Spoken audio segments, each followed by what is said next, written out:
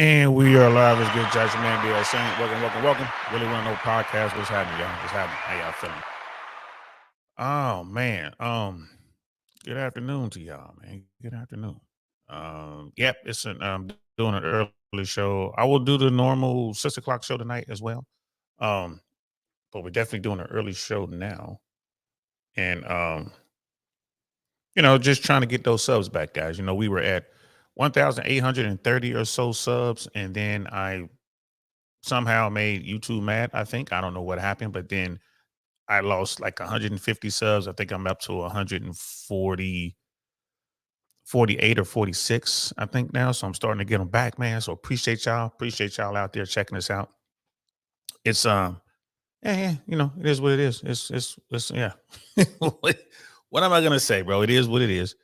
Um, so with that, I'm just gonna get on as much as I can. And then we still have this whole CJ Daisy and Fresh Prince CEO baby trap thing that everyone's still talking about on YouTube, although it's starting to lose a little bit of steam. And the reason why people are really starting to dissect this story.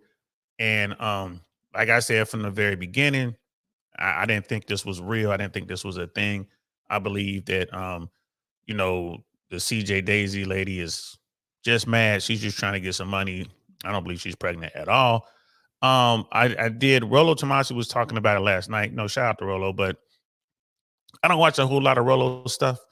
I do have the Rational Mail. I'm trying to get through it. Um, it's it's a lot of information. The text is real small. It reads like a textbook, but it's still worth reading. I think all men should grab that book and read it.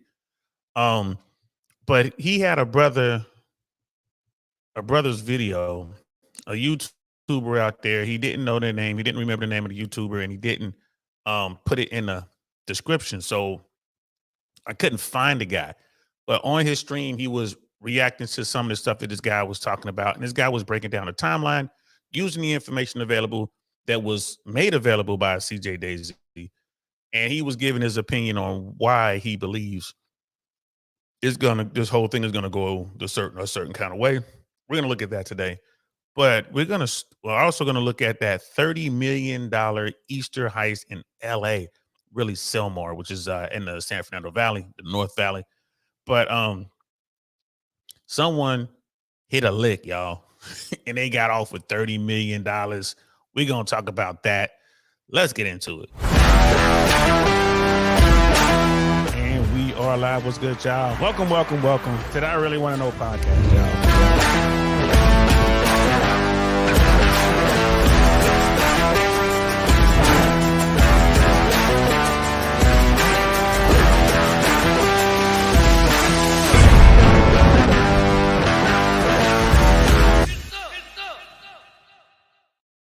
Yeah, y'all.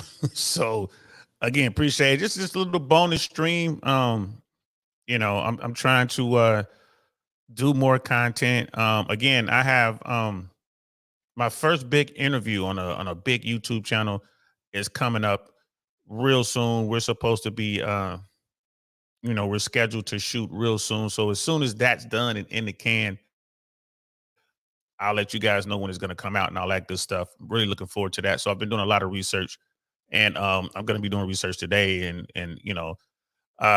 preparing myself for that interview. I'm really excited. It's the first real big interview, and I'm hoping this, what I mean, will open more doors for us in this platform, and we'll continue to grow.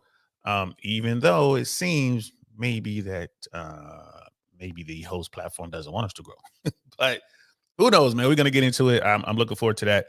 Um, so yeah, man, let's get into this article.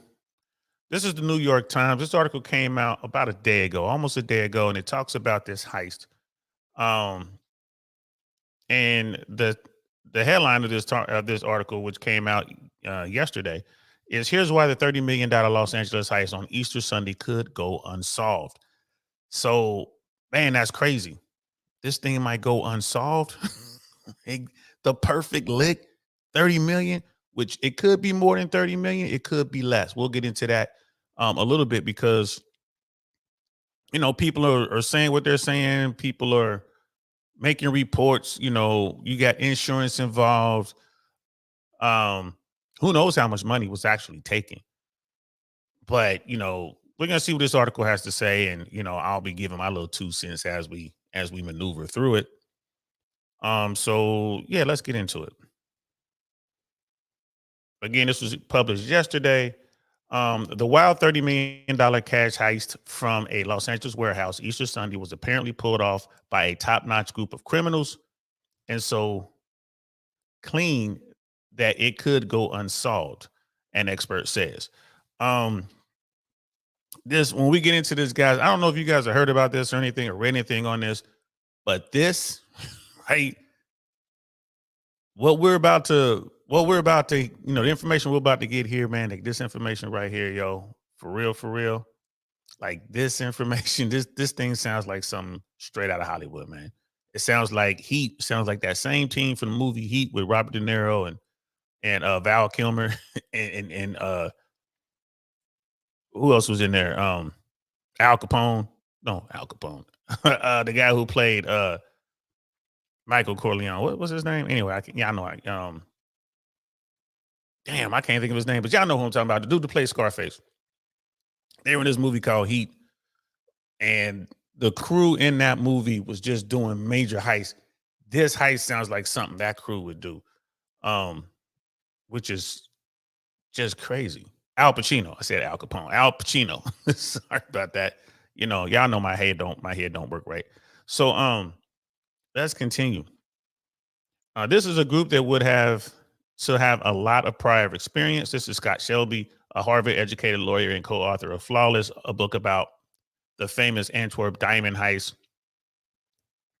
Um, it's like if you were a gymnast, by the time you're a world quality, you've already done a lot of work, Shelby said, of this type of thieves who seem to have targeted the Gter World facility in Selmar neighborhood last week. And Selmar, like the neighborhood of Selmar is like industrial. It's the hood. It's a lot of gangs up there. People who live up there, a lot of middle to lower middle class, although there's some pockets up there that has some really expensive properties because that's LA. And anything that got developed in LA, you know what I mean, wound up costing a lot of money. This is what it is. But Selmar is a place that I didn't go to. I only went to Selmar when I had to go. I had a friend who lived in Selmar for a hot second. She like had bought a house there and she sold it and she moved to a better area. Um, I mean, it's not terrible, but it's like I say, it's you got gangbangers up there. They doing their thing. A lot of industry. So you can look at this building. I mean, that building could be just some sort of little factory or whatever. Um, you wouldn't know that they had $30 million in there, bro. Like, so you're gonna have to get into there. And like this dude is saying, for a skilled team to come in and pull something like this off, these guys might not even know, like maybe they didn't know each other. This crew probably just came together. Maybe it was a mastermind, there's a guy who had the information, like, all right, I know the money is in here. I got some information, get the schematics on this building. Let me go ahead and put together a team to go ahead and get this. So could you imagine if if a 5-man team or 5-person team went in there and managed to get $30 million? That's $30 million. You only gonna have to split 5, maybe 6 ways, bro. That's that's a lick. That's a serious lick. You know what I mean? Brother Jackson, the building. What's good, fam? How you doing? And yes, I am early today. Shout out to you. Yeah, we early today, man. Jelly Black say, went looking for cars this weekend, seeing my option. These dealers out here out of their damn minds. Yeah, this is not the time to buy a vehicle, bro. This is not the time to buy a vehicle at all. Like, bro, I ain't gonna lie to you, man. I would try to buy from an owner. I wouldn't go to dealerships. I would try to find someone who's trying to sell their car because they want to upgrade or something like that, because the dealers are just trying to bend over everybody. So even if you try to trade something in, which I know is not your case, but even if you're trying to trade something in, um, they're not going to give you any kind of a deal because they're not going to be able to sell that car. Like, the car market is just jacked up, man. Check out Lucky Lopez, bro. He really breaks down the car industry stuff. My cousin is like, his hobby is just buying and selling cars. It's something he just keeps his eye on his market. He's been watching the market for years, and he's telling me how bad it is as well. Bro, if you're gonna go buy a car, I would suggest, and this is not just me, like Lucky Lopez says this, and I agree. I've always done this myself. Like, if you don't have the cash, I would go to the bank, secure a loan for however much money you want to spend. So, like, what kind of car you want, whatever, whatever. Oh, I'm trying to get a nice Honda Accord or a nice Nissan Maxima or whatever you're trying to get, right? Find out how much that car, like the car you like, okay, I want one that's kind of, that comes equipped with these things. This is the package I want. All right. And then figure out how much the average is for that car, where you see it going for, and then get that loan. So it's like, go to your bank or credit union. It's like, hey, I want a loan for $30,000. I want to buy a car. And then your bank or credit union will say, okay, cool, run your credit and all that stuff. Boom, they give you the loan. So now you know how much money you have. And normally when you get the loan from the bank, the loan includes the tax titles and fees and all that. So when you approve for the auto loan, you get that bread, like you get the check or whatever, or they tell you like, okay, we're going to approve you to 30,000. They're not going to give you nothing up front, no check or anything. It's just you're approved.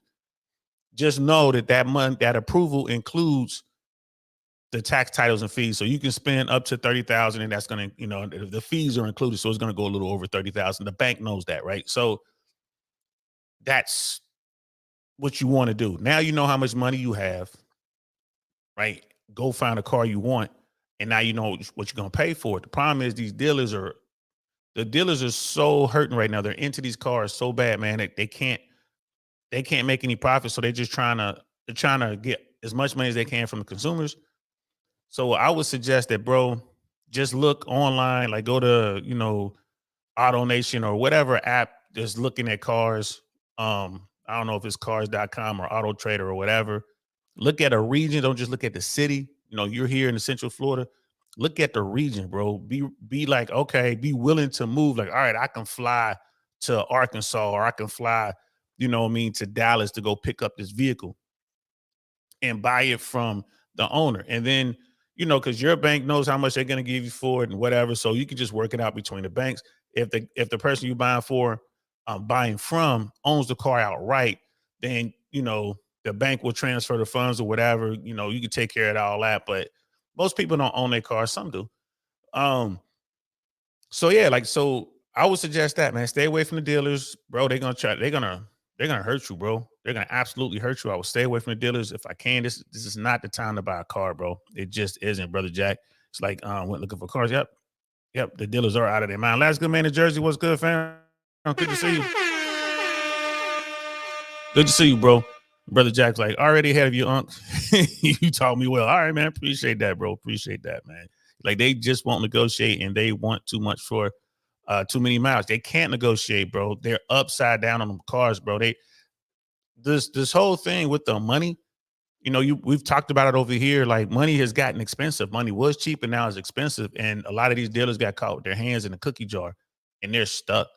Like, they're into these cars and they got to get that money back. They don't want to eat the loss.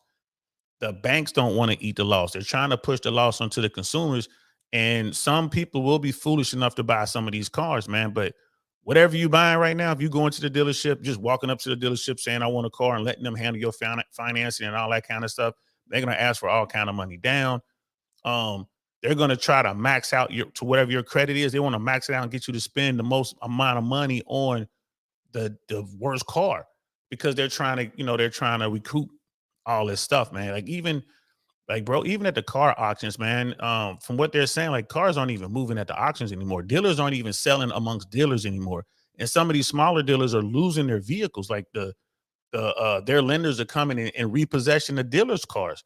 So this is the very beginning of a very bad time for the automotive market. So anybody out there thinking about buying cars, man, y'all be careful. Y'all be careful. Get your money. Go out there. Know what you're spending. You know what I mean? That's it. And don't go to dealers because the dealer's not going to take an L on a car, bro. And remember, it's always best to go at the end of the month because the dealers will be more apt to want to get rid of these cars because their expenses are monthly. They're like paying monthly on these cars. And, dealers will get a car, they put money into it, and then the car's worth what the car's worth. The values of cars have dropped. And these deals got caught their hands in the cookie jar. So they're not just being greedy at this point. They're trying to survive, man. It's a matter of survival for a lot of these dealerships. So be careful, guys. If you're out there trying to buy a car right now, this is not the time to buy a car. Do what you can to keep your vehicle running. Brother Tim, he has kept his vehicle running for as long as I think he can. He needs to get a car. He needs to get a car so he can drive out to Oklahoma and become an air traffic controller. So yeah, man, it's crazy what's going on with this lick. Again, kind of piggybacking on what we were saying about the car dealers and that sector of the economy, what I mean? Everything else is in trouble as well. Like, I don't know why housing hasn't been hit. I mean, it's been like little bits here and there, depending on where in the country, but overall housing seems to be standing strong. But I always look at the streets. People talk about, man, what's the economy like? What's going on? Politicians are going to tell you the economy is great. Whoever's in the White House and whoever wants to be in the White House is going to tell you the economy is horrible. You got people on both sides saying whatever. I really don't listen to that. I look at what's going on in the streets, right? What are people doing in the streets? What are people selling? Go look at the pawn shops, bro. Go to a pawn shop and see what's in there.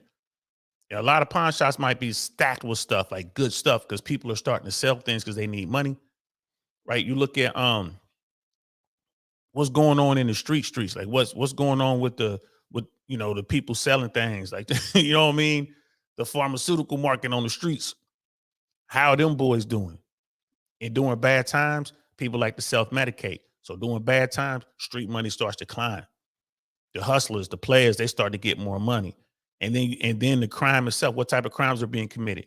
Normally when it's a bad economy, those real petty crimes start coming up. You know what I mean? A lot of 3-car Molly, the shell game stuff, people on the buses or public transportation trying to get folks to, fall for that kind of play. You got a lot of, armed, muggings and just, people just robbing you, stealing from you and stuff like that, just holding you down, taking the money out your pocket and running. A lot of scams with the scanners, trying to scan your credit cards and stuff like that. And you're going to see a lot more fraudulent stuff on that, especially with PayPal, especially with Zelle and all that kind of stuff. All that stuff starts to go up. Right? Crime itself just starts to climb. People getting frustrated. A lot of assaults start to go up.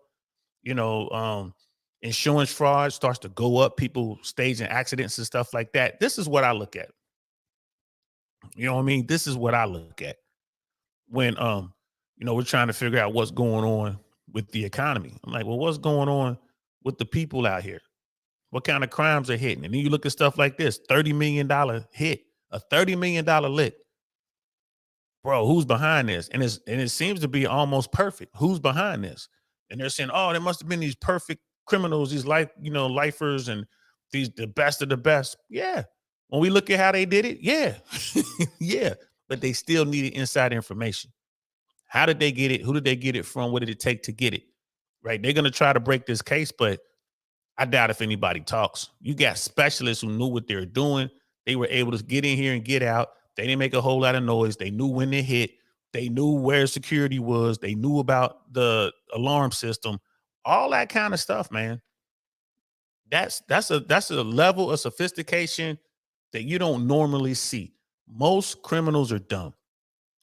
Opportunists. They do stuff, right? They might get away with something the first couple times. They think they good, and then they get caught. And it's not that they were good from the beginning. You're always going to be sloppy. It's just, I didn't get caught, so I must be good. They get greedy. They keep going. They get caught. Or they get stupid. They go out, they hit a lick for $30 million, and then, 5 days later, one of the guys are going out there throwing money around like crazy. Trust and believe everyone's watching. But dudes who operate at this level, I would imagine they're already wealthy, so their spending habits don't change. They're already out there doing whatever they do because they're the top of the best of the best. So they can hit this lick. And while they move the money around, and something like this, if it was $30 million, all that money went into crypto probably immediately. So these guys are getting their money, via, Bitcoin, Ethereum, or whatever. That money went in. I mean, that's just the best way to launder it, man. You don't want to be walking around. You don't know if the bills were tracked, like the serial numbers and stuff like that, because that's what the FBI is going to be looking at. You want to get rid of that cash. And the best way to do that, digital money. Digital money, bro. Brother Jack is saying, my parents' house went down 25,000 since they bought it. Ooh, ooh, up there where you are. Ooh, man, that's a pretty big hit. It's like, not gonna lie, this is some Grand Theft Auto shit, bro. It is, man. It is, but it's been licks like this in California. There was a jewelry heist from a vehicle. You know, man, what was it? Maybe 5 years ago. There have been art heists out there, like cat burglars have been taking like really expensive, works of art. People, I mean, like LAPD is a professional police department, but it's massive, and they can look like Keystone Cops, bro. Like they can look like they have no idea what's going on, but they're facing a level of sophistication that most police departments don't face. So it is what it is. They're gonna do what they can. And Brother Jack, like they're watching that money as we speak. I mean, bro, the first thing I would do is get rid of that cash, and I would go digital. I mean, I would just you got to get that money into some sort of institution, and then boom, you turn that money into, again, like crypto. You turn that money into crypto, or you buy expensive stuff with it that you could turn around and sell later. And yeah, you're gonna lose a bit of money. You know what I mean? Because that's probably how you watch it, right? You buy something, you buy yourself a RM watch or a Rolex or whatever. And yeah, when you go to sell it, you're gonna maybe lose a little bit of money depending on how fast you sell it. Maybe not with those type watches, but with other expensive stuff. And let's say after you buy all this stuff and crypto and all that, you lose 10%. So what? Your money's clean. You're gonna have to pay a fence to clean the money anyway. So either way, you're gonna lose a percentage. And they know that. But man, oh man, this is a crazy story. Let's continue. The polished criminal snuck into the site through its roof and accessed a safe without setting off any alarms. They cut in through the roof, bro. They say they entered through the roof. Here's a picture of the roof right here. Bro, I don't see any police tape up there. I don't see any. I mean, how did they get in there? They say through the roof. We're looking at the roof, right? Where's the hole? How'd they get in? Where's the police tape? Wouldn't that be like the point of entry? That's going to be like the subject of the investigation. I don't see anything, but that's just us looking. But there is a picture of how they got out of the building. I'm pretty sure that's going to come up in a second. They made off with $30 million in cold hard cash, which would have weighed 660 pounds in $100 bills, Shelby said. So that's another thing. You going in here, you looking for cash, man. We're gonna hit this lick, bro. We think it's about 30 million in there. We don't know how much is in there.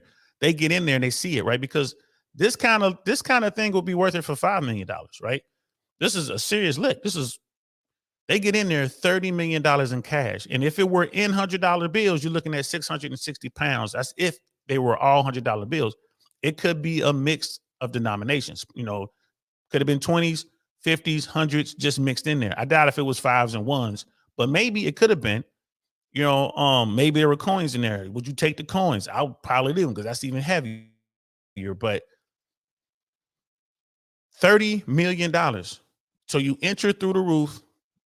You manage to avoid the sensors, right? You got laser sensors, heat sensors sometimes, maybe not, but you got, sensors that like weight sensors. Like if you're walking on certain floors, it's like sensors in the floor sometimes, depending on how sophisticated it is. This building probably didn't have all that, but I'm sure they had laser and all that kind of stuff, right? Movement sensors and stuff like that. And with that kind of money, you would think a human would be on site somewhere. Like there would be a human that actually walks through and checks stuff. You would think you have a guard that will come through there just, I don't know, once an hour or something like that, just to walk through the building, make sure it's good. You would think. So you get in there, you breach the outer building, you get in, avoiding all cameras and stuff like that. You manage to get into the safe. Like that safe had to be serious piece of equipment, right? You get into the safe, bam, you in the vault, $30 million cash, 660 pounds if it's all in $100 bills.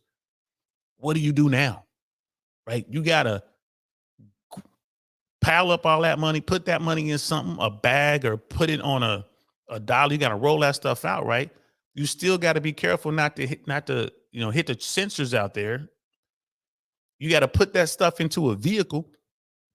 All that money has to go into the vehicle of some sort, maybe multiple vehicles, and you got to drive off. There's a lot of moving parts in hitting this lick. Again, it has to be some sort of human or cameras looking at what kind of cars are coming up and parking and stuff like that. I am not an investigator. I've never worked in law enforcement, but I can see just listening to this story, like, bro, this is gonna take a lot of work. It's gonna take there's a lot of logistics involved, right? You know what I mean? A lot of logistics involved. 660 pounds worth of money, if all that money, the $30 million were in $100 bills. We know you're good because we know they're good because they got in and out without anybody noticing. And so far, there's nothing obvious that leads the LAPD and FBI to know who they are, an expert said. It's very possible that this case could go unsolved, given that the level of skill involved with this, um, the fact that already there's been no compelling leads. No one's talking, right? No one's talking. That's how I catch people. Really, people slip up and talk. Um, and it's just the nature of what they stole, Shelby said. I mean, you can't work backwards. If someone sees a highly unusual diamond, they remember, hey, I know that stone. But no one's gonna be like, oh yeah, I remember that bill, that used $100 bill. Right. He's got a point there. Bro, they hit that lick. Law enforcement relies on people making dumb mistakes, people slipping. The FBI is real methodical. But if you're dealing with guys who are extreme pros, professionals, you're not going to catch them. You're not, again, you're not dealing with JoJo and Ray Ray. You're not dealing with these dumb dummies. You're dealing with guys who know what they're doing. To manage to pull this off, I bet you these dudes, let's say it's a team of 5. 4 of them probably don't even live in America. Right. And the FBI knows that. They probably got a list of people who, like, man, these are the people that we know of that are just good. Who's in the country? Right? Who's the best at burglary? Who's the best at coming in through the roof?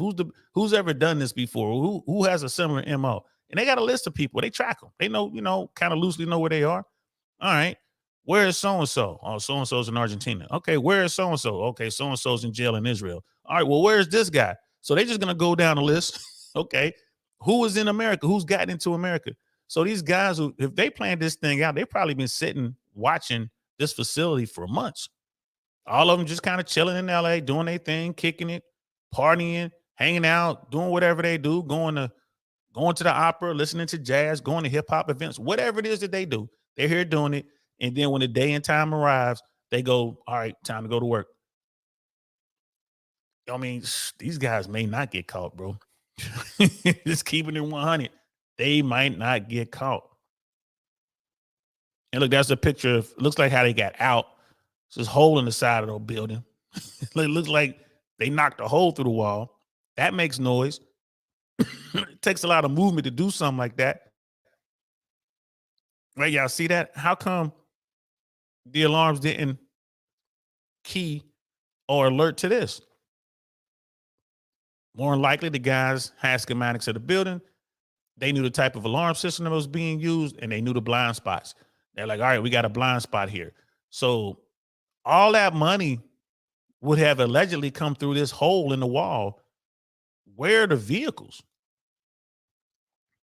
Right? How far away is this exit point, this extraction point from the vehicles? Because you ain't walking out of there with 600 pounds plus of money strapped to your back. I mean, you can, but if you get a pretty big bag, you could put $1 million each in each bag, depending on how the money was, stored and wrapped up and stuff like that. You can do it, but you would think someone would see you. And how come there are no exterior cameras at the back of the building? Again, I'm no law enforcement right official, but how in the hell? I can't wait for Myron to break this down. I know he knows about this. I'm gonna ask him when he's gonna do it, when he's gonna break it down. You know what I mean? And Brother Jack was like, maybe they entered through an AC unit, maybe, but you would have to move that thing, right? And you was that picture we looked at, you would think that the police would have it taped off the entry point. But hey, what do we know, bro? We just looking at it trying to figure it out. As for whether the heist, which is one of the largest in Los Angeles history, could have been an inside job, Shelby said it's possible. Possible? It's extremely likely. It's extremely likely. Yeah, it's an inside job. Where are you going to get? Someone has to tip off whoever these dudes are. So let's say that I work there. Uncle Saint is working at this place, and I'm working there, and I can see, like, man, these people are slipping. It's like, hey, man, tens of millions of dollars goes through this facility every week, and the security system is garbage. The security personnel that they've hired aren't paying attention to nothing. They're lazy. They're not getting paid well. They're not trained well. They just got a job, bro. They getting paid, $16 an hour, whatever. They're, easily distracted, not paying attention. You got somebody on the inside who's just looking at all this. They're looking at the safe. They can see what type of safe it is. You got someone who can maybe get you access, key passes or whatever, key cards. Maybe they know, they can tell you what codes are. Maybe they only know partially what the code is, right? They know who works there. Something like this, you got to study everybody involved with this operation. You got to study the managers, all of the employees. You got to know where they go to eat. You got to know their habits. What time do they normally doze off if they're sitting there watching the cameras? Is there a live feed going somewhere and people are actually sitting there watching live feeds? You got to know all that. Do they have a roving guard come through there sometimes? What's the exterior look like?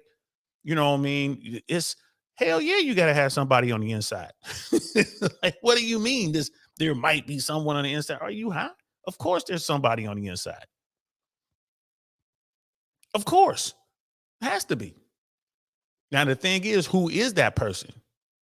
And how cold are they with it? You got someone on the inside seeing all this stuff, and it's like $30 million. You know what I'm saying? I could be the number 5 guy. We got 4 guys who are gonna do the wet work, and I'm number 5.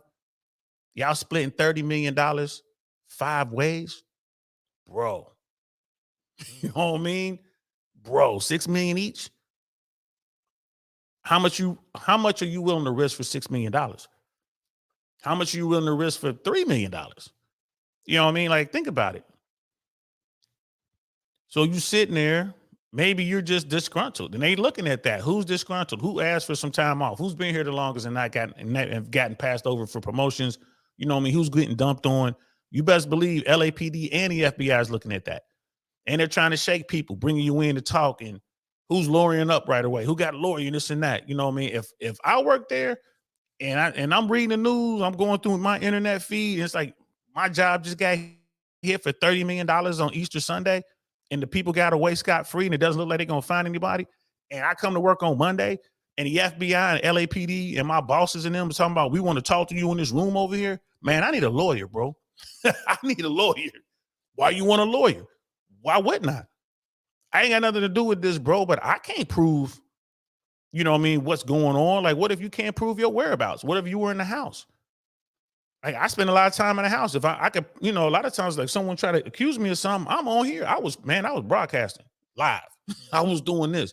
But what if I was home sleep for a few hours? And if someone comes and, accuses me or asks me questions, but if I can't prove that I didn't have anything to do with it, man, I could be in trouble. I ain't trying to get locked up. Nope. I need a lawyer. Nope. Places like this, they're not going to be unionized. In the air traffic control business, if you're in air traffic control and something goes wrong, they bring you to a room and management wants to talk to you. All you got to do is say, man, I want a union rep. And the union is like, this is serious, man. With the union to bring attorneys. So, yeah, bro. Yeah. Is this an inside job? Absolutely. 100%. Someone on the inside had to at least tell them that the lick was there. Hey, man, there's a possible lick over here, bro. How much money they running through there? Normally they run about 2-3 million, but over Easter Sunday, man, they sometimes on holidays, they get lazy, they cut corners and they let the money pile up. So All right, so they watching. Holidays go by. How much did they like pile up that holiday? Oh, they had 15 million in there. I think it was 15. Then another holiday. How much did they had in there? Oh man, they only had like 12 million. You know what I mean? 10 million. You know what I mean? I say, okay, all right. They keep watching it. All right, that might not be bad. And then they actually hit on a holiday when they 30 million, or maybe the employee, whoever's on the inside, caught wind of it. This time they're gonna have at least 30 million in here on Easter. At least 30 million. They're gonna come here early on Monday to get the money out. But for whatever reason, they got, man, this we gotta move on Easter Sunday, because they're gonna have at least 30 million in there. Or maybe they say they're gonna have at least 15 million, 20 million in there. Word, 20 million? Yeah, they're gonna have to, we think, and then they hit it and it's 30 million or more. We don't know how much money was in there. They're telling us 30 million. It could have been $300 million in there, bro. We don't know. We don't know. You know, like, I'm sure this company had insurance. You never know, man. Someone could get hit. Let's say the guys came in here and they did the robbery and they got $8 million, right? That's still a lot of money. That's not a bad lick. 8 million. Okay, cool. But then the company come in there on Monday, like, we got hit. They hit us like that. All right. Say it was 30 million in there because they had the money somewhere else. No one knew. Like, they was about to move the money. It's like, well, let's just say they took all this. Now we could split this money. We could take it. And we, they're perfect patsies over there. If they get caught, they're gonna sit there and say, well, we only got 8 million. No one's gonna believe that. And if they don't get caught, even better. So, you have no idea what's going on here. Everybody's on the take, bro. Everybody. Man. If you define an inside job as an insider giving key information, that could very much be the case. The big question I have, or the big question I would have, is I'm sorry, I'm reading this all wrong. The big question I would have if I were the LAPD or the FBI is, what kind of information would the thieves had needed to do this job? Yeah, man. And I kind of talked about that. Any and all information would be pertinent to guys like this, I would imagine. Like, if you coming to me, I'm no career criminal. I've never done anything like this. But if you coming to me, I'm gonna want as much information as I can get. I want to know everything, bro. Who normally works the night shifts? Who normally works the daytime shifts? What time of day overlap? What, I mean? What, how do they sign in and sign out? Are they using some sort of automation? Are there key cards? Are there like key cards? Are there retina scans? Are there handprints? I want to know everything. What kind of system is it? Do you know the manufacturer? Do you know the name of the system? Who monitors the system? Who are they using? Do they use ATD? Like, is it a direct link to the police?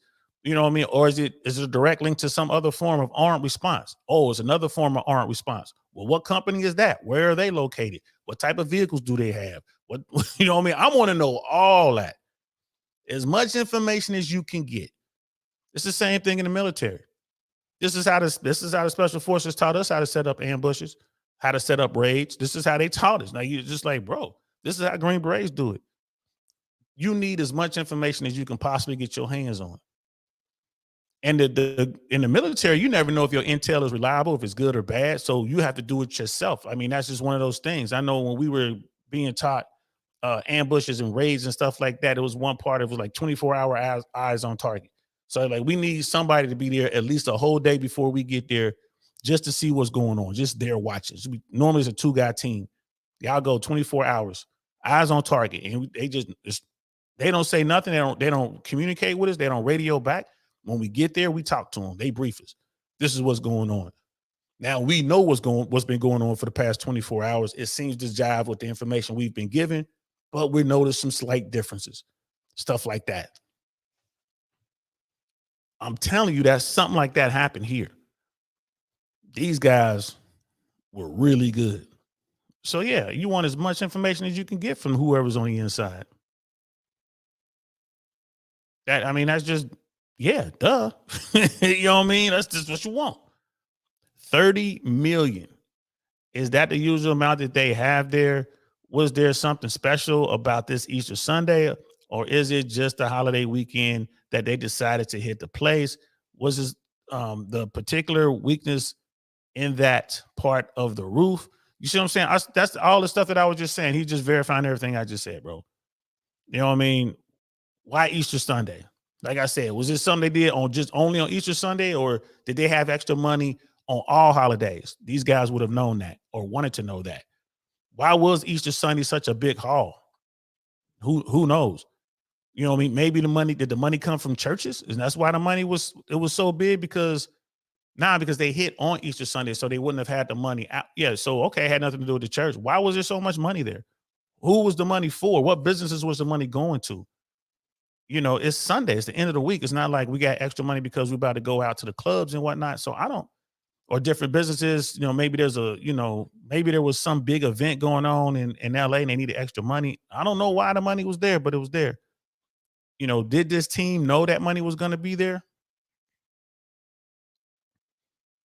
Probably, probably. Or they just really got lucky. Like, hey, we're going to go in on a Sunday. Hey, let's go on Easter Sunday because they got even less staffing or something like that. Maybe they knew, like, hey, we got a lot of religious people here, bro. So staffing is all the way down.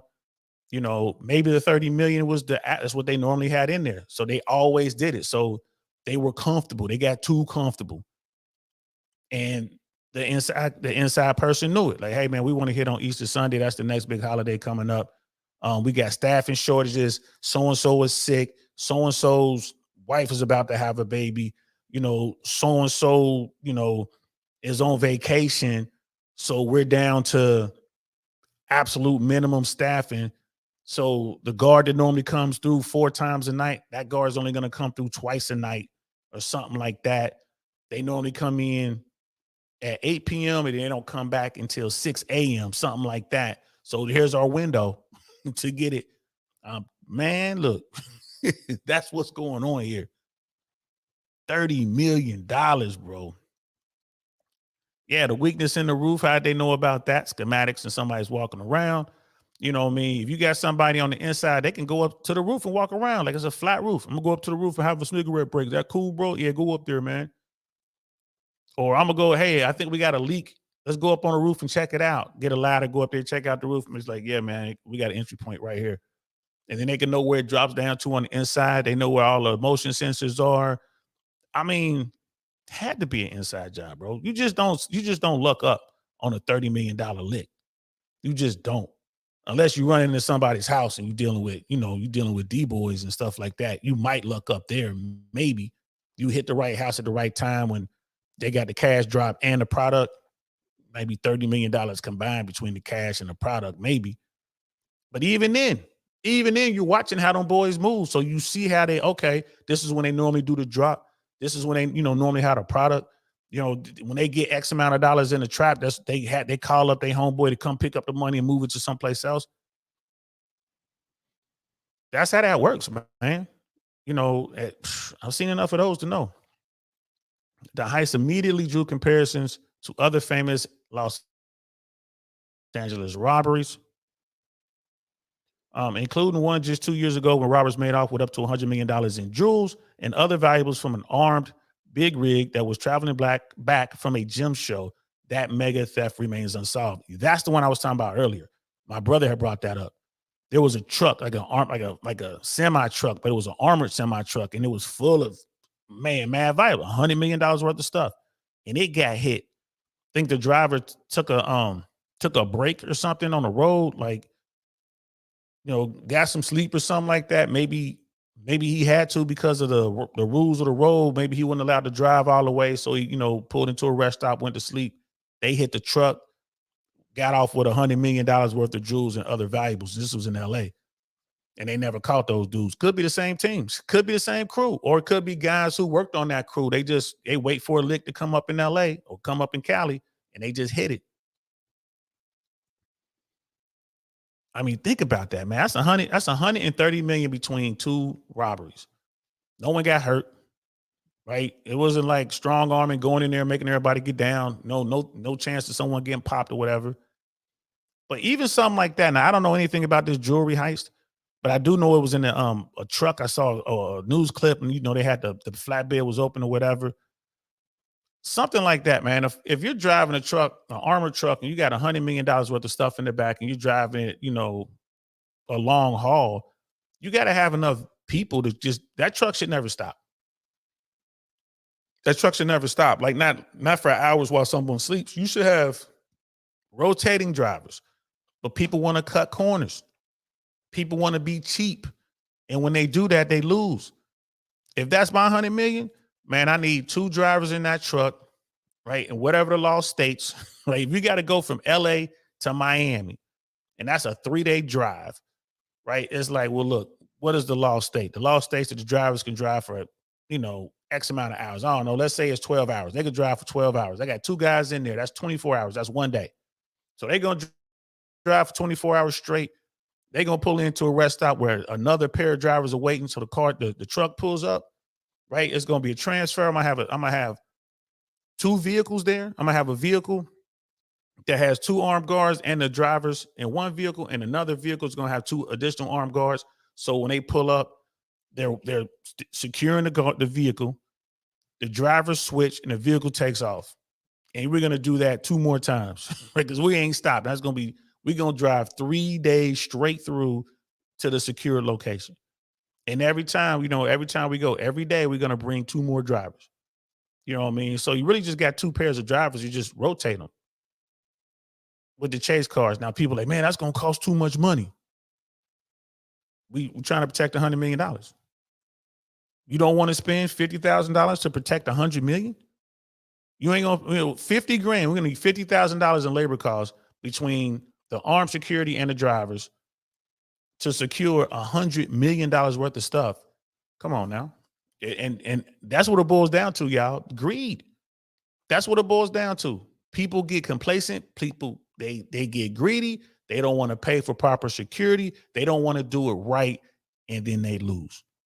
And then they say the quote unquote bad guy wins. Like, man, whatever. But $100 million in jewels and other valuables from an armored big rig that was traveling back from a gym show. Man, that mega theft remains unsolved. So they got lazy, bro. Whoever was doing this jewel thing, right? And whoever was running that facility that just got hit got lazy. Shelby said it would be even easier for the Gter World thieves to make their spoils disappear, adding to the notion that the most recent heist could baffle investigators for years to come. It's cash, bro.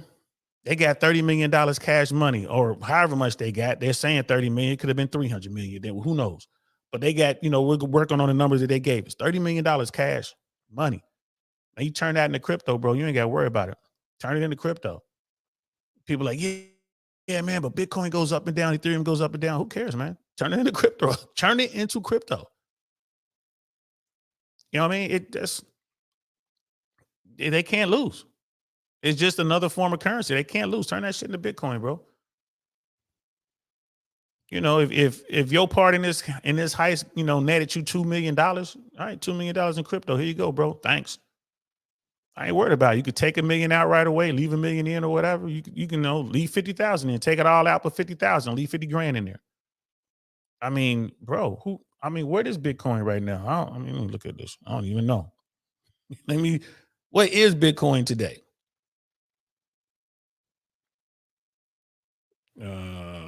Can't type Bitcoin. Bitcoin is $71, $71,528.48. So yeah, you put that money in Bitcoin, bro. Like you put that money in Bitcoin, that's how you clean it. That's how it's done. That's how it's done. You ain't worried about it. Bitcoin is at 71,000. Wow.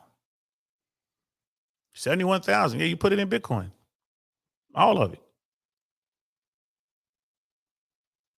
But yeah, they got off with all that money. If no one talks, no one does anything stupid, it's going to be impossible to catch these boys. The guy continues.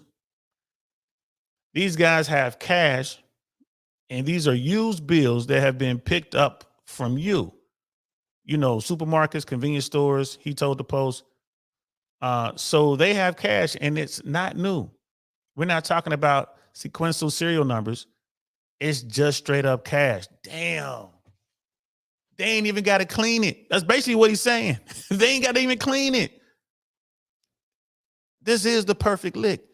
$30 million of used currency. They don't even have to clean it. Damn, they don't even have to clean it. The money just got picked up. Yeah, man. Yeah, this company, they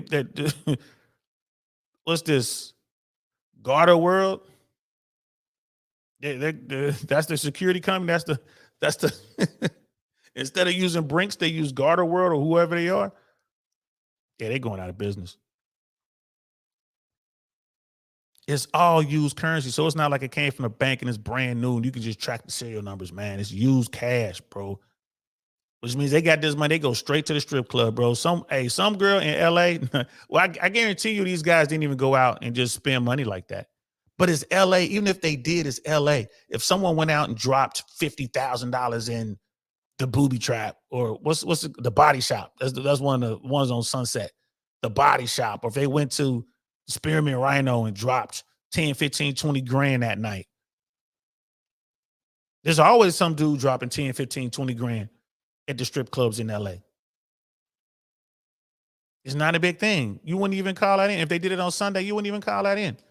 The police would be running around tracking all kind of guys. Well, who did it? Well, who's the dude? They ain't like they track your eye. I mean, you can see pictures of them on the camera. They could be in there with a mask on.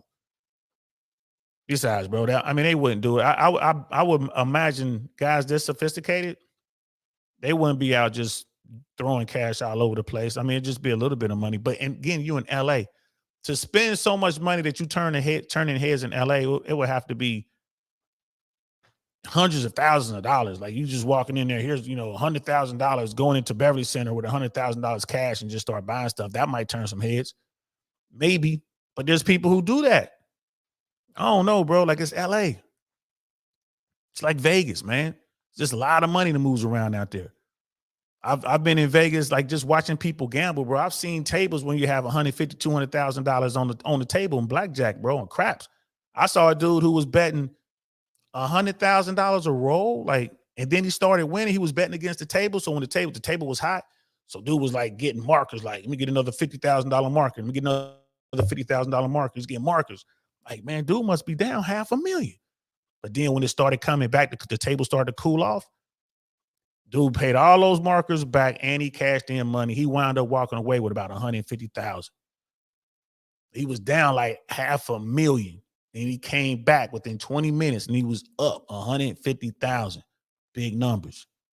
He was doing markers, but there's people out there be coming in there with cash. It's just not going to turn heads.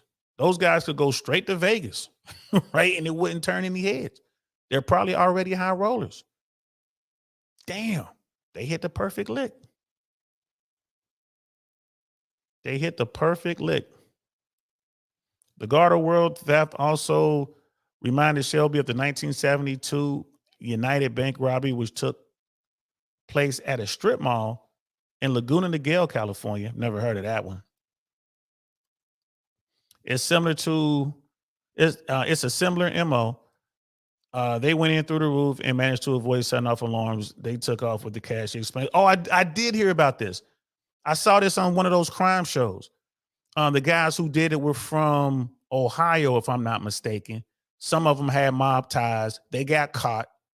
I think the guy who cut in through the roof left his tools or something. Someone did something stupid, and they got caught. And then the FBI was able to track it back to these dudes out of Ohio. And they were able to track the money. So they got the money and they were trying to clean the money and move the money around when the law enforcement got on to one of the dudes who brought them back to the other dudes. I don't think anyone snitched necessarily. I think they caught one dude. He was just like, you caught me, but they took the money from the bank. So when they hit dude's house in Ohio, I think it was Ohio, they hit dude's house. Some of the cash was in the house. And then he had tools that were the same type of tools that were left on the scene or whatever. So they were like, well, that's real, whatever. but the money, they found some cash and the serial numbers matched. They knew like, okay, it was because they took the money from a bank. I do remember that.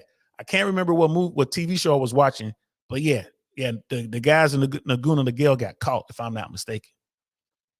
Right. But they did go in through the roof. But this was a long time ago, and the system, like security, wasn't as good, nearly as good.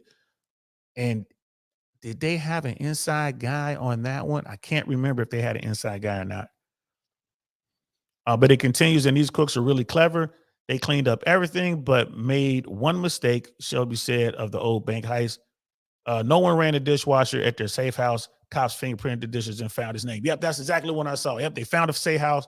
They put all the stuff in the dishwasher, but they didn't turn the dishwasher on. So all of their fingerprints came up. And again, these guys, they all had criminal histories. So yeah, they were from Ohio, if I'm not mistaken. While the Silmar heist appears, my bad. While the Silmar heist appears highly expert, solving it could come down to a similar mistake, Shelby said, and be helped along by the 2024 technology. Now it's a whole different game. We have touch DNA. He noted, uh, just the smallest slip up, and you could get DNA from one of these criminals. Yep, yep, he's right about that. The game has changed. It doesn't take much, and DNA has got to the point where, bro, they're saying they can get DNA out of your, like, this microphone cover right here. They say that there's technology now that can get my DNA out of this microphone cover because I've spoken into it. That's how good they've gotten with gathering DNA evidence. So they don't need, like, spit out a big hoogie or something like that. Now you can just be talking to something like this and then get your DNA out of it. You can be talking on your cell phone or a phone and they get your DNA out of it. You know what I mean? So, and then of course, fingerprints and all that. So I don't know, man. I think these guys are gonna get away with it. Y'all let me know what y'all think. I think these dudes are gonna get away with it. Crazy story, man. $30 million. You know what I mean? Shout out to them, bro. $30 million, and the police don't know nothing. $30 million. It's a game. I know y'all saying, like, how can you be cheering for the bad guy? Hey, man, it's a game, man. I respect everybody's game, bro. For real, for real. Hey, man, good for them. No one got hurt. They didn't run up in the house, man. They ain't kidnapping kids, man. They ain't, turning on the chainsaw and doing horrible things. They ain't doing. They went in there. Hey, they did their thing. That money is insured. It's not a victimless crime. People gonna get hurt. People gonna lose their jobs. Corporations are gonna get hurt like this. That armored car company, they probably go out of business. No one's gonna want to work with them. If I had an account with those guys, I cancel it. Nah, man, go get my money right now. We ain't using these boys. They're going out of business. It is what it is. The CEO types and all that, they'll find another job somewhere working somebody else's armored car company. And then the people at the bottom, those are the people who always get hurt. But there was, they're not running up in there with miniguns and shotguns and everything else. It's not like high speed chases where little kids and people, innocent people walking around get hurt. Hey, man, they just hit a lick. They saw it, they hit it. It is what it is. So the second half of this show, wanted to give an update on my man Fresh and his situation with this CJ Daisy lady. So Rollo Tomasi was talking about this last night on the Rational Mail. I knew he was going to talk about it. I was just wondering when. And Rollo managed to find a YouTuber. Again, I don't know the guy's name. Rollo couldn't remember the guy's name. I didn't see the guy's name on the screen share.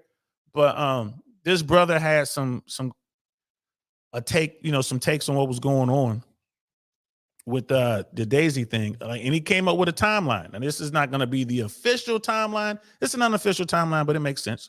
Miss AKA ladies in the building. What's good, sis? How you feeling? Just doing a quick early stream. I'll be back tonight at 6 as well. But Rollo found this dude, and the guy makes a compelling 19.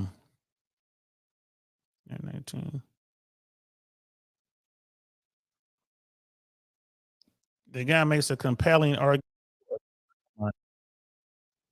Here it is right there. So I just wanted to show it. Now Rolo breaks it up. Like I like to break stuff up too, but Rolo he'll stop it and then he'll go on for like 10, 15 minutes and then he'll play some more and go on for 10, 15 minutes. And I think he does it for the same reason I do it, is to really show that there's fair use, and I'm not just showing dudes content. I'm actually adding to and modifying the content. So it is what it is. But the stuff that Rolo was saying between the video clips, it's like Rolo stuff, man. It's Rolo stuff, man. Like Rolo has a defined lane, and like I said, it is what it is. I ain't mad at Rolo. He does this stuff. I mean, he is, the rational male. I gotta give it to him. Man, I'm still working on reading this book. This is a tough one to get through. I ain't gonna lie. It ain't an easy read, guys. At least the rational male is not an easy read. The other books, I don't know. I haven't gotten his other books yet. I don't know if they're easier or not. But it's just like reading a textbook, The Rational Male, bro, like a big textbook. Um, so we're gonna watch a couple clips here. And this brother who does, I don't know who this brother is. If you guys recognize him, let me know who he is, because I want to watch the whole stream. I want to watch everything the dude had to say. But again, the guy is not a fresh and fit fan. This brother who's going to be talking, you can tell. But the lesson to be learned here is how the game is played, and men need to understand this, and women too. Women understand the game for the most part, but guys need to understand, like, this is how this could go, bro. Like, you out here shooting up the clubs, messing with whoever you messing with, no matter what level you at. Women can always play that. That is that wild draw four. You messing with a woman, she can always just say, "You got me pregnant." Even if you are wearing protection, even if you just put the tip in, even if you just whatever, they can always say that. It is what it is, and there's nothing you can do about it until the child gets here, basically, and you have a DNA test and you see what it do. So it's just something to be aware of. Like I think our laws are going to change here within the next 10, 15 years. The laws are currently in the process of changing now. Like I said, Florida states that it's in the child's best interest to have equal access to both parents. So that means 50-50 custody. If you go into a family court in Florida, mom's going to get the child half the time, dad's going to get the child half the time. That's the default. And if there's 50-50 custody when it comes to child support, it greatly affects the amount of money owed in support, either from mom or from dad. You know what I mean? And like we say, generally speaking, the person who has less is the person who is going to be rewarded in these situations. So you look at Fresh, even if they manage to get Florida to write let's say that all this happens in Florida, old girl came back to Florida, they go into a Florida family court, and let's say that Fresh is in fact the father, which I don't think he is.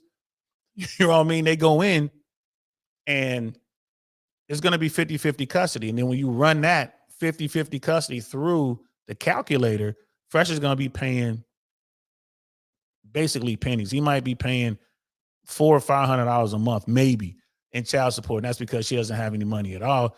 And then if you got a really good lawyer, it could become a situation where, okay, one person is incapable of paying for the child's well-being, i.e. house and supporting that child, and the other parent can.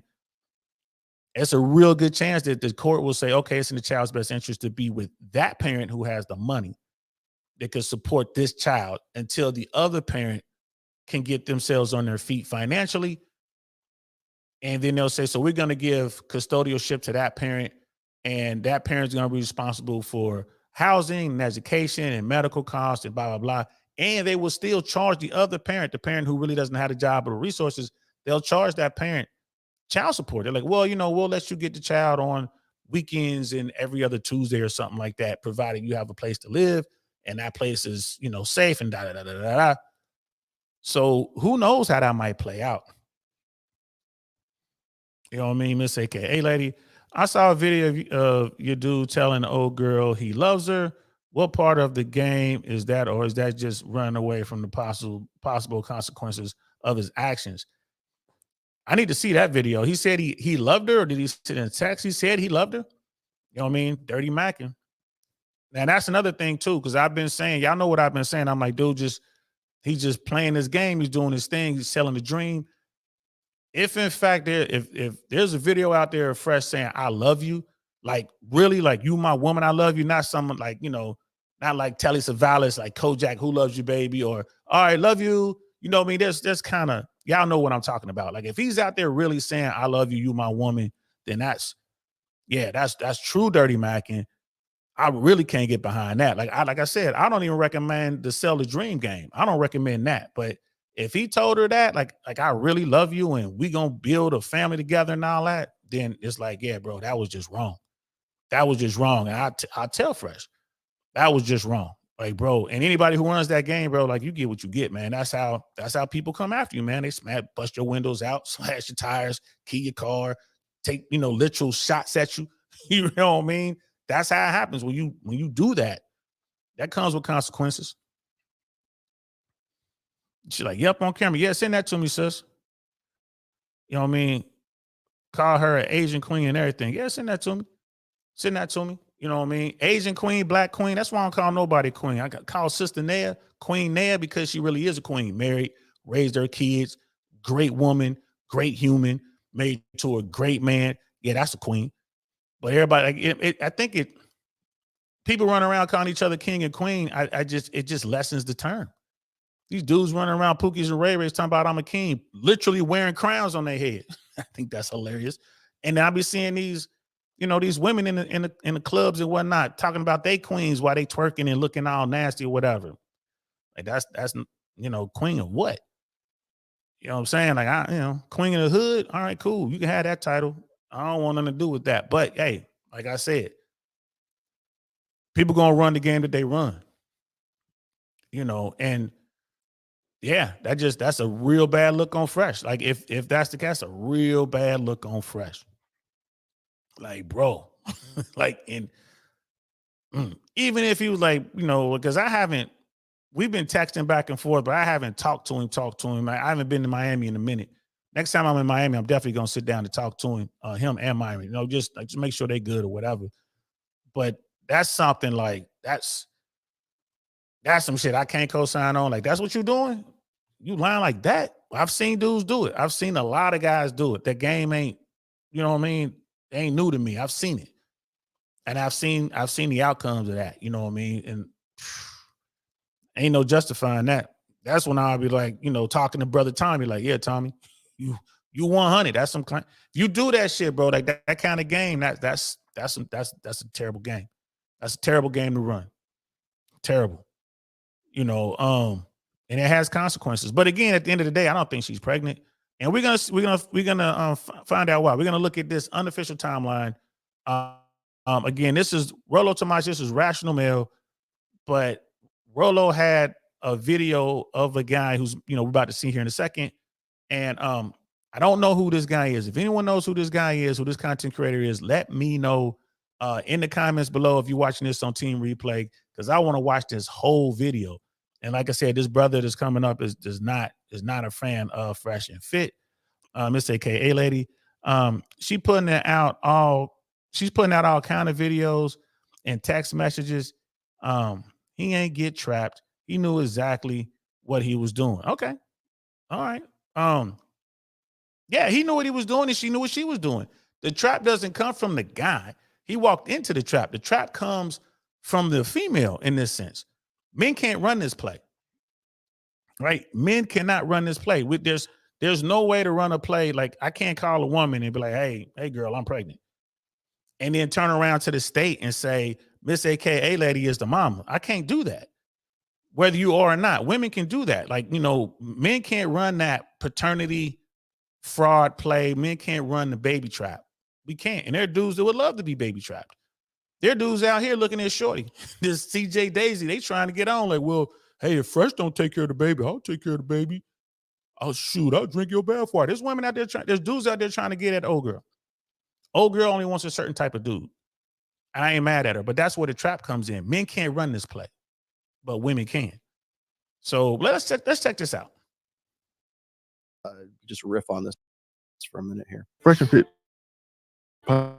podcast just got exposed by an IG who he got pregnant, and he's trying to convince her to get rid of it. He leaked text messages, private audio conversations. I want to keep the baby. Okay. Well, like I said, I just don't want any kids. She got Fresh looking bad. But there are a lot of problem areas, if not outright lies, on her part that no one else is going to talk about but me. Let's start from the beginning. She hit him Well, actually, everybody's been talking about it, but with the classic at-home pregnancy test picture. She told him that you always told me you wanted me to be your baby's mother. I love you.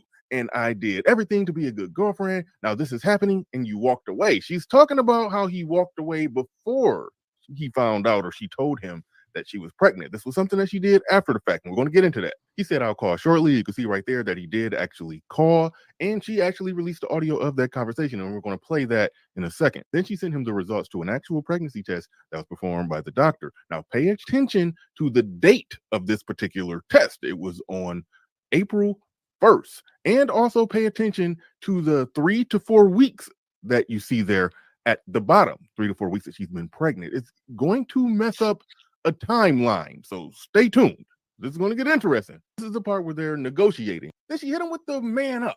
And I have an issue with that because morality and legality aside, he's allowed to just put in his vote for her keeping it or not keeping it. She obviously has veto power over his vote, but he's allowed to put in his vote. This is the negotiation phase, morality aside. The man up does not come into play until after she keeps it and he gets a DNA test. And that's going to be very important given what I'm about to unfold later on. Stay tuned. But anyway, let's get to the good part where her timeline and chronology does not add up. And then we're going to get to the audio. All right. Very important. She says, I met him on November 21st in Miami and I fell in love with him. I left Miami on January 8th and traveled back to China for the Chinese New Year. And we had a long distance relationship for 2 months until I traveled to Barbados to meet his entire family. He made everything so real that he is serious with me. Therefore, I'm not on birth control. And we had sexual behavior without protection. Now, let me get this right. This man who you were around from November 21st all the way to January 8th, that's a whopping 47 days that you had actually been around this man in person. And that was enough for you to get off of birth control. No matter how you slice it, that is poor pussy management. poor pussy management. Yeah. You know, this is the thing about the internet, man. Folks will dive in and delve in and dissect all that stuff, yo. Like all that stuff. And when we talk about the trap, now here's the thing. She could be 100%. She could be keeping it 100. I met him and it was love at first sight. And, you know, he was telling me all these things and, you know, he was calling me Asian queen. He said he loved me and all that stuff, right? He took me to Barbados, all that, right? Okay, we can give her the benefit of the doubt. All right, cool. You fell in love with this dude, like you with all your experience traveling the world, being an Instagram person, influencer, Miss Asia or whatever, like, you know, bodybuilder, all this work done to your body, all this, like, cool, all that's great. And within a couple, like literally, I see this guy and I'm in love with this guy. And we talking about Fresh. You see Fresh, you're in love with Fresh. All right, people want what they want. Women want what they want. Fine. Fine. You were on birth control all this time and you come off of birth control immediately. Right? And it's like now we're really getting into a stretch. Like you off of birth control and I'm supposed to believe that this dude told you to get off of birth control. All right, I don't believe that for a second, but let's say you did. And you did it. Okay. Like, okay. All right.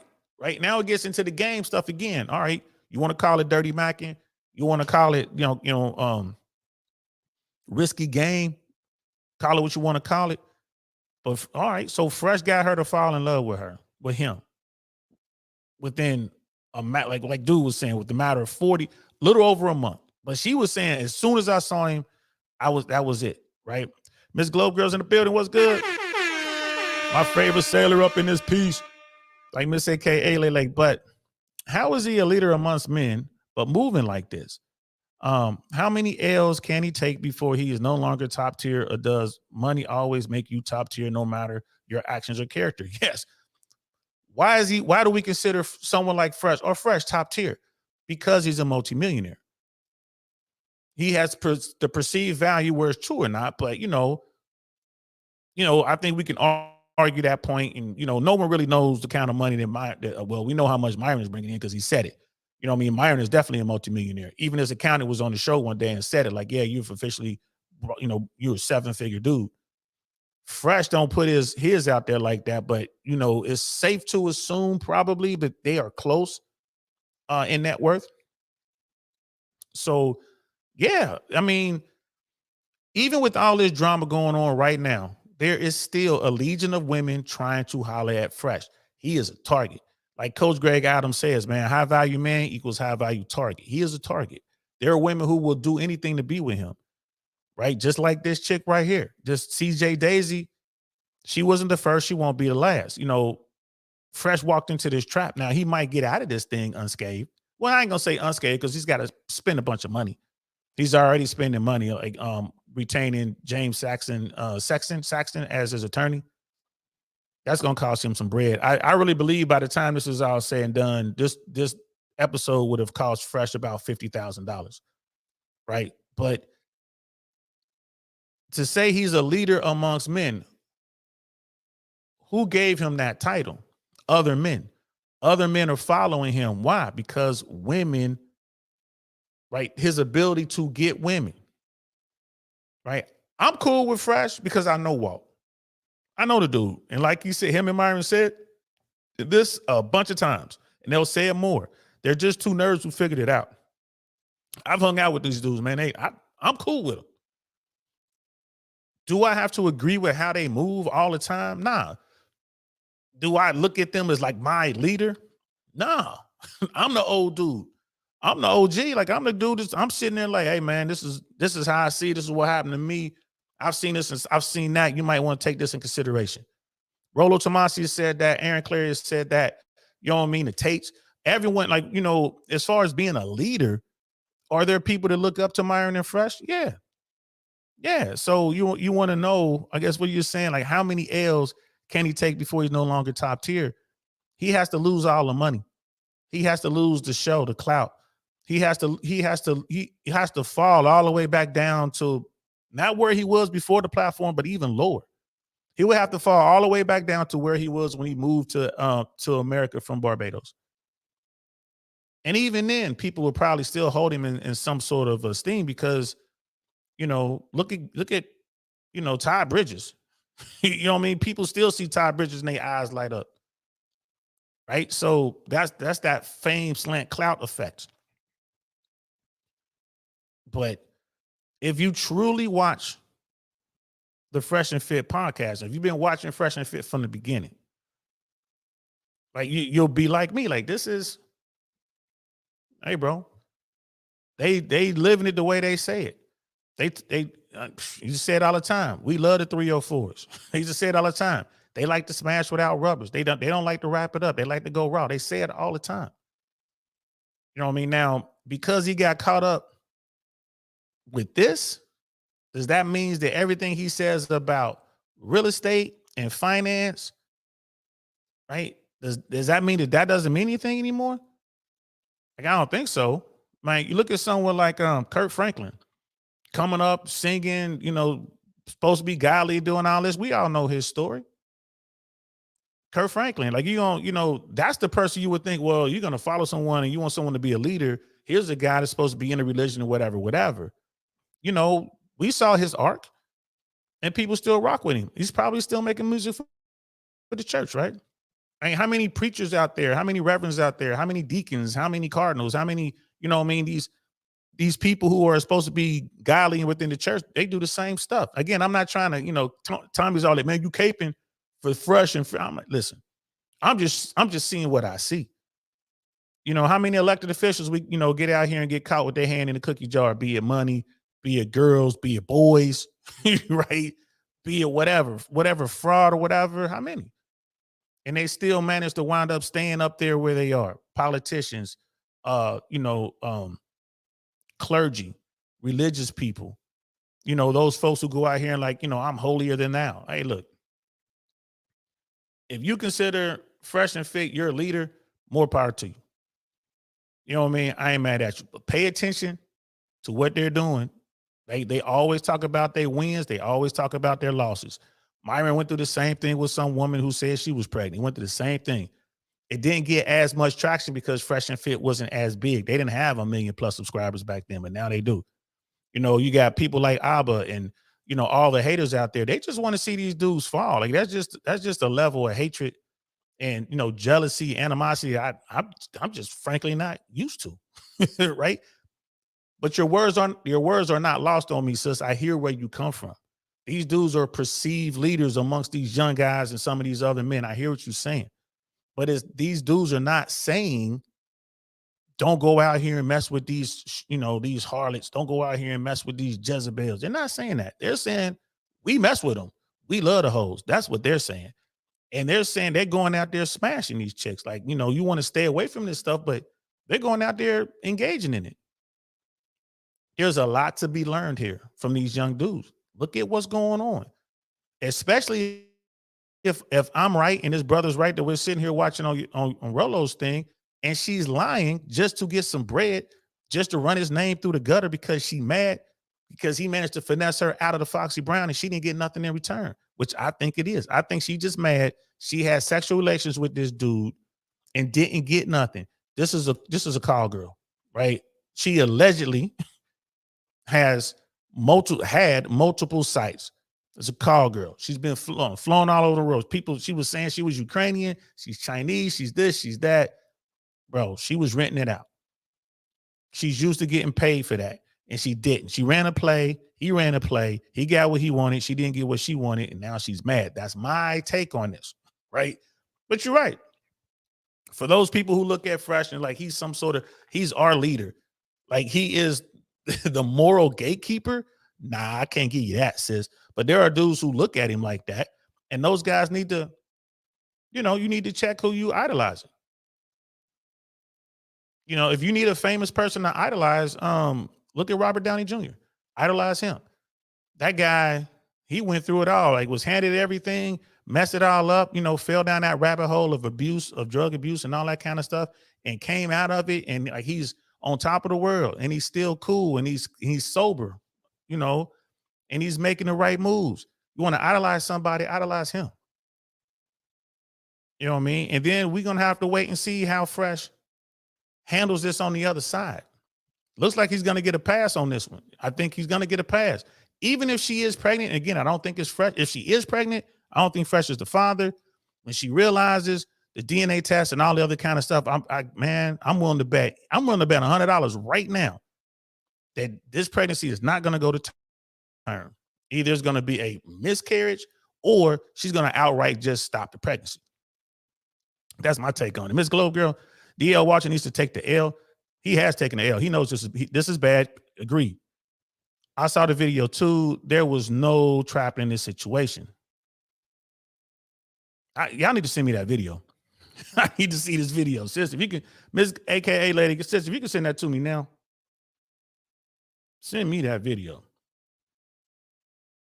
I got to see it. And as soon as you can, send me that. Miss Glow Girl, hit my Instagram up. If you're on Instagram, y'all send me that. Where's the banner? Send me that video. Now, again, it's biased. This is my friend. Walter Weeks is a friend of mine. Right? This is my friend. So yeah, I'm biased about this. I'm 100%. But at the same time, I know a trap when I see a trap. Little Shorty is trapping. Ladies, this is a trap. I'm here to tell you. This is some dudes. If you got something, you need to stay away from this type of woman. Be careful. And if you get caught up, it's on you. I've been there, done that. You know what I'm saying? And if you wind up in front of a judge in family court, bro, I'm telling you, it's not going to go well for you. Now, if you don't have anything, you ain't got any money, you ain't got nothing to worry about. If you just smashing these chicks and y'all have a baby or whatever, it's a different story. Right? It still could be a trap.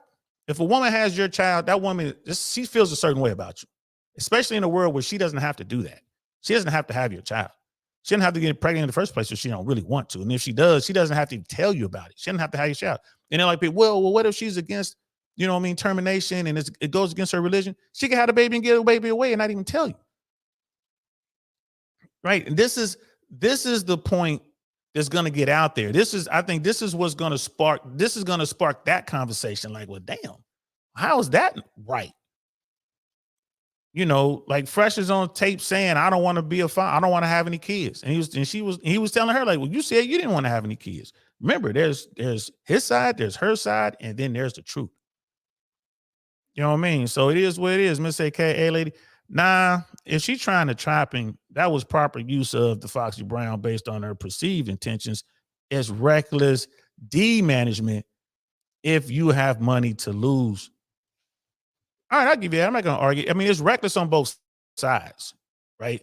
Let's take the money out of it. Let's just say that CJ Daisy is a regular chick who's making $60,000 a year, and Walt's a regular dude who's making $60,000 a year. If her intention was to, I want to have his baby, that's it. I'm going to do it. And if it's like, well, I'm going to come off of birth control while engaging in sex, I mean, that's reckless. It's reckless on both ends. I mean, it really is. That's why I tell dudes, man, get the old snippety snip, snip, snip. Uncle Saint ain't having no bone baby. I'm not doing it. It's not that I got something against kids. It's just you get the wrong parent attached to that kid, it's going to be a rough 18 years. You know what I mean? Or even longer. And it's not even really about the money, to be honest with you. It's just having to deal with that other person. A lot of people aren't like you, Miss AKA lady, and co-parent and do what's right for their kids. A lot of people aren't like that. And it seems that we're moving forward. It's more and more people who are just don't even care about the kid. This woman was on Destiny, and Destiny asked her. He was like, well, hey, if Walt was to turn around, see the light, become a good guy, and want to do everything for his child and do what's right, would you be okay? Would you allow him to have access to his child? She said no. Why? She wants the money. She's running the numbers. She knows what time it is. That's the game. I ain't mad. And it's like, it's not up to her. In America, you go to court, it winds up being up to the judge. They try to get you and the mom, both parents, to work it out. They try to get you guys to come to some sort of agreement. But if you can't, it goes before the judge. The judge does what they want to do. So you got some stranger sitting on the bench who doesn't know you. You're just another couple in front of the judge. You know what I mean? You're one of maybe 50 couples that the judge is going to see that day. And that person is going to determine how y'all raise y'all kid, or who gets to see the kid, and how much time you get to spend with your child. That's the dark side to all this. But you're right though, man. I would say this: it's bad P management, it's bad Foxy Brown management, and it's bad joystick, which is D management, dick management. They are in. This is messy. This is messy. But she's in this she wants to get money. Maybe she wants to get some sort of legal status in America, green card. She doesn't want to go back to China. She has her reasons. He was just trying to smash, right? And like I said, I'll give you the benefit of the doubt. Let's say he was like, oh, you're my queen. I love you. Have my baby. Get off of child support. Get off of birth control. Let's say he said all those things, which I do not believe, but let's just say he did. Dirty macking, grimy macking. You know what I mean? End of the day, it's all fair and love and war, isn't it? Isn't it? He lying to her, she lying to him, right? Men lie to women, women lie to men. Goes on all the time. How many times it's like, how many stories we got to see of men who are just utterly devastated because they find out that they 30-year-old kids ain't theirs. They ain't spent 30 years, they done invest in everything, like, man, thinking this is my children, and you find out they're not your biological kids. Like, you don't even have any kids. Come on now. It's a dirty game out there, man. These streets are cold. They cold, Miss AKA lady.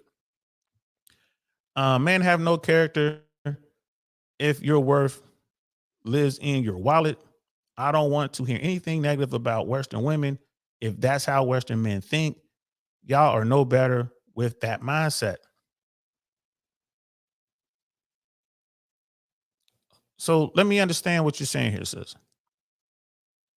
You saying men have no character if their worth lives in their wallet. Why do men put so much priority and so much worth in their wallet? Because in the dating game, in the sexual marketplace, the man with the most resources has the most choices when it comes to mate selection, right? Right. So women are choosing. We're not talking about you, sis, but we're talking about women. The broad section of women are choosing men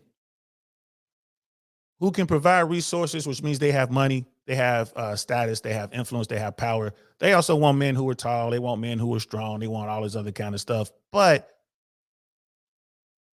from a male point of view, we know that the guy with money is gonna get a dime. We know that. The guy with money, he gonna get a baddie, no matter what he looks like, how tall he is, how short he is, how fat he is, how ugly he is. Look at Walt. Look at this chick.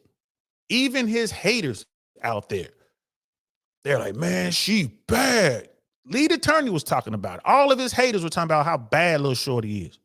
Now, not my cup of tea, but yeah, she's bad. She's made up. She's got all the upgrade. You know what I'm saying? And dudes are going crazy. That's what they want. So the whole narrative that that Walt can't get on chicks, blown out the water because he got this chick, and even his haters want this chick. The narrative that he pays chicks, blown out the water because she's doing this because she didn't get paid. If Walt was a simp and was paying her, if she had $10,000, $15,000 in her pocket right now, none of this would have happened. None of it would have happened. She'd have chalked it up like, all right, he paid me $15,000. I gave him to Foxy Brown. It's transactional. There are women out there who work on that level. There are dudes out there who work on that level. There's dudes just like willing to give you the money. They just, bro, let me rent you for about 35, 45 minutes. They just want the Foxy Brown. Here you go. And they'll pay according to what they can pay.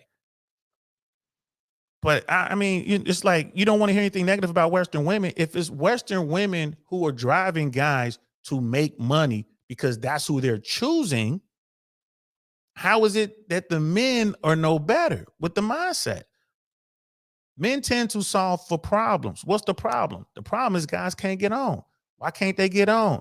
Well, I'm not tall enough. I'm not fit enough. I'm not this. But what it all boils down to is I don't have enough money and resources to, to attract women.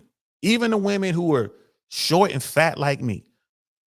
I don't have the game. And I tell dudes like, well, get yourself some game or whatever. You might be able to do a little something. If your short-term mission is just to smash, we can do that. That brings us back to Fresh and Fit. You watch Fresh and Fit content. They talking about how to get in the gym and get fit. You know what I mean? Get your money right. Work hard. Be smart with your money. You know what I mean? Invest your money. Get your status up. Right? Do the things. These things women find attractive. And if you sort these things out, if you solve for these things, you'll find that more women are attracted to you. Good women and bad women. Right? Fresh was out here playing. He playing in the Shark Tank. He in there swimming around with these big sharks, and one of them just bit him in the ass. Like he was, think about that. What is Siegfried and Roy? Them dudes had all the tigers and making all that money. They messing around with the tigers and shit. It was all well and good until one of them tigers got tired of one of them dudes. It took a bite out of his ass. Now he was all laid up. It was all well and good until one of the tigers got tired of it. Right? Fresh was in there doing this thing. I can't sit here and say he didn't know what he was doing. He didn't know the risk he was taking. Of course he knew. He had to know. She run a game, he run a game. He had to know. Cool. Thanks, sis. I see you just sent me the video. I'm going to take a moment real quick and watch this video. Appreciate you, sis. Oh, I've seen this video. My Asian queen here. As time passes, we must say farewells for a short period of time until she comes back. So Kevin is here back here in Miami. I brought her. No. This was a great trip. All right. Happy to see. He at the airport. It was a great trip. He telling his Asian queen, she has to go. It's a great trip. Look forward to seeing her again. right? And then he was like, you know, she's smiling all that. Oh, I love her, right? I give you that. I give you that, right? Okay, he said he loved her on film for the world to see. I give you that. How many dudes have told you they love you?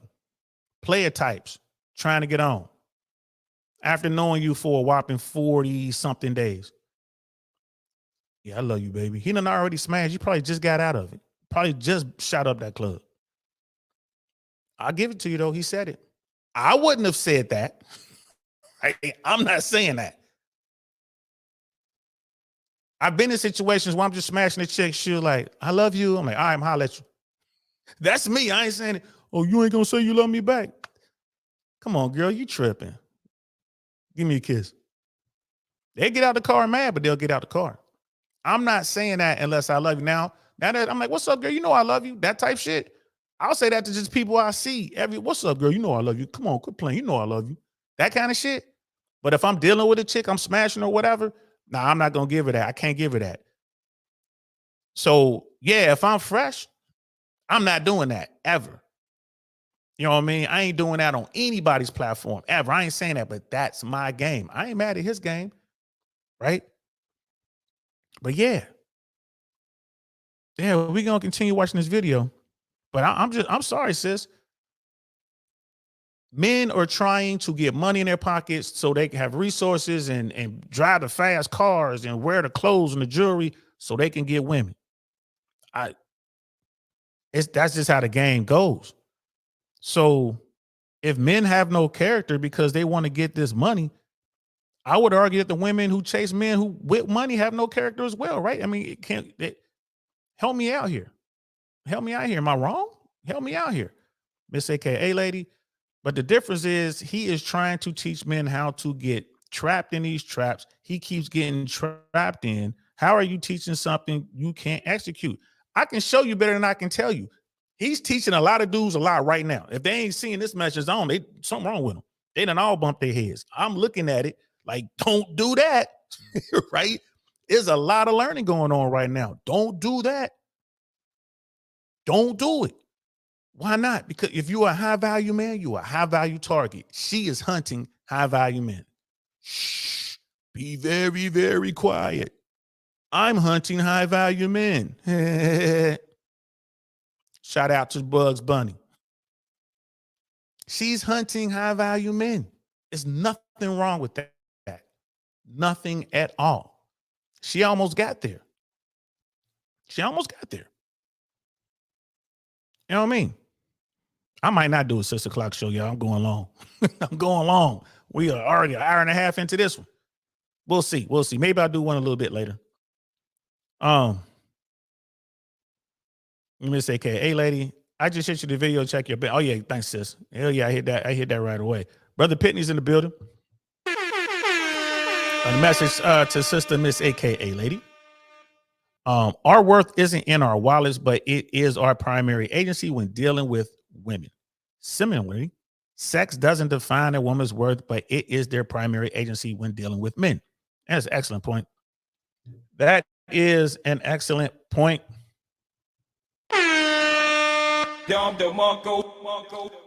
And I'm here to tell you, there are women out here who only care about the money. They only care about resources. They only care about experiences. You give me a guy who has zero game, right? Who's 5'8", maybe a couple pounds overweight, average look, average build, and I give him an Amex unlimited credit card for the weekend. He's smashing. He's smashing chicks. Now, is he going to fall in love? He probably will because he doesn't have experience, but that girl is gone as soon as the experiment is over. As soon as she realizes he can't swipe that card and get her any shoes, he can't swipe that card and go to the nicest restaurant, he can't swipe that card and get a flight to Vegas or Miami or New York. As soon as the money goes, she goes. Now, am I saying that all women are like that? I am not saying that. I'm not saying that at all. I don't even want to allude to that. All I'm saying is way easier to get access from women when you have money. Way easier. But if you have game and your short-term goal is just to smash, you don't need money. You don't need money. You just got to game everything up. It helps if you're taller. It helps if you're in shape. It helps if you're handsome. It helps if you're funny. It helps if you have a lot of friends and you have access to places, but you ain't got to be rich. Right? Same scenario. I could take a dude, average dude, don't give him any money, but put him in the entourage, put him in a crew, rolling around Miami with Fresh, rolling around Tampa with me, or rolling around LA with me. I could put him in the crew and he's going to smash something over the weekend just because he's in the crew. And again, there's women who are trying to leapfrog their way up to the top. There are women out there who will smash you just because of who you with. Now, at the end of that scenario, will she be in love with that guy? Probably not. Will he be in love with her? Probably so. Right? Most guys have very limited sexual access, very limited intimacy with women. Most dudes are virgins.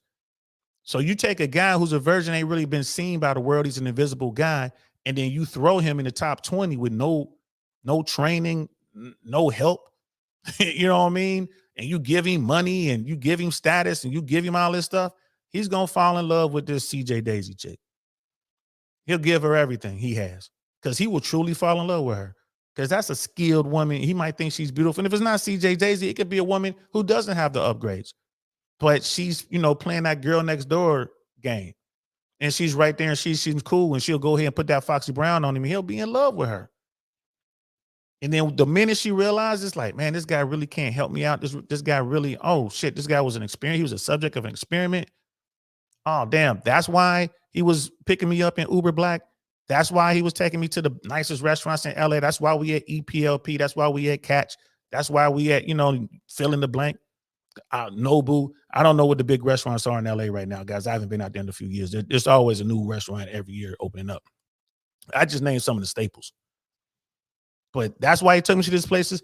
That's why he was able to hire somebody to help him with his fashion. Like he hired a fashion consultant. So he's wearing nice clothes. He's looking right. The clothes is, tailored up, looking good on him. He looks a certain part. As soon as the money runs out, like, it's like, boom.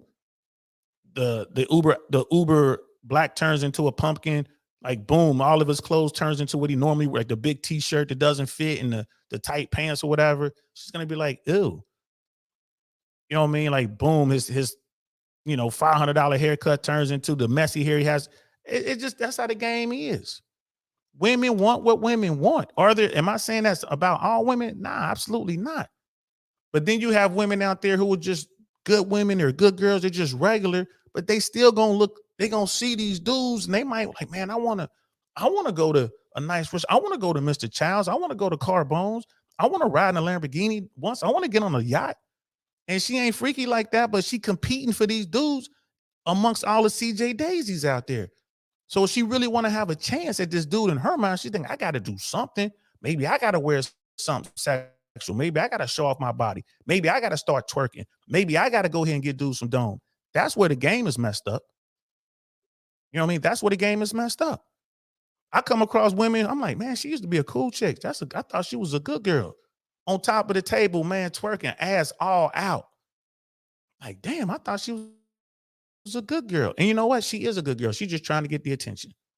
She's competing with the bad girls. It is what it is. But that good girl still really ain't trying to be with some dude who's making less than she's making. And happy. He ain't trying to get better. She don't want to do this complacent at $65,000 a year. And guess what? That's fine.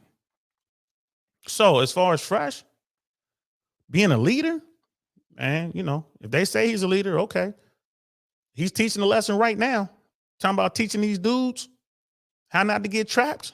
We're watching it right now. Better strap it up. You better get a vasectomy. You better be careful and you better be ready.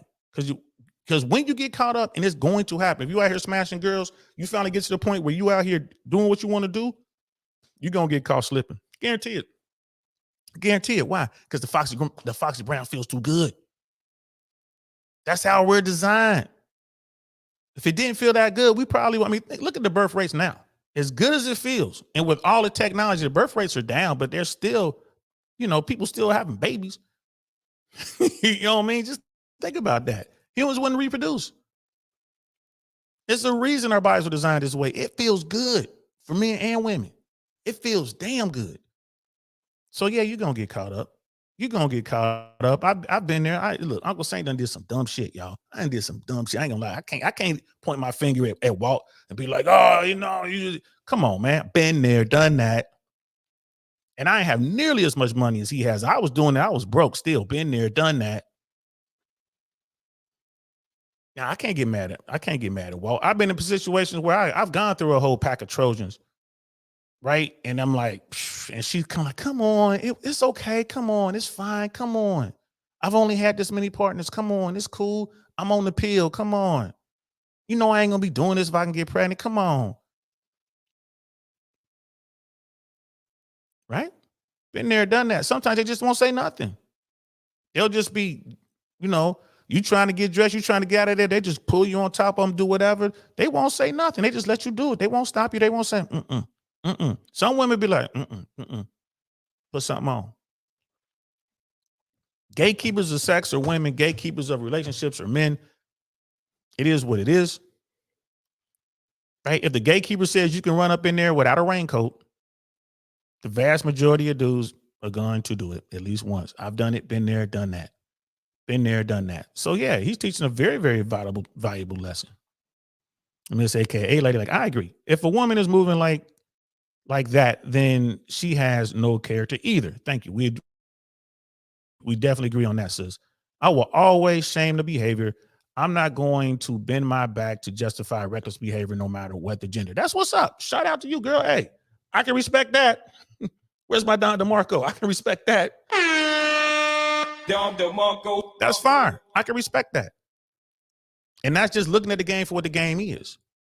And unfortunately, with technology and the way this stuff is moving, it's going to get worse, a lot worse before it gets better.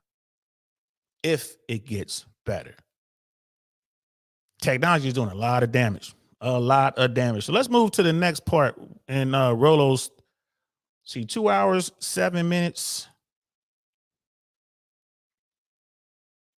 You see, 2 hours, 7 minutes, 30 seconds. That's close enough. Oh, I'm gonna go back a little bit. Oh, went back too far.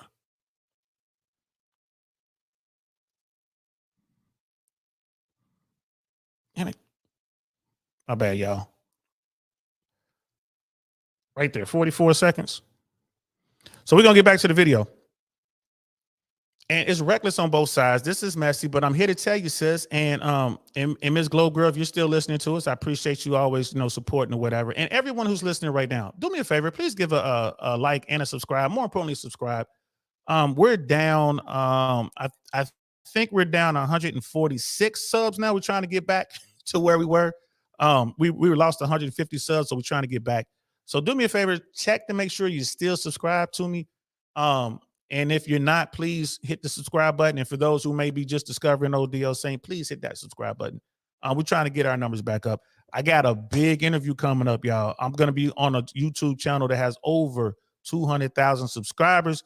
I'm not going to say the name or anything until we actually shoot the interview, and we'll be in studio. We're going to shoot the interview. And once we shoot the interview, then I'll say the rest so y'all can come over and check it out. Maybe we'll even do a watch party kind of thing. Maybe because I'm pretty sure it's going to be 2 hours. I look at most of his stuff is 2 hours. So maybe we'll do a watch party. I'll just turn it on and we'll just watch it together. Like we'll just do a watch party. Because it's not live. So this content creator doesn't do it live, have a producer, or editor. So they got to chop it up or whatever a little bit and then put it up. So when it goes up, we'll just watch it live. It'll be fun. It'll be fun. So I'm real excited. I'll keep y'all posted. But do me a favor. We need subscribers, y'all. Just trying to get back that 150 subscribers we lost. Which under, suspicious circumstances. So do me a favor, man. Ask your friends, everybody to kind of help old Uncle Saint out to get those subscribers back up to where we were. We were at 1,830 something subs. We're down to like 1,680 something subs now. And all that happened within the 12-hour period. I haven't been losing subs since. It just happened. It just was doing our thing, and then all of a sudden it just dropped off. because I said something. I think it's something I said make YouTube mad. It was a shot over my bow. YouTube let me know. You know, YouTube just mugged me like, you better shut up. We run this. We run this. So anyway, let's get back to the show. If anyone knows who this content creator is right here, this guy, if anybody knows who this guy is, please let me know. Put it in the comments below or put it in the chat, because I want to watch the entire stream. Rolo didn't give us the guy's name. He said he forgot, and they didn't clip or link it in the description. So I'm trying to figure out who this brother is. I definitely want to check out the rest of this show. So let's listen to this. Because get this, she says, I was ready to have a baby with him and build a family. He asked me many times, well, what if you get pregnant? My answer towards him was always, yes, I want to keep the baby. I don't mind have a baby with you. So she was gone for 2 months, and then she came back. And after a couple days of being back, she's talking baby. Sending him cute pictures of what Black and Asian kids look like. She was doing this long before she ever confirmed that she was pregnant or had legitimate reason to believe that she was pregnant.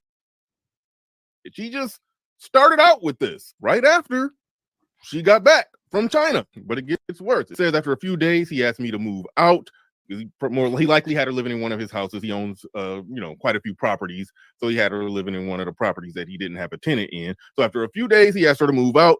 Again, this was before he found out that she was pregnant. It says he stopped coming home. He disappeared for 3 nights without explanation. I called him. He never answered when I did nothing wrong. So I moved out and booked the first flight to New York. And on March 30th, I had a pregnancy test. Now that shaky timeline comes into play. When she said she went to Barbados to meet his family, and that's when it all felt so real and he was being so serious, and then she got off of the birth control, that would have been sometime between the 9th, 10th, and 11th, where she started feeling all the feel goods on the insides and got off of birth control. We know that because she said they made it back to Miami on the 12th, and Fresh was missing from the Fresh and Fit podcast during the 9th, 10th, and 11th. Myron was doing it by himself. Now, some would argue that Myron has been doing it by himself since 2020, but that's a separate debate. We're not here for that. Nevertheless, they returned to Miami on the 12th. So let's get the math right. From the 12th to the 30th, we're talking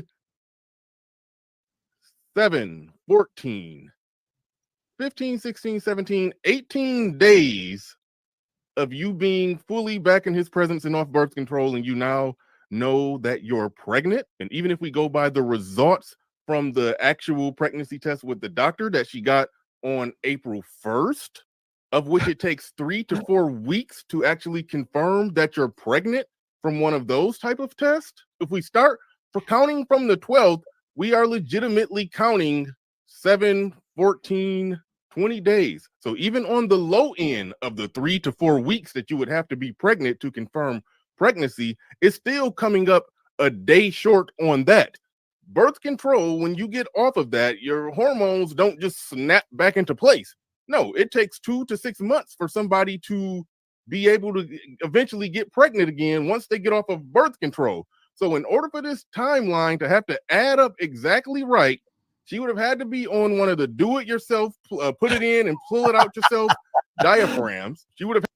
All right, let me hold off real quick because So, dude makes a really good point. Like when you're on any type of drug for a long term and you come off that drug, it takes time for your system to flush it all out, right? And like you said, we're talking about hormones and, controlling your hormones, and you come off of that, like your body is going to be out of whack. Now, is it possible that she stopped taking birth control and immediately got pregnant? I guess anything's possible, right? Anything's possible. But what's the probability behind that? Right. So, and then, throughout this whole process, people were saying that, well, she was living with Fresh. And I'm sitting there, I've been hearing this, right? From the Auburn preachers of the world or whatever. And I'm listening. I'm like, I don't think so. I don't know about that. I couldn't really speak on it I didn't ask Fresh. Again, I just want to give him time to process what's going on, and he's got a lot he's got to deal with. They still, he still got to go network. He still got to go do his job, whatever, right? I've been, like I said, I've been hitting him up, just letting him know I'm here for him, sending him my words of advice and encouragement. He's been hitting me back like, yo, thanks, bro, appreciate it. So I didn't want to be like, and by the way, did you have her living with you? I'm not trying to pry. You know what I mean? I'll find out whatever I need to find out and get the whole story when I see him. But people were talking about this, man. She's living in this apartment. I'm like, man, that don't sound right. That don't sound right. I'm like, if that is true, then this is a first. He's never done that before. This is a new move. This is outside the norm. Nah, what he did was he put her in one of his empty apartments from one of the properties that he owns around Miami. Right. And I'm surprised she actually did it. And then she would say he didn't come home. He did go home. He went to where he lives. He stopped coming over to smash when she came back. Probably hit it one time, and then he was like, all right, you can stay here. And he's out doing what he does. And he did, in fact, go home. He just didn't go to the apartment that she was in. Right, which is probably one of his furnished joints. Maybe he uses as an Airbnb. Maybe this is part of his game. Like, I got access to this joint right here. I could put people in or whatever. So he had her staying. Sounds to me that he had her staying in one of his properties. Ooh. And she's like, no, he lives with me, and this is us. And if this is a woman who's used to a certain type of lifestyle, I'm surprised that she would even stay there. To be honest with you. I'm surprised that she would do that. And again, this is just me thinking this stuff through, right? Y'all know how it is, man. You got to put stuff through the old think tank, Arch. Nothing gets past the old think tank. Nothing. You got to put things through the old think tank. All right, she was with Fresh. They were doing whatever they was doing. He's taking her around yacht parties and stuff like that. He's making content with her. He's like filming stuff and putting it on his vlogs and her whatever, and got her on yacht parties. Probably got her in the club. Probably taking her to Kimono. Probably taking her maybe to live. Wherever they're going, couple dinners here and there. She goes back to China. They're texting back and forth. I love you, boo. I love you, boo. Like I said, I'm gonna give you the benefit of the doubt, Miss AKA lady. Let's say that he was calling her, saying he loved her all the time. You know what I mean? It is what it is. We heard it on the video. You know what I'm saying? It's just, I'm gonna have to remove telling people, I love you. I'm about to take that out of my I'm about to take that out of my repertoire because I say that. Like, what's up? I love you. Come on, girl, quit playing. I love you. What's up, dog? You my man. I love you, bro. I'm about to stop saying that. They're gonna say, oh, DL Saint is out here finessing these people because he said he loved them. All right. Okay. So they're doing their thing. I'm pretty sure he brought her back to his crib at least once, and like where he lives in the high rise with mass security and everything. I'm pretty sure he brought her up there a couple times. She's seeing it like, okay, this is what I'm trying to get at. She leaves. She comes back. He puts her up in one of his properties. I'm here to tell you, his properties ain't nowhere near the way he's living. They're probably nice, and it's not in Brickell. Right. So he got her wherever she's staying. And in her mind, she's probably thinking, I need to get back up to where he's staying at. She's trying to move on up on the east side, like the Jefferson. She's trying to get back to that. He come over, smash a couple times, go do what he got to do. She's like, oh, he won't come over no more. He busy doing something else. He might be doing somebody else. They up in the palace. You down here, you know what I'm saying, in the squatter house. I mean, like that's, like I said, but shit, she getting something for free. The lifestyle she's trying to live, it probably cost her $600-700 a night to stay in a hotel in Brickell, like to kind of staying at the W or the Mandarin Oriental or the JW. Like it's gonna cost, $400, $500, $600, $700 or more a night. It's Fresh like, nah, go ahead and stay over there. But baby, I want to stay at, I want to stay over here at the Icon. Well, if you want to do that, you can stay over there. I got a place for you to stay over here, but if you want to stay over there, go right ahead. Well, aren't you going to pay for it? Hell no, Billy. No, I'm not paying for that. So she's in the little, up in the cut. and she's trying to get back to the penthouse, right? And the one thing that they didn't mention, before she said she was pregnant, she was like, I want to live in Miami. I want you to pay for my apartment. I want you to buy me an apartment to live in Miami. He said no. Then she went to New York. Then she said she was pregnant. Then she sent all of the pregnancy tests and all that kind of stuff. But like old boy said, man, the likelihood that what she's saying is true is, man, it's against her. It's against her coming off, coming off the birth control. You've been consistently on your birth control for however many years, coming off of that, and you're just going to get immediately pregnant, man. I don't know. Miss AKA lady, she's like, LOL. That's a ton of math to defend a man who puts himself in a situation. He needs to just go ahead and be with the lovely queen and don't be pooky about the situation. Absolutely not, sis. Absolutely not. No. If he did that, he'll be You big dummy. That's a dummy move. Absolutely not. Don't do that. Don't do that. Take care of your child if that's your child. If and when the baby gets here, have a DNA test. And if that is in fact your baby, yeah, take care of the baby, take care of that. But she ain't got, see, that's another thing I hear a lot of women say. Well, if you get a woman pregnant, she is your responsibility. No, she's not. If I wanted her to be my responsibility, I would marry her. She's not my responsibility. If she's having my child, which I don't have a say in, but if we do something, we slip up because we're both being reckless. Let's keep it 100. We're both being reckless. Even if you're wearing protection, even if she's on birth control and you're wearing protection. And, I've heard of women who had hysterectomies, right? They had the tubes tied and wound up getting pregnant. You know what I mean? It is what it is. Dudes wearing condoms. Condoms aren't 100% effective. Sometimes they come off. Sometimes they're defective, whatever. Right? So however it happens, right? They were being reckless. That led to her pregnancy. She wants to have the child, no problem. He is not responsible for her. I want to say that one more time. If two grown-ups get pregnant, if two grown-ups have sex and it ends in a pregnancy, that guy is not responsible for that woman. Not today, not in this world, because we're equal, right?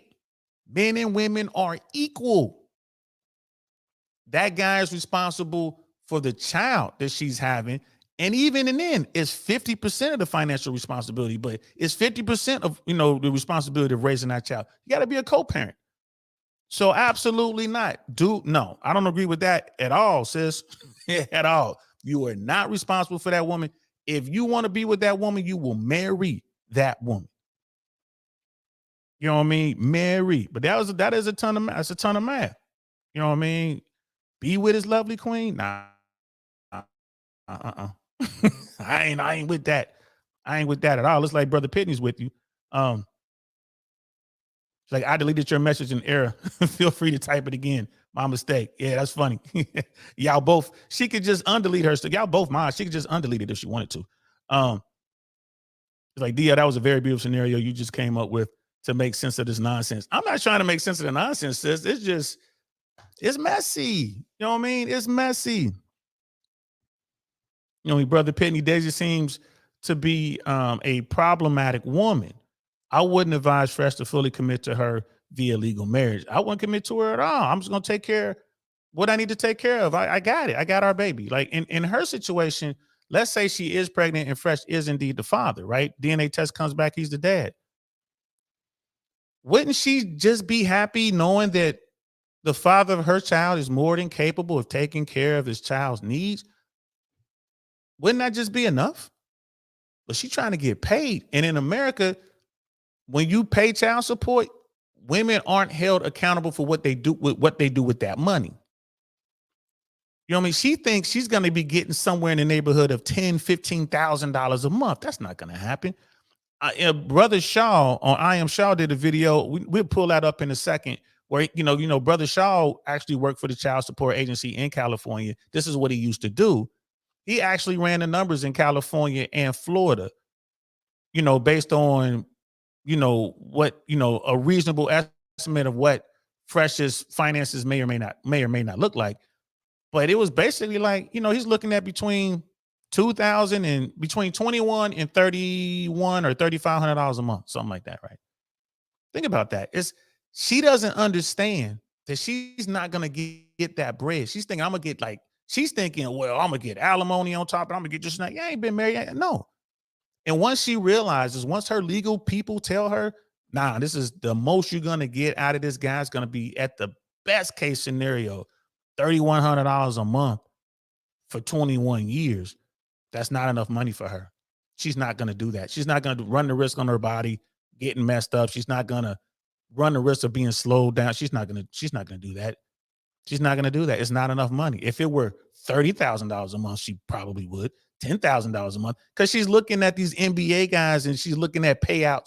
You know, that PJ Washington may have to pay out. And remember when Brittany Renner was running around saying, I ain't getting no money, I'm broke, the child support ain't nothing, blah, blah, blah, blah, blah. At some point, she's gonna get that video. If she's smart, she'll reach out to Brittany Renner. And Brittany will tell her, like, nah, Fresh ain't got that kind of bread. You probably, like, your best case scenario, baby, you probably gonna get maybe $2,100 a month, maybe 25, 3,000 tops. And and we'll see. We'll see how bad she wants to have a child. Right? We'll see. Miss AKA lady, like, he is already moving like a dummy. This ain't his first dumbass move. Facts. Yeah, but I'm hoping it'll be one of his last. I'm hoping it'll be one of his last. Yeah, he was just, girl, he was moving. She's like, I was being sarcastic. He barely wants to accept the baby to begin with. It's not he barely wants to. He doesn't want, he said it. I don't want his kid. He said it over and over again. I guarantee you they've talked about this. And that's the other side of this. We don't know what screenshots Fresh has. His lawyer has them, right? It's out there. Like, there's another side to this. And Fresh is under strict orders from his attorney to not say a word. When your attorney tells you something like that, when your attorney tells you to shut up, that means, yo, bro, we don't mess this up, bro. Don't make my job harder. You've given me everything I need to make this stop. So just chill out. Let me do my job. And when this is over, you can come out and say what you want to say. You know, we know Myron and Fresh keep receipts. They go through this all the time. There are text messages. You know what I mean? There may be recordings. I don't know. There may be recordings. And by recordings, I mean, she might have talked into the phone. You know how you can talk on Instagram and say stuff before his Instagram got shut down. So maybe he was able to grab those. Who knows? But there's more to this. You know what I mean? Say, what's the definition of being a Pookie? I guess a Pookie, my definition of Pookie, because I hear people talk about Pookies and Ray Rays all the time. My definition of Pookie are those guys who don't have a lot of money, but they get a lot of sexual access.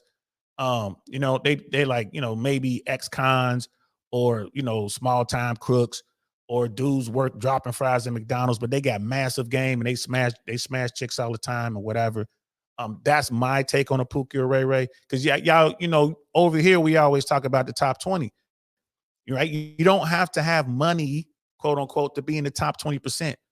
You just, you know, you can have game. You could be a brokey with game and get in the top 20%. With me is the guys who can get sexual access for women, put you in the top 20 percentile.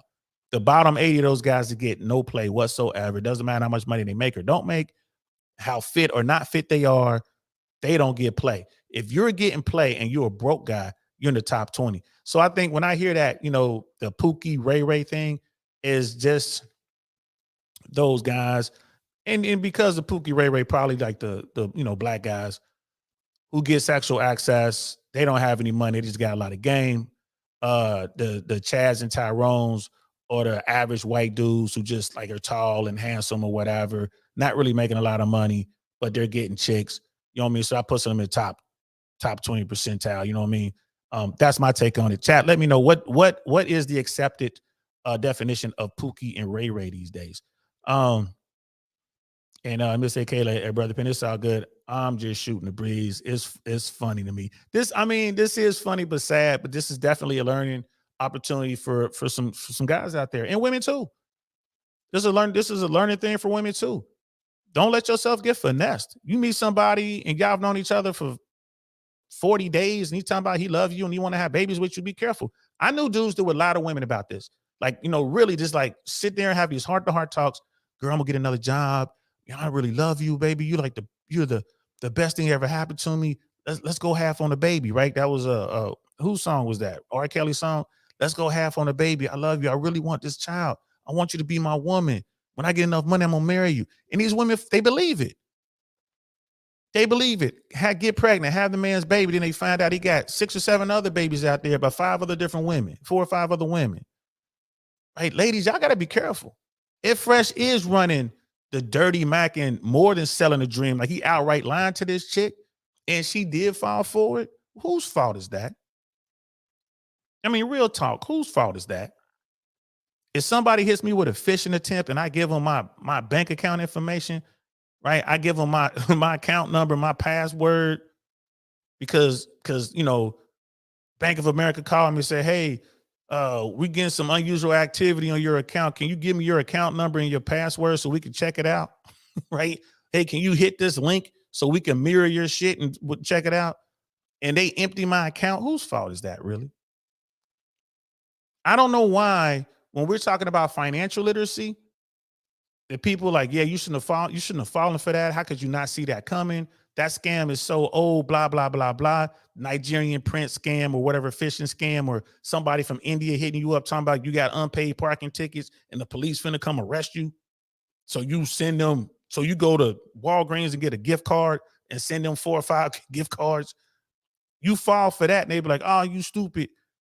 But if that same person falls for some dude, some Pookie, some Ray Ray, some Chad, some Tyrone, who's running this Romeo liar game, and some chicks falls for that game, right? She's a victim now? The lie is a lie. Or if a dude falls for some CJ Daisy game, some falls into the baby trap, you know what I'm saying? But they don't call dudes victim. When the dude falls into like now, it's Fresh's fault. It's like this CJ Daisy girl, she's a victim. She runs the baby trap. She sets the ambush, and it's his fault. I don't understand that. I don't understand that. You know what I mean? Can't wait for who was that? Vagisil to give me more control over to give men more control over reproduction. Hey man, if there's a pill for men, if there was reliable birth control for men, like, you know, you could take a pill and block up. It's like having a pill vasectomy kind of thing. So long as you take this pill once a month, you shooting blanks. Yeah, a lot of this will go away for the top 20 guys. The bottom 80 guys are still trying to get a woman. They'll love to have a baby. But the top 20 dudes, like, yeah, they get to choose. Rolo was talking about that. Could you imagine a world where women would have to go to guys and beg the guy to get them pregnant? That would be a crazy world. Right? 3 Legs saying, what's good, fam? Welcome. How you doing, bro? They about to go live in a couple hours and talk about it. I'm definitely going to watch it. You're talking about Fresh and Fit. I'm definitely going to watch it. Their lawyer doesn't want them to talk about it. If they come on talking about it, that means that their lawyer has given them the okay to do so. And that probably means that old girl maybe she came clean. Maybe she was like, oh, my bad. With all the stress and with everything, you know, I lost the pregnancy, you know, had a miscarriage or something. Maybe that's what, you know, maybe that's what's going to be said here. Maybe because Rolo was talking about it, like maybe they're going to do some sort of deal behind the scenes. Or if I was Fresh, I wouldn't pay shit. But his lawyer might say, hey, man, we keep doing this. You're going to wind up paying me $50,000 or more, but you can go ahead and just pay her $5,000 right now. And this all goes away. All right, give her the $5,000. Because again, this is a woman who's in the business of renting herself out, right? Any sex with a woman like this is going to be transactional, period. Any sex with a woman like this is going to be transactional. Fresh ran a game where she gave up her value for free. Fresh got it all. And matter of fact, she spent money trying to finesse him. She probably paid for his dinner. Like I said, she bought his mom expensive gifts. Lord knows what else she was doing. She's kind of like I said, she's running a play where she invests a little bit of money. Let me go ahead and invest, you know, $5,000, $10,000 in this dude, but I'm going to get $50,000, $60,000 on the other side, if not more. But when she realized, like, she came back from China to Miami, Fresh puts her in a little flop house, you know what I'm saying? He puts her in the stash house. She can't go up to the penthouse anymore. He come over and maybe hit her one time, maybe smashed her, gave her some, you know what I mean? Gave her some Rudy Poo dick, hit her one time, and then he left to go do his thing. And she like, he doesn't come home anymore. He is going home. He don't live here. You staying here. You don't even live here. And then she's like, I want you to buy me an apartment. He's like, hell no. She got mad. She realized, like, damn, he got me. Right? He ran his game. He got me. Oh, shit. Move to New York. What I'm going to do now? Shit, I got to get this money back. I'm trying to get my 10,000 back. I need that at least. So I'm gonna run this baby trap. I got these screenshots. I got the voice messaging. I'm gonna put this all out here. I'm gonna make me look bad and put the pressure on. He gonna give me this money and make me shut up. She didn't realize he was gonna go. She moved to New York, the one city, the one state, that she didn't want to be in. She moved to New York, where James Sexton is waiting on her ass. And Fresh went right to him, like, here you go, bro. And he's like, I got this. Don't you worry. I got this. And now she's sitting there like, damn, I'm looking. He's telling her, like, you committed this crime in Florida. That's a state crime. You committed this crime right here. That's a federal crime. You know what I mean? You on a visa. When I'm done with you, but not only will you be out of America, but you won't ever be able to come back to America. Right there, that's going to be enough to shake her. She like, whoever's been coaching her up, man, forget what y'all talking about. They talking about barring me from this country forever. Nah, okay, I'm cool. Let me. And on top of that, dude, they're like, and we'll give you $5,000. We'll give you $5,000. You stop this nonsense. You sign this NDA, right? You go back to doing whatever you're doing. You go back to renting yourself out to whoever you want to rent yourself out to. Go to Dubai, get dumped on, whatever you want to do. You Ukrainian, you Asian, whatever you is, you go back to doing that. Here's $5,000. Stay away from us. She'll take that deal. She'll take that deal. 3 Legs Sam, what's good, bro? I'm glad you're here, man. I hope you can stay. Do me a favor, bro. Do me a solid. Hit that subscribe button. YouTube don't like me over here, bro. I'm trying to make it up to YouTube, man. I'm gonna send them some flowers and some candies or something, man. Hopefully they'll get off my back. But we lost 150 subscribers, man, a few days ago. We're trying to get it back. So I would truly appreciate it, bro, if you give me a subscribe. And while you at it, give me a like. I wouldn't be mad at you for that like either. You know what I mean? Appreciate you, bro. Shout out to you. Hope you come back. Hope you like what you see. Miss AK, hey lady, my definition of Pookie is a man who abandons their kids, a man who lies to women with ill intentions. A man who lies to women with ill intentions with respect to game, like trying to have sex with them, trying to smash. I just chalked that up to the game. And a man who abandoned their kids is a Pookie. Okay, I'm with you on that. I can see that. But I look at them as guys who, they not only do they abandon their kids, but in order for them to get girls pregnant in the first place, they got to have a certain level of game and a certain level of access to intimacy. And that's why I put them in the top 20 percentile. I put the Pookies, the Ray Rays, the Chads, the Tyrones, I put them all up there. You know what I mean? Because they're getting that access. You know what I mean? Like, we locked in, appreciate you, fam. I really do. Appreciate you. You know what I mean? It's AK LA is saying, she was like, condoms are pretty effective. Self-control is too. Don't you think? Self-control, and women don't understand the sexual urges and the sexual drive that men face every day. Even old dudes, man, you wake up with morning wood, bro. Like, what the hell is this? It's insane, especially if you have testosterone. You have now we're living in an era where low testosterone is a problem. You got young guys, you got guys like 18, 19, 20 years old experiencing erectile dysfunction. You got so much adult content out there. Their minds are warped. They don't even know what it is to be with a woman. They don't know what it smells like. They don't know what it tastes like. They don't know the stickiness of the warmth. They don't know the moist. They don't know none of that. Right. And it's like anything else, like any other muscle. If you don't use it, you can't. It goes away. Like, sis, I'm here to tell you the urge is insane. It's insane. I mean, it's virtually impossible for dudes, a viral man, to say no to sex, especially from a woman who's attractive. It's hard to say no from an unattractive woman. If an unattractive woman come up talking about, I'm gonna give you some dome, you can go ahead and smash this real quick, and she's unattractive. A dude, like, the urge is so great, like, okay. You know what I mean? It's just in that situation, you definitely want to wrap it up twice, but it's just I can't explain it. It's just the way we're designed, sis. It's just the way that we're designed. The urge is insane. Brother Penny's like, Vagisil, aka Plan A, isn't a pill, it's a gel that blocks the vas defense to stop the flow of sperm. It can last up to 10 years. That's what's up, man. we talked about this before. I think that's the one where they actually it's a shot, right? You say it's a gel, like they actually they shoot it into the vein or wherever it is. It's basically they put a dam in there. It lasts up to when I first read this, and this was wow, man, this must have been over 8, maybe 9 years ago. This was coming out of India, if I'm not mistaken, and it was, if memory served, they said it lasts 7 years, and it would dissolve on its own after. So every 7 years, you would have to get another injection. Bro, if that makes it past the FDA and all that kind of stuff, man. I mean, I got the snippity snip snip snip. I got the old school snip.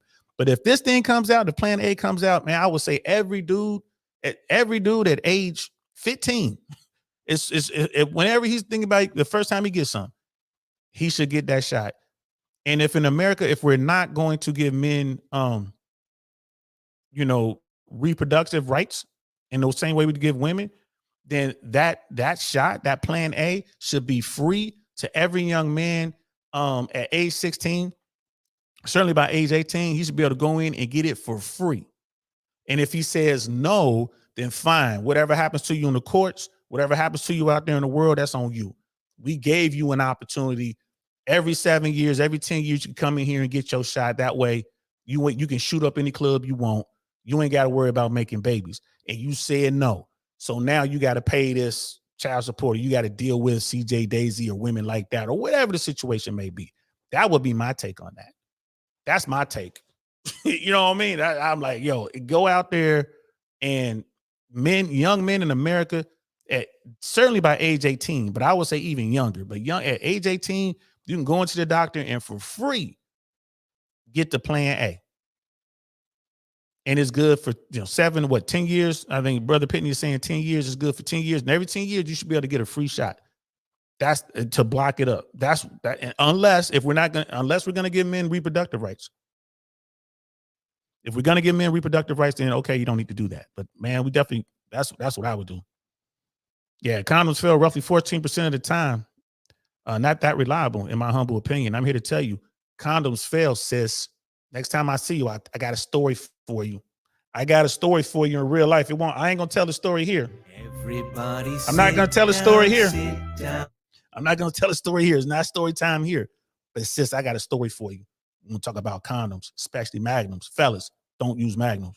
I don't care who's trying to sell them to you. Don't use magnums. Stick to Trojan. Stick to Trojan. But yeah, Brother Charles is in the building. What's good, fam? It's crazy how all these YouTubers are so happy to see FNF down. They've been hiding for a while, you know what I mean? And they finally got something. Now everyone's making videos on them. Yeah, man, because people hate Fresh and Fit, bro. They hate Fresh and Fit. I would not wish this baby trap on any man. I don't care. Like, again, I'm not a fan of Abba from Abba and Preach. I got no respect for that dude. I got no respect for Nick Fuentes. I got no respect for him. I got no respect for Ethan Klein. But I wouldn't wish this on none of them. I wouldn't wish this on none of them. And if they was going through something like this, I would make a video just so we can heighten how this happens. Like, look, here we go again, another baby trap. I would just, that's the only story I would tell. I wouldn't be sitting here like that. They deserve, that's what they get. Man, I don't wish this on nobody. Just the stress alone. Like I told y'all, man, I've been through some shit. Y'all know I'm old, man. I've been just coming up in the streets, bro. I can't tell you how many times my life was in peril. Joining the military, jumping out of airplanes, going to war, coming back, going back to the streets, right? Doing all this kind of crazy stuff. Even stuff that was just fun, flying around in small airplanes with my friends. I could have died doing that shit, right? Never, ever in my life has I ever had a panic attack. I used to make fun of people who say they were having a panic attack until I found myself in the family court system. The amount of stress involved with the current family court system is insane. Now I know why dudes be doing this. I know why they be doing that.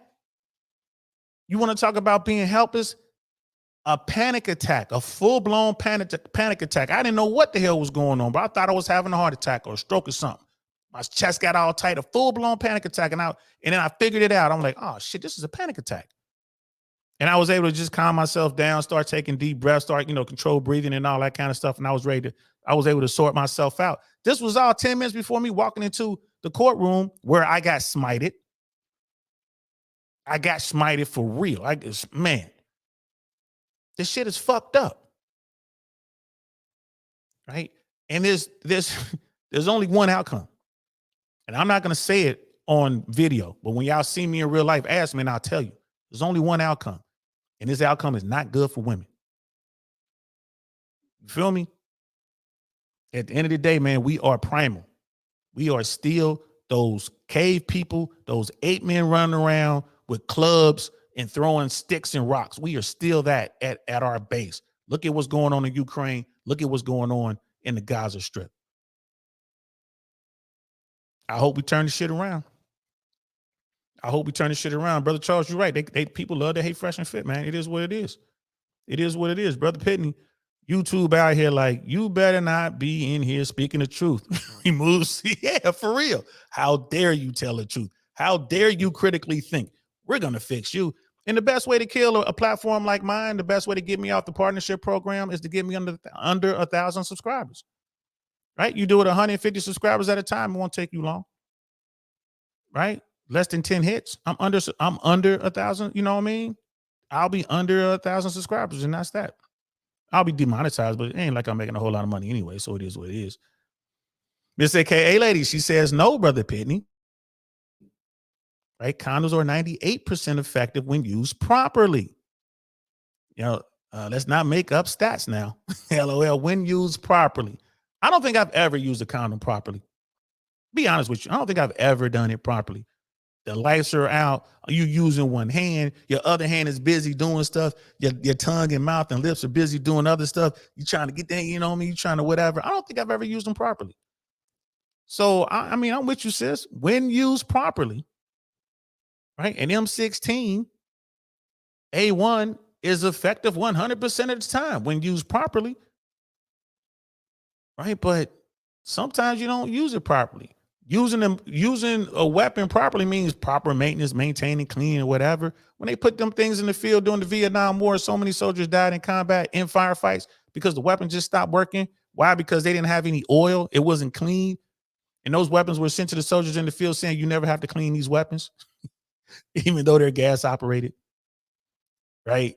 Even though they're magazine fed, they're gas operated, and that gas leaves residue. And they're saying, you don't have to clean these weapons, man. Those Vietnam era ARs, horrible, man, horrible. When I got to my unit, they still had some of those weapons. Horrible weapons, man. Damn thing jammed all the time, man. We kept them cleaning everything, jammed all the time. So when used properly, I feel you, but who's using them things really properly? I'm just saying, just throwing that out there. And there it is right there, Brother Pitney. Like, yeah, that's status for perfect use.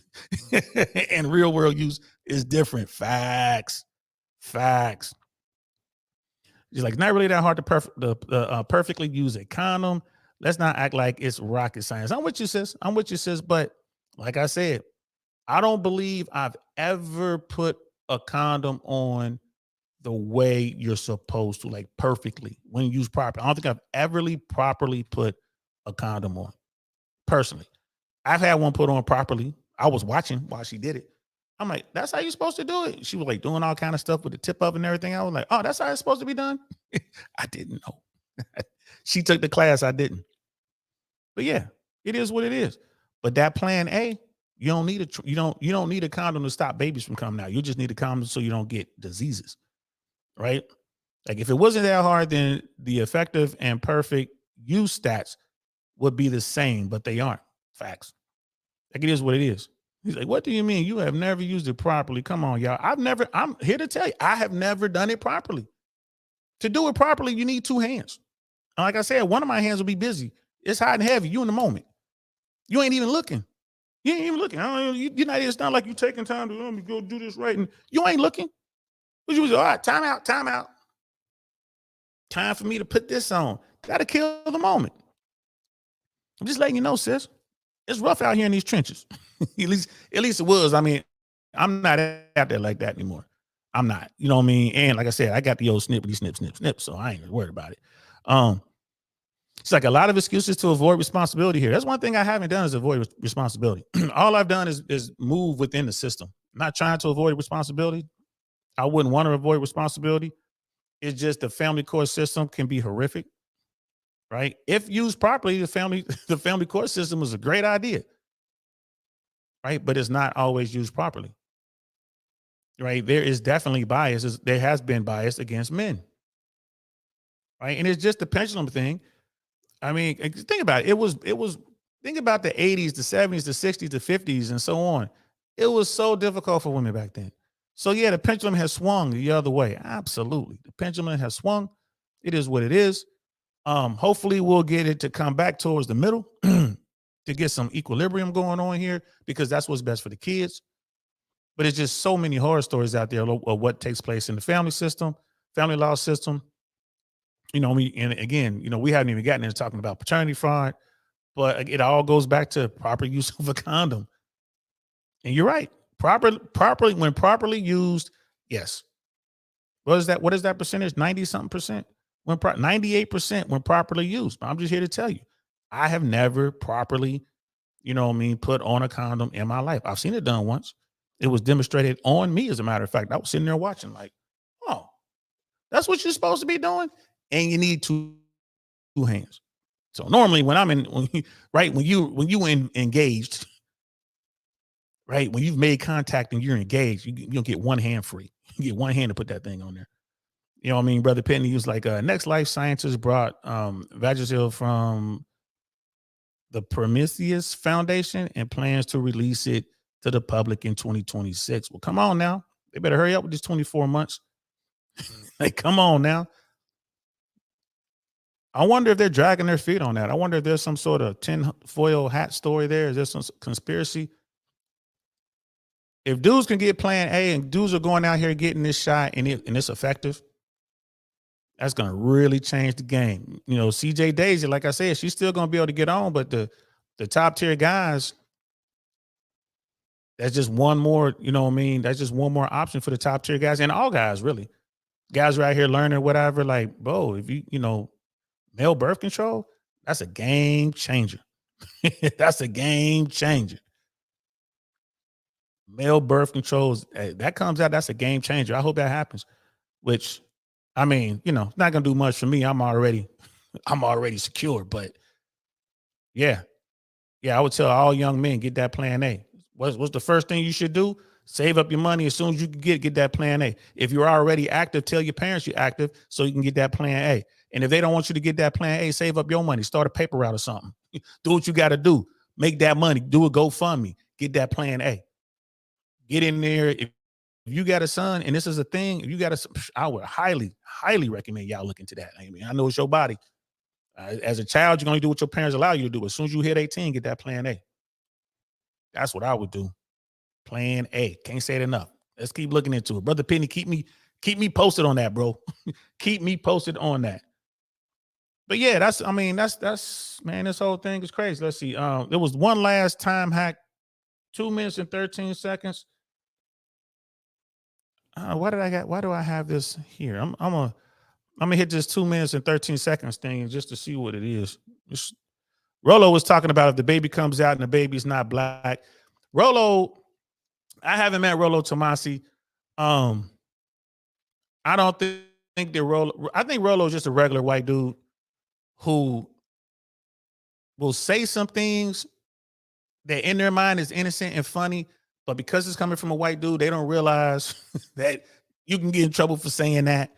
But yeah, I don't think Rolo is well, we're gonna play this and people might get mad, like, oh my God, that's some racist shit.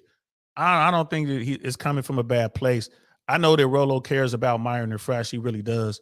And Myron and Fresh, they have a relationship with Rolo, and they really do respect him. There's definitely a mentor-mentee thing going on right there, man. There's a lot of respect. So, it's just I've seen it's just sometimes white guys say shit. White ladies too in America, they say shit, and it's like, why are you saying that? You know what I mean? Like to the masses, you're saying it to the masses. Well, what? What's wrong? Well, you shouldn't say that. But let's go. That baby comes out like China, like Mandarin Chinese and shit. Oh, what did that be? That fuck. That's some Maury Povich shit right there. The baby doesn't come out black. Instead of the other way around, the baby's white. Chinese. And so she figured, hey, he's probably make a better dad than the person that actually got her pregnant. But I digress. Here's the audio. Right? I want the baby because I don't want to kill the baby. I don't want to kill nobody. I don't want to. You're not. They just give you a pill and it's over. No. I'm pregnant. No, but that's what I'm saying. The pill, they just give it to you from a doctor and then you're good. I am pregnant. I can't pretending like nothing happened. I can't. In my religion, we don't kill. All right. This is the part where a lot of people are saying this sounds very, very scripted on her part. Because if you listen to her in other videos, she's not like really stuttery like this. And there's some other shit that goes down. You're not killing. Okay. I want to keep the baby. Okay. Well, like I said, I just don't want any kids.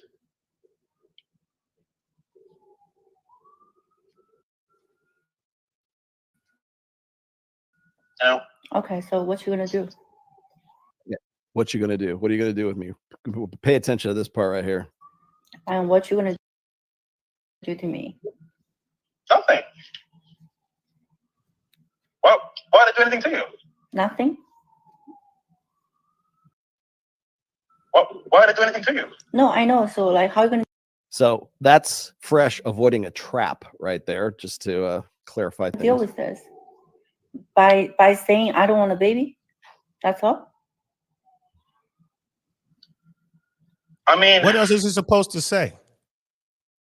What else is he supposed to say? Like, what do you? I mean, dude, I've heard these conversations. Like, literally, been sitting there listening to the conversation between two people. I've been involved in these conversations, talking to folks. Like, what do you want me to? Men don't have a choice. Now, you can say that. Here's what I. Hey, look, I'm not trying to do that. I don't. You know, I don't want this. You asked me if I want to be a father. No, I don't want to be. I don't want to do this. But the woman, like she's saying, well, I'm going to do this for whatever reason. In my religion, we don't kill. Whatever. Every religion kills. Shut up. That's a lie. You know what I mean? It is what it is. Right? She knew they were going to have this conversation. She recorded this conversation. She was getting the screen grabs. This goes into the whole trap thing. She planned this out. She planned this out. I honestly don't believe that she's pregnant. Before I saw this video, I didn't think she was pregnant. When dude breaks down the timeline, I'm like, damn, he makes some good points with that timeline. And even if she is pregnant, she went back to China. She was gone for a minute, and she came back. Was she smashing something over in China? Was she with somebody over there? Oopsie, messed this up. Because, you know, people are like, you know, Fresh was reckless. Well, she is reckless too.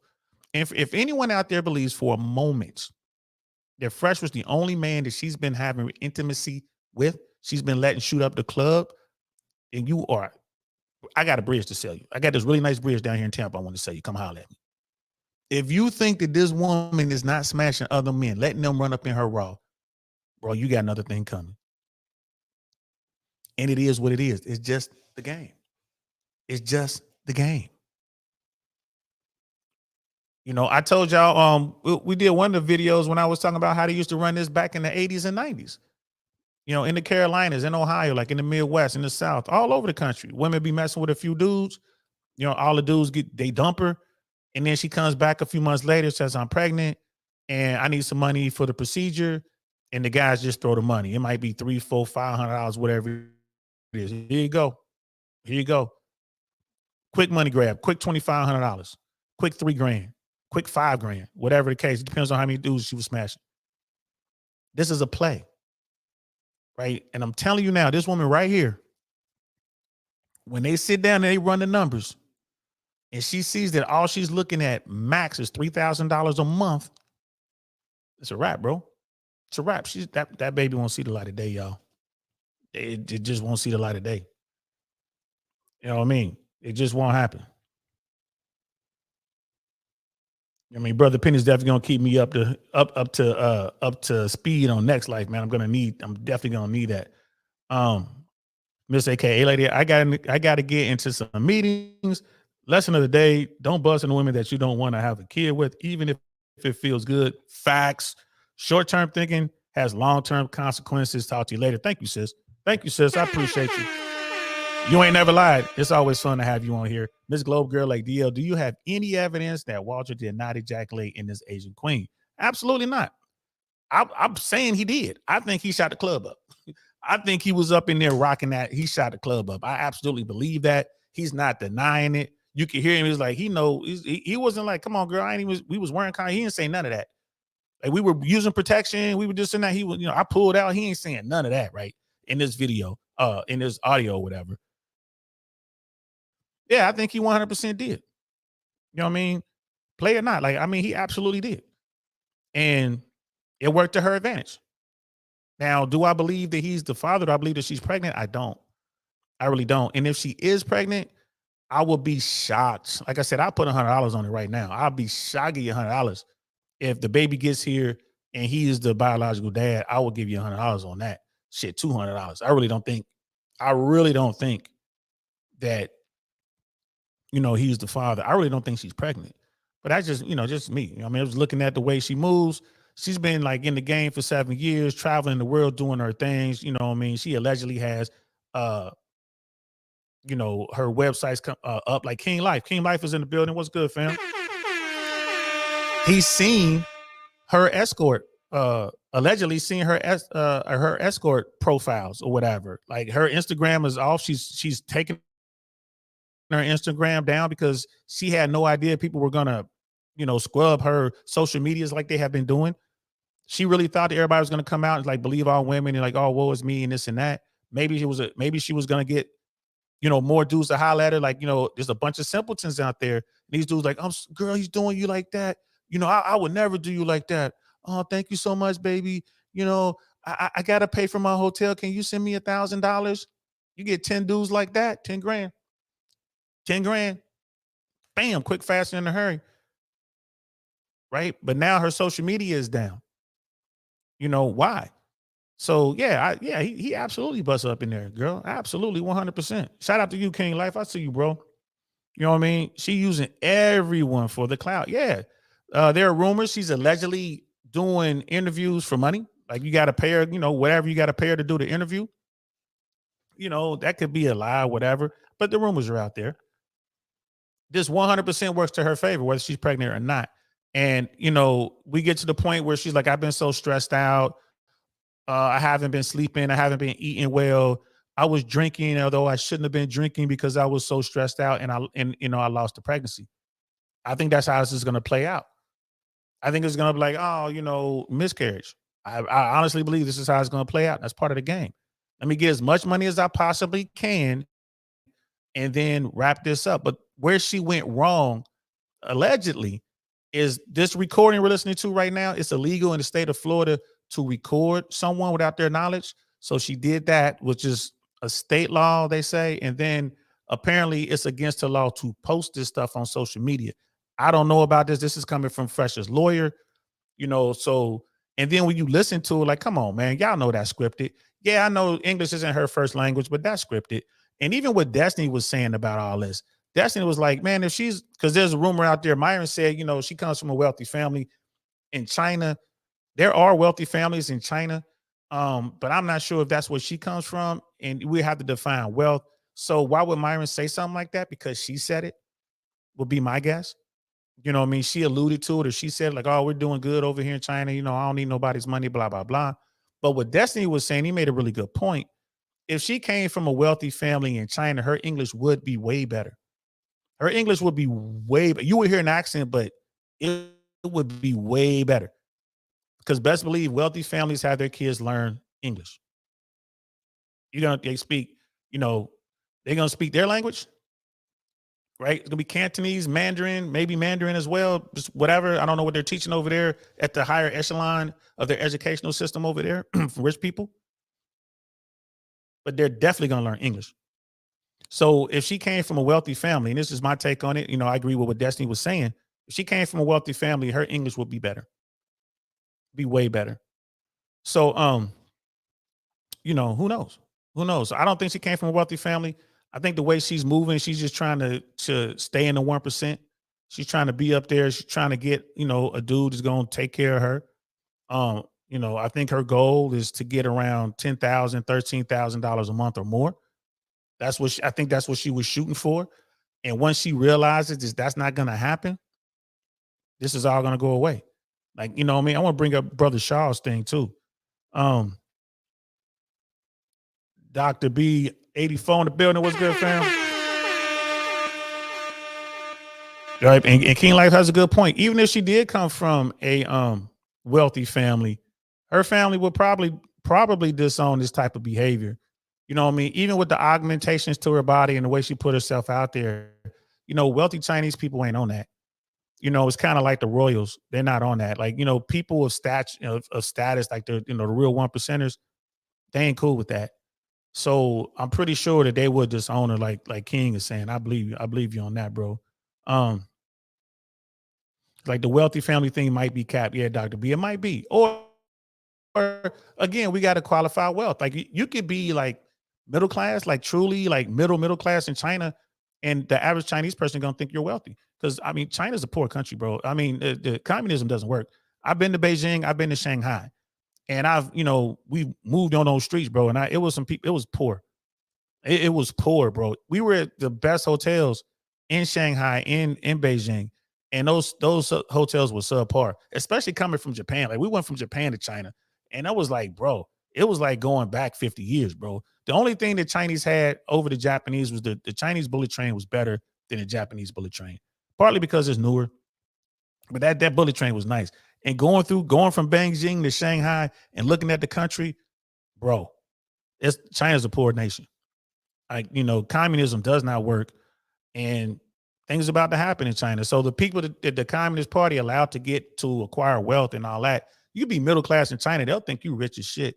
You take someone like me with my pension, my retirement, and let me move to China, I'm living high on the hog. I'm probably in the top 8%, 5%, 3%. I might be in the top 1%, which is what I make over there. You know what I mean? So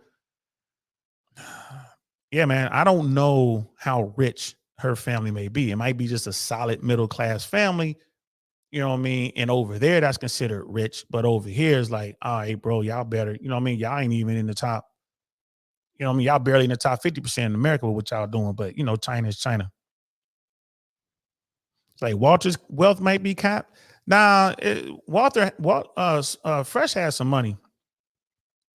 Oh, wait a minute. I missed your one. Miss Glow Girl says, why don't you just wait until the facts are determined rather than windmilling for the dude who got himself into this predicament and lied to the followers? Well, this is what people are talking about. If you're doing this YouTube thing, doing content creation, when a big story, something like this drops and it's a quote unquote big story, you got to run with it. You got to run with it. This is why you got to get in here and windmill with it. And then you wind up, people like me are saying what I'm saying versus what other people are saying.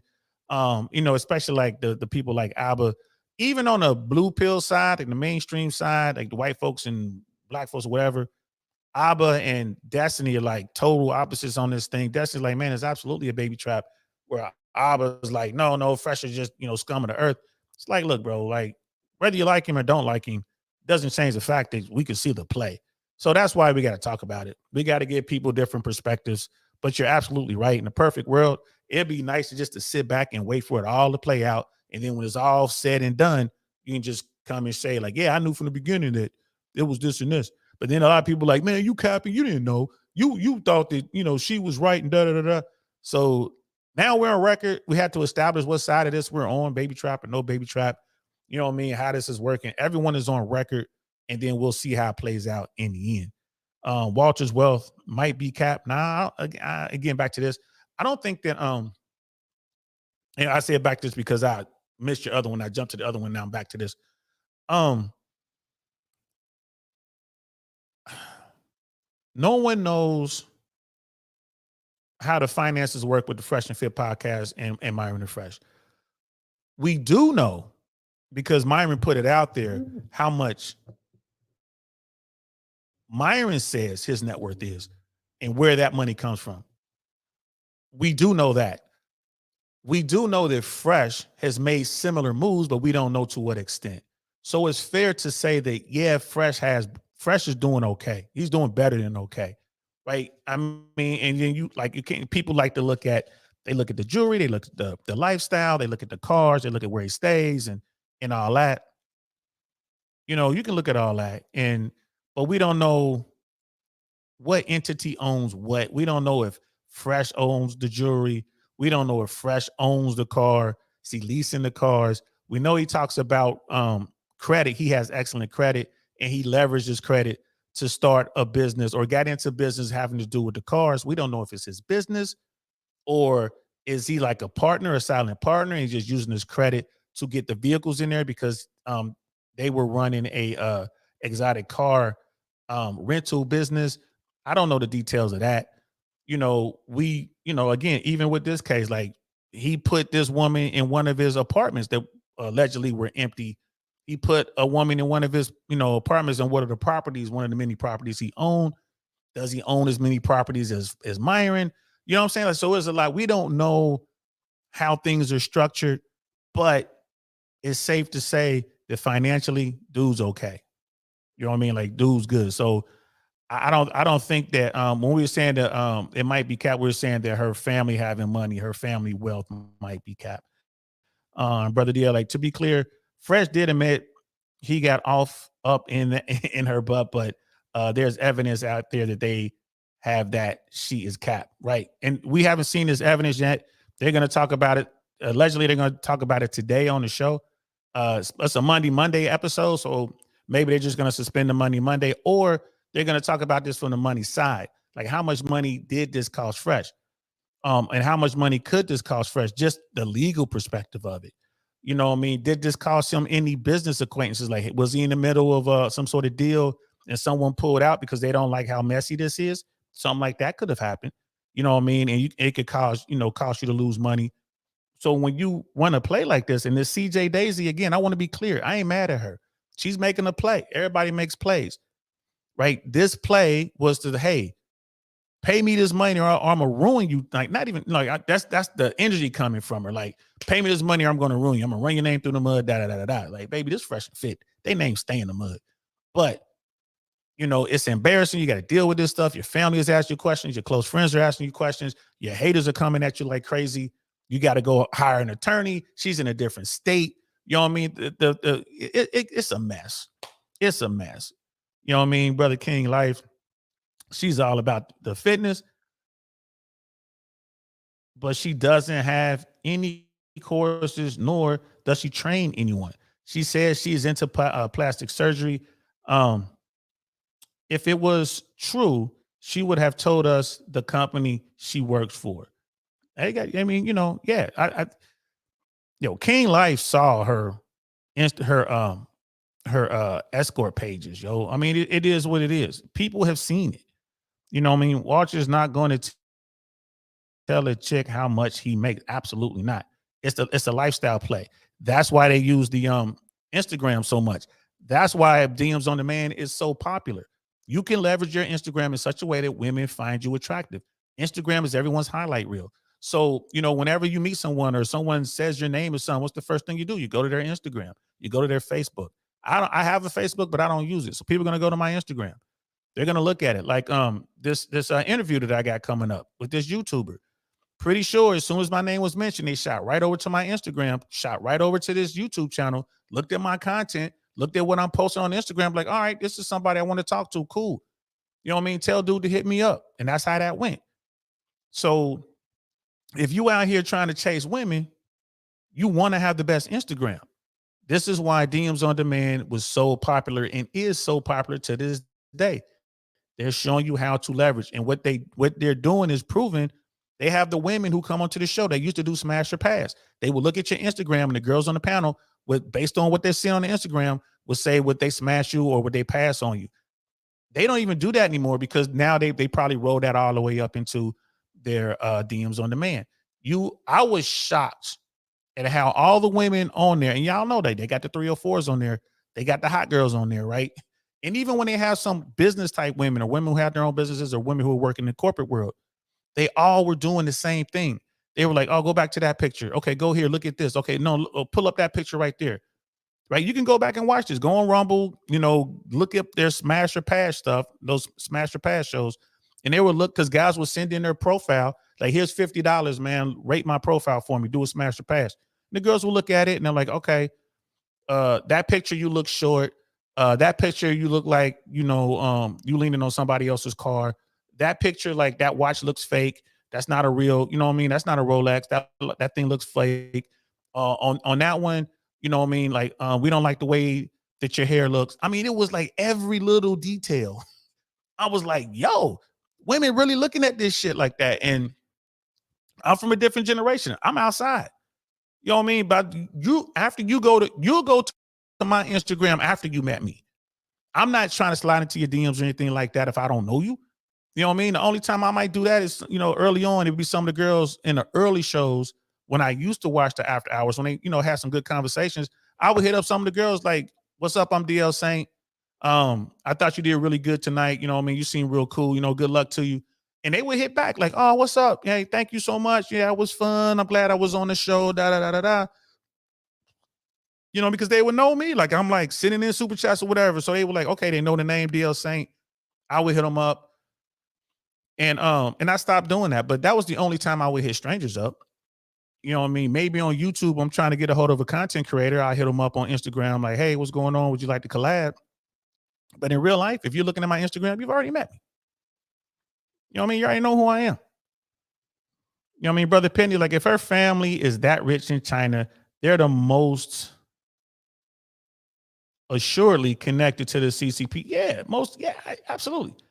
And they're high-ranking officials in the Chinese Communist Party. Absolutely, bro. If they got that kind of bread, yes. Otherwise, they wouldn't have the money. I'm with you. Brother King Life, Abba's mad he's not able to do what Fresh and Myron can do. Abba doesn't like to work hard. Facts. And most of the dudes who hate on Fresh, you know what I mean, especially Fresh, they're kind of stuck. They work themselves into a knot here. They're like, all right, for a dude who can't get on, like, now he's like, he got on. Not only did he get on, but he got on with a woman that you want to smash. She want to give you time of day. He done smashed her. He didn't shot up the club. Dumb. It was a dumb move, but he did it. Right? And he didn't pay her a dime. He did not pay her a dime. And she got pissed. So that's for all the people who say he's a simp and he's paying for it. Abba pays for it. Abba said it. He's always talking about, well, I know a lot of call girls. I'm like, bro, how you know so many call girls? Right? He's, doing his thing. I ain't mad. Do you, bro? But they hating on Fresh. How can Fresh be doing this kind of stuff and I can't? Because, he got a little bit of game to it. Whether you respect this game or not, he got a little bit of game. You know what I'm saying? It is what it is. You know what I mean? So, and Brother King is saying Fresh and Fit is definitely not broke. Fresh and Fit was top 10 most super chatted channel in the world. Facts. Number one at one point a couple years ago. They were the number one super chatted channel in the world. Now, the Fresh and Fit platform brought in a whole lot of money. Just the platform itself. And they were monetized at the time. They've had multiple sponsors. All those sponsors have come and go, but they've had sponsors. They've been selling stuff on there. Money has come in. Now, again, we don't know how it's structured. We don't know where the money went. We don't know what the tax thing is and all that, but money has definitely come in. Myron and Fresh aren't broke and nowhere near. Ms. Globe Girl, I keep hearing how wealthy these two dudes are. Myron says he has 6 million and 20 houses. That is rich to their viewers, I guess. I mean, anything north of 7 figures, I mean, that's rich. To have 20 houses, I mean, he might have more than 20, but he said that in that rant. He was mad, he was, doing one of his rants, his veins were popping out. And he said that. And I was shaking my head. And, next time I talk to him, I'm definitely going to bring it up. But a lot of that stuff is public record too. So, I mean, he could say, it's not like you can't go out there and find out, you know what I mean? He's probably got 20 houses in his name or the company that he owns.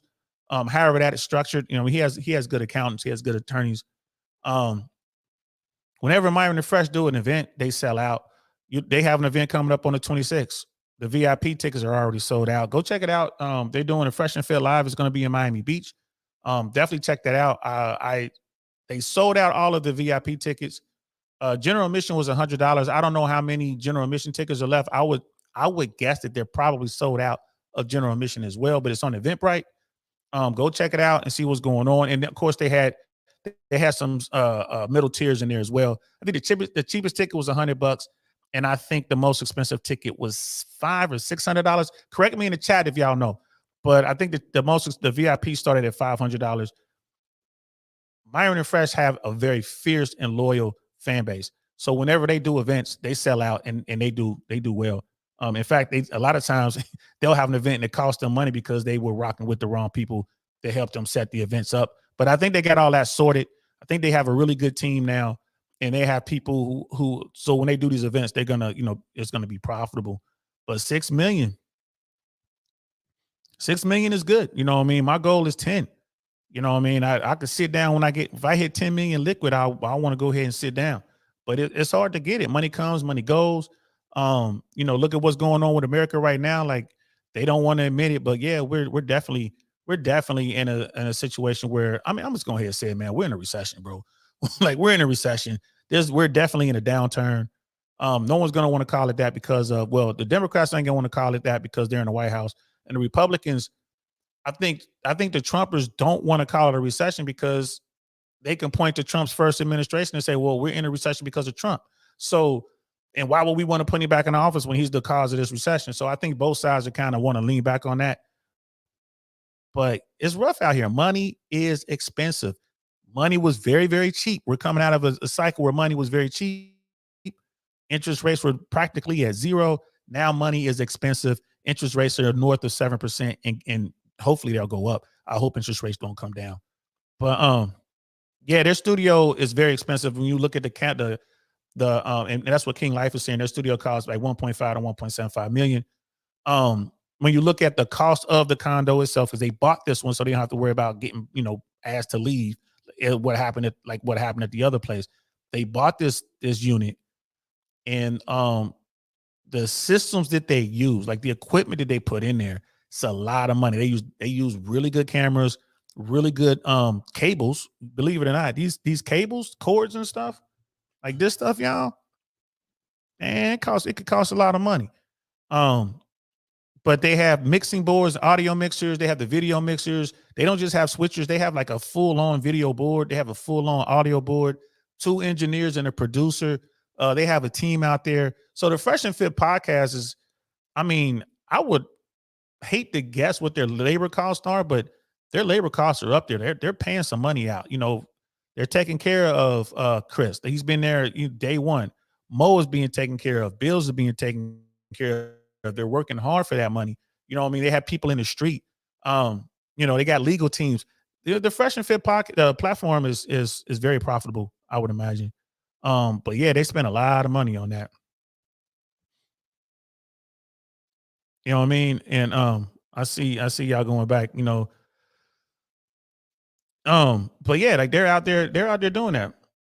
That stuff costs a lot of money. Like the little stuff that I got here, this little camera, the couple lights that I have, these extension arms, the roadcaster, the computer. I mean, this is a little bit of an investment. I got a bag of stuff over here that I bought that I don't even need because I didn't know what I needed and didn't need. Yeah, just for some little bitty operation like this, you know what I mean? The cost to use StreamYard, the cost for extra memory and stuff like that, it starts to add up. So running an operation at their level, they're they are broadcast ready. You can plug them into the network and just go. And that's a lot of money. And they did it from scratch without knowing anything about the business. They put a lot of money into it. Brother Timmy's in the building. What's good, fam? It's like, you're right, Dio. Everyone is talking about Fresh smashing that girl. Yeah, because most of those guys can't believe it. And they got a lot of haters out there, y'all. They got a lot of haters. And dudes just can't believe the Fresh pulled it. Yeah, he pulled it. And he didn't pay for it. And that's what's blowing their minds.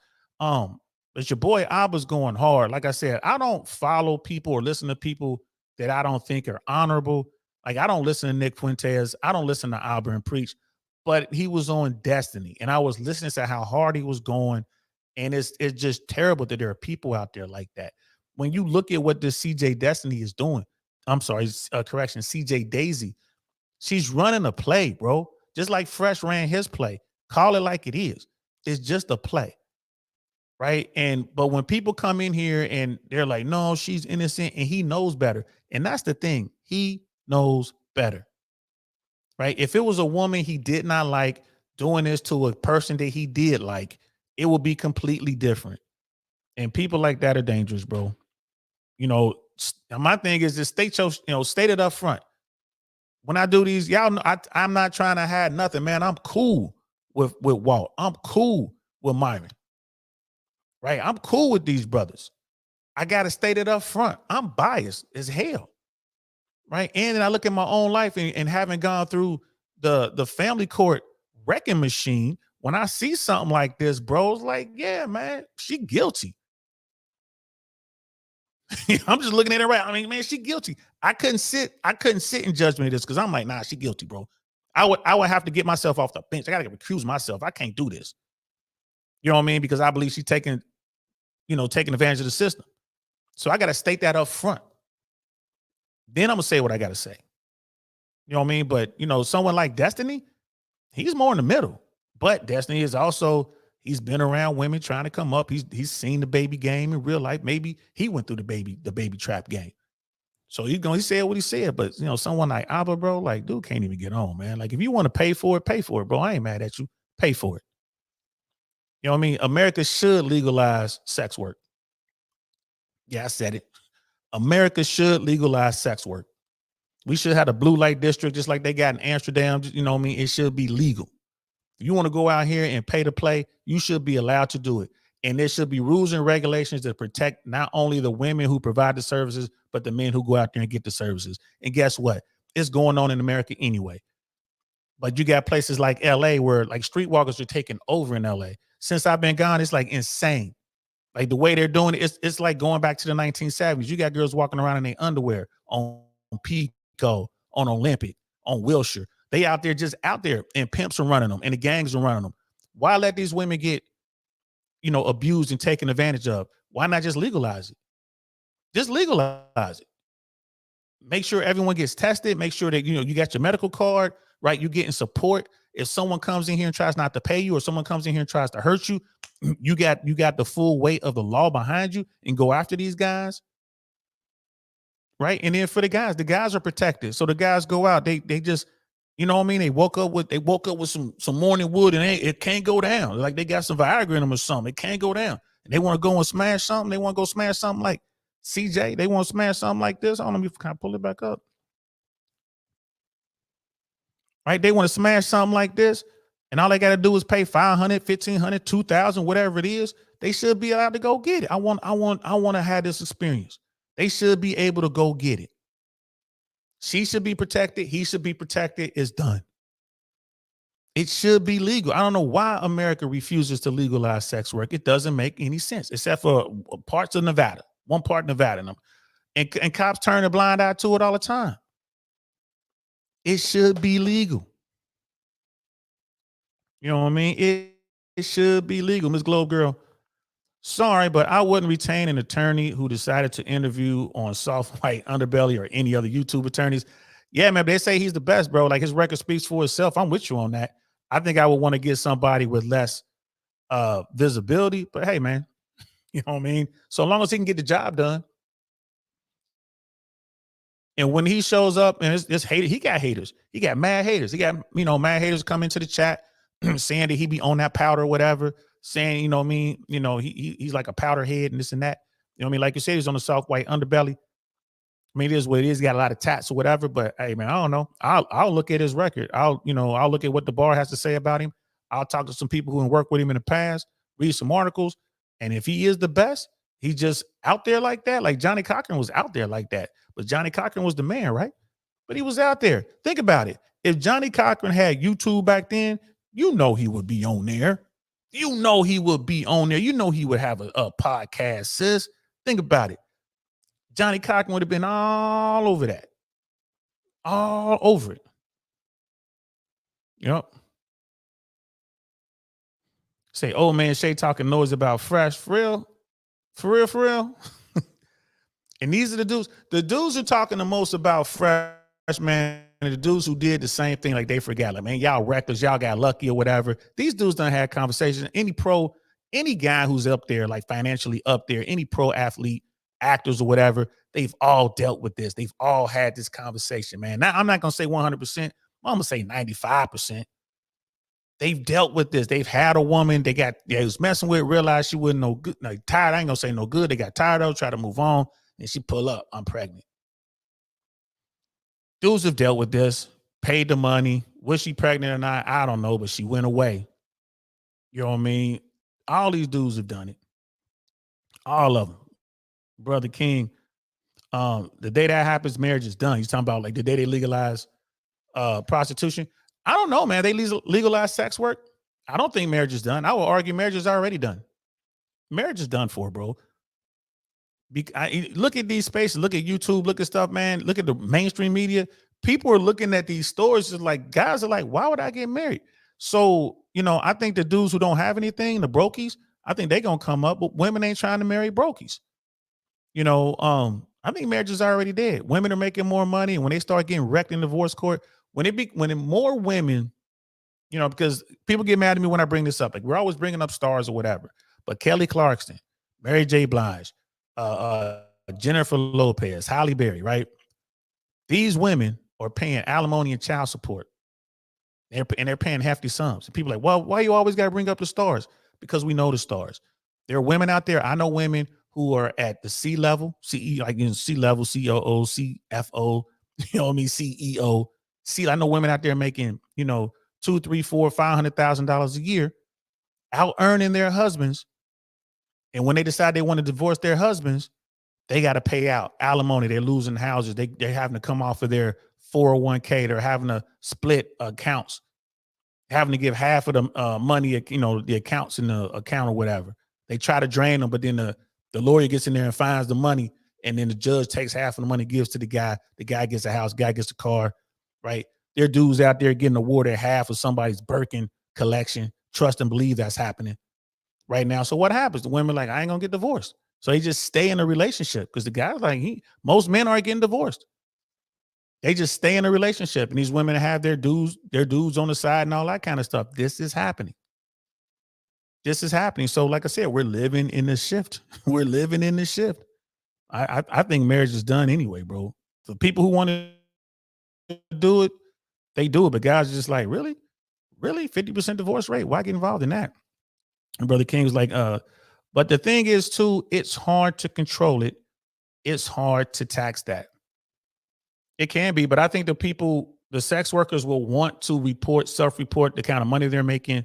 They will want to do those kind of things because they're going to want the protection, right? It would just make sense for the sex workers to stay above board on that, so they can get the full protections of the law, of the full protection of the IRS, full protection of what they're doing and stuff like that. They can put money away for retirement and stuff like that. I think they will keep it above board. It works in their best interest.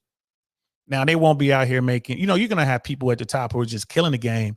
And maybe the top tier women, in that game will be like, I don't want to report how much I'm making, because there'll be women out there making, $50,000, $60,000 a month. They're not going to report that, right? And those type of women have enough money to hire their own security and stuff like that. But for the vast majority of women, like the streetwalkers and the women who are, online escorting and stuff like that, just the regular, $100, $200, $300, up to $500 an hour girl, she's going to want to get protection, the full protection of the law. Even in New York, if you go up to a prostitute in New York and you solicit her, right? You go up and say, hey, how much? I want the full package or wherever they're saying, whatever codes they're using, right?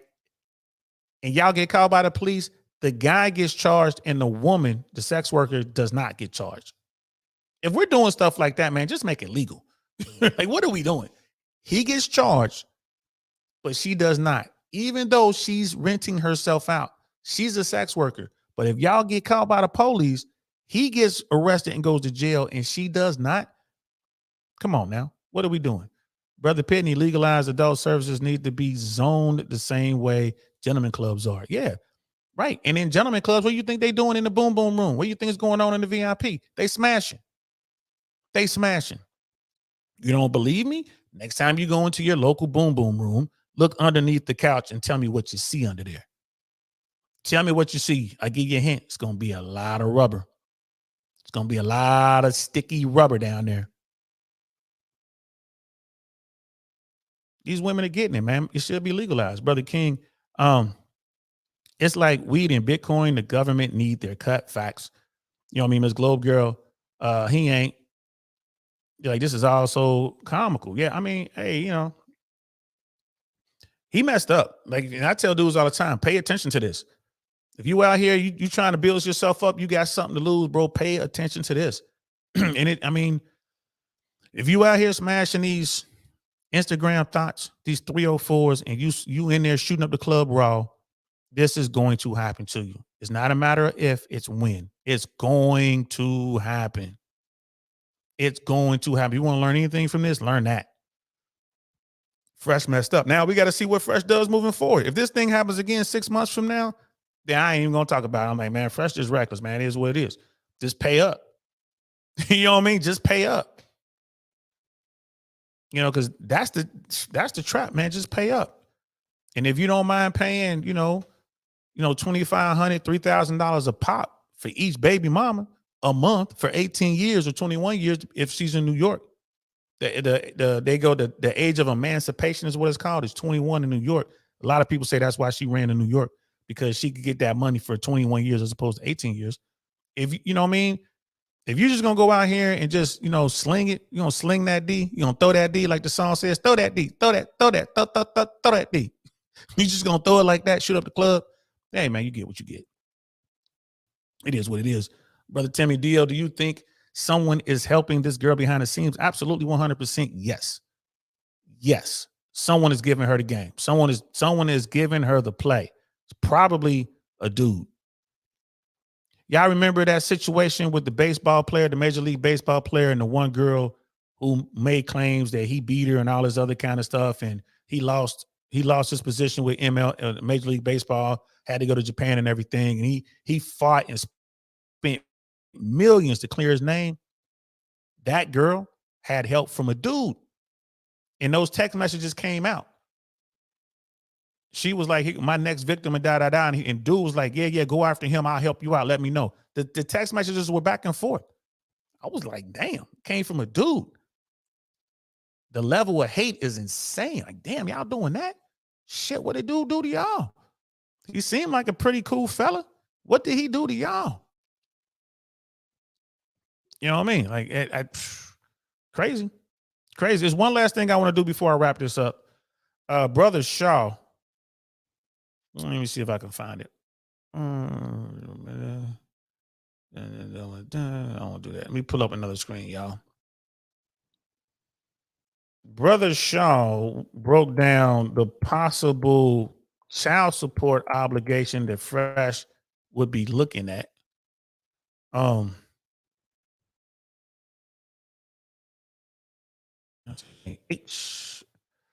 This is Sean. Shout out to Suzette Speaks, y'all. Y'all know Suzette is doing FM radio now, man. Shout out to our sister, Don DeMarco to Suzette Speaks.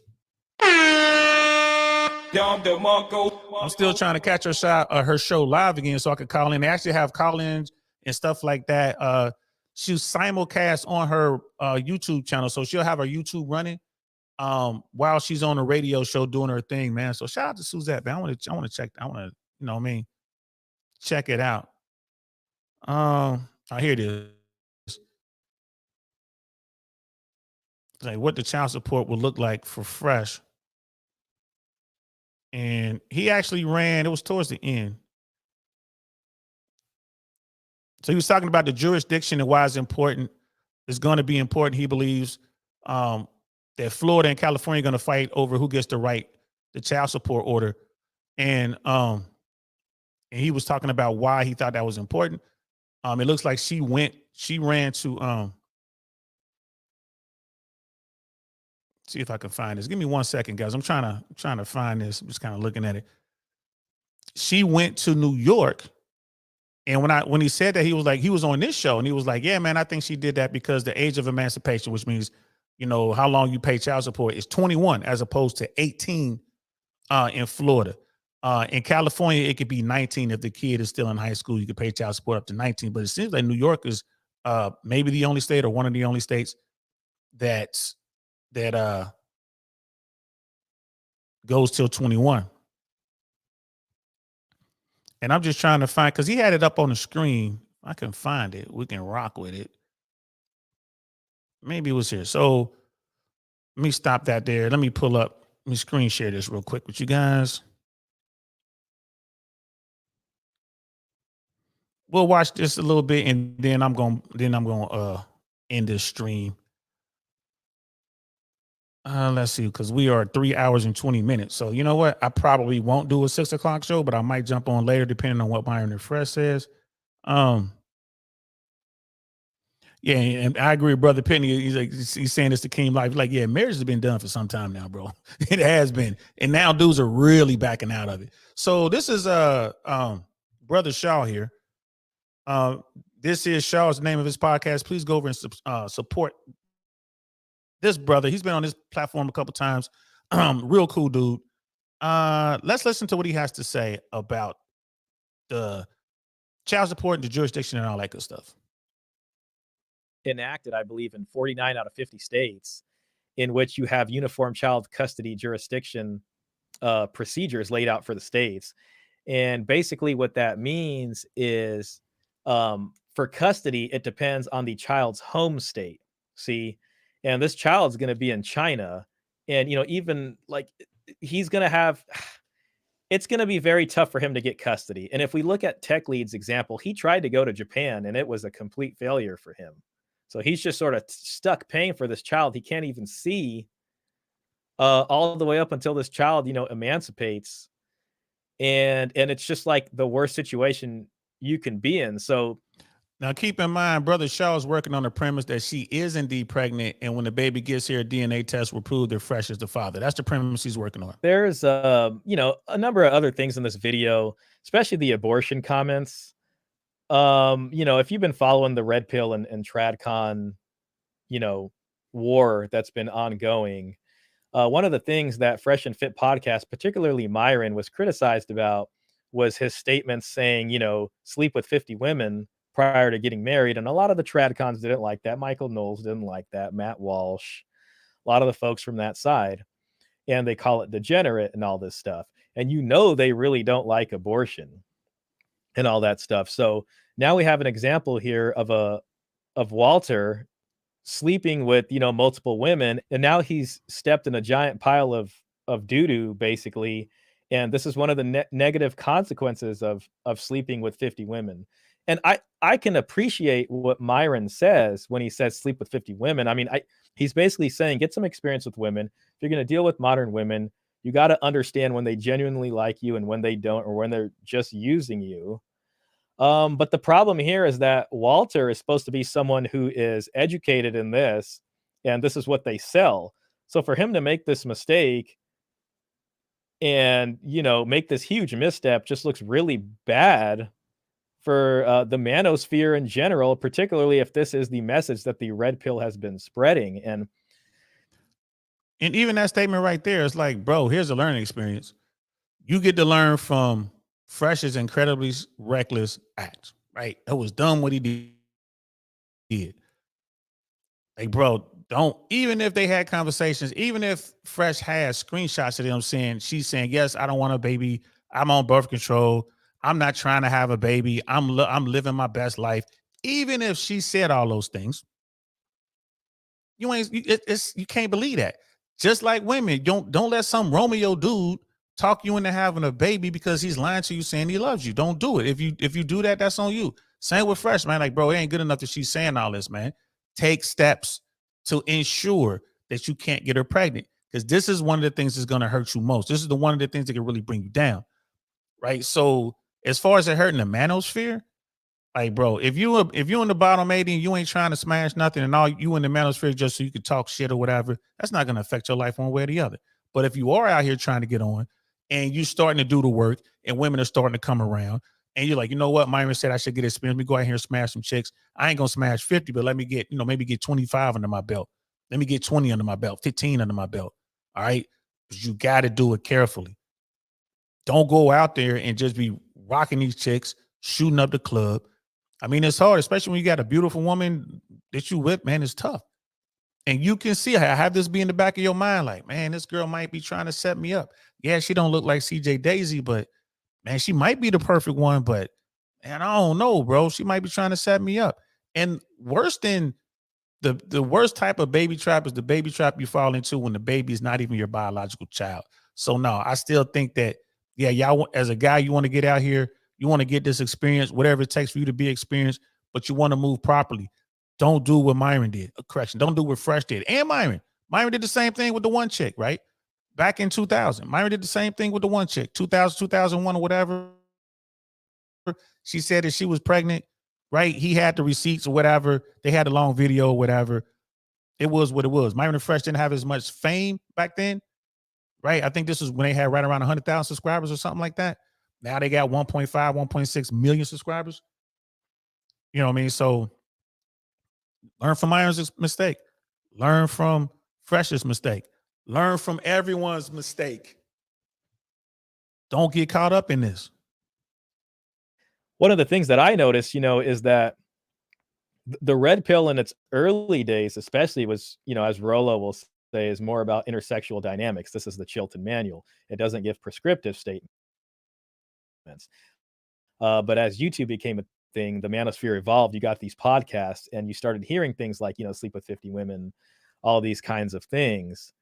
Me personally, I'd like to see a pivot from the whole, become a high value man mantra, which, shout out to Coach Greg Adams, is just synonymous with being a high value target, and the apex predators come out.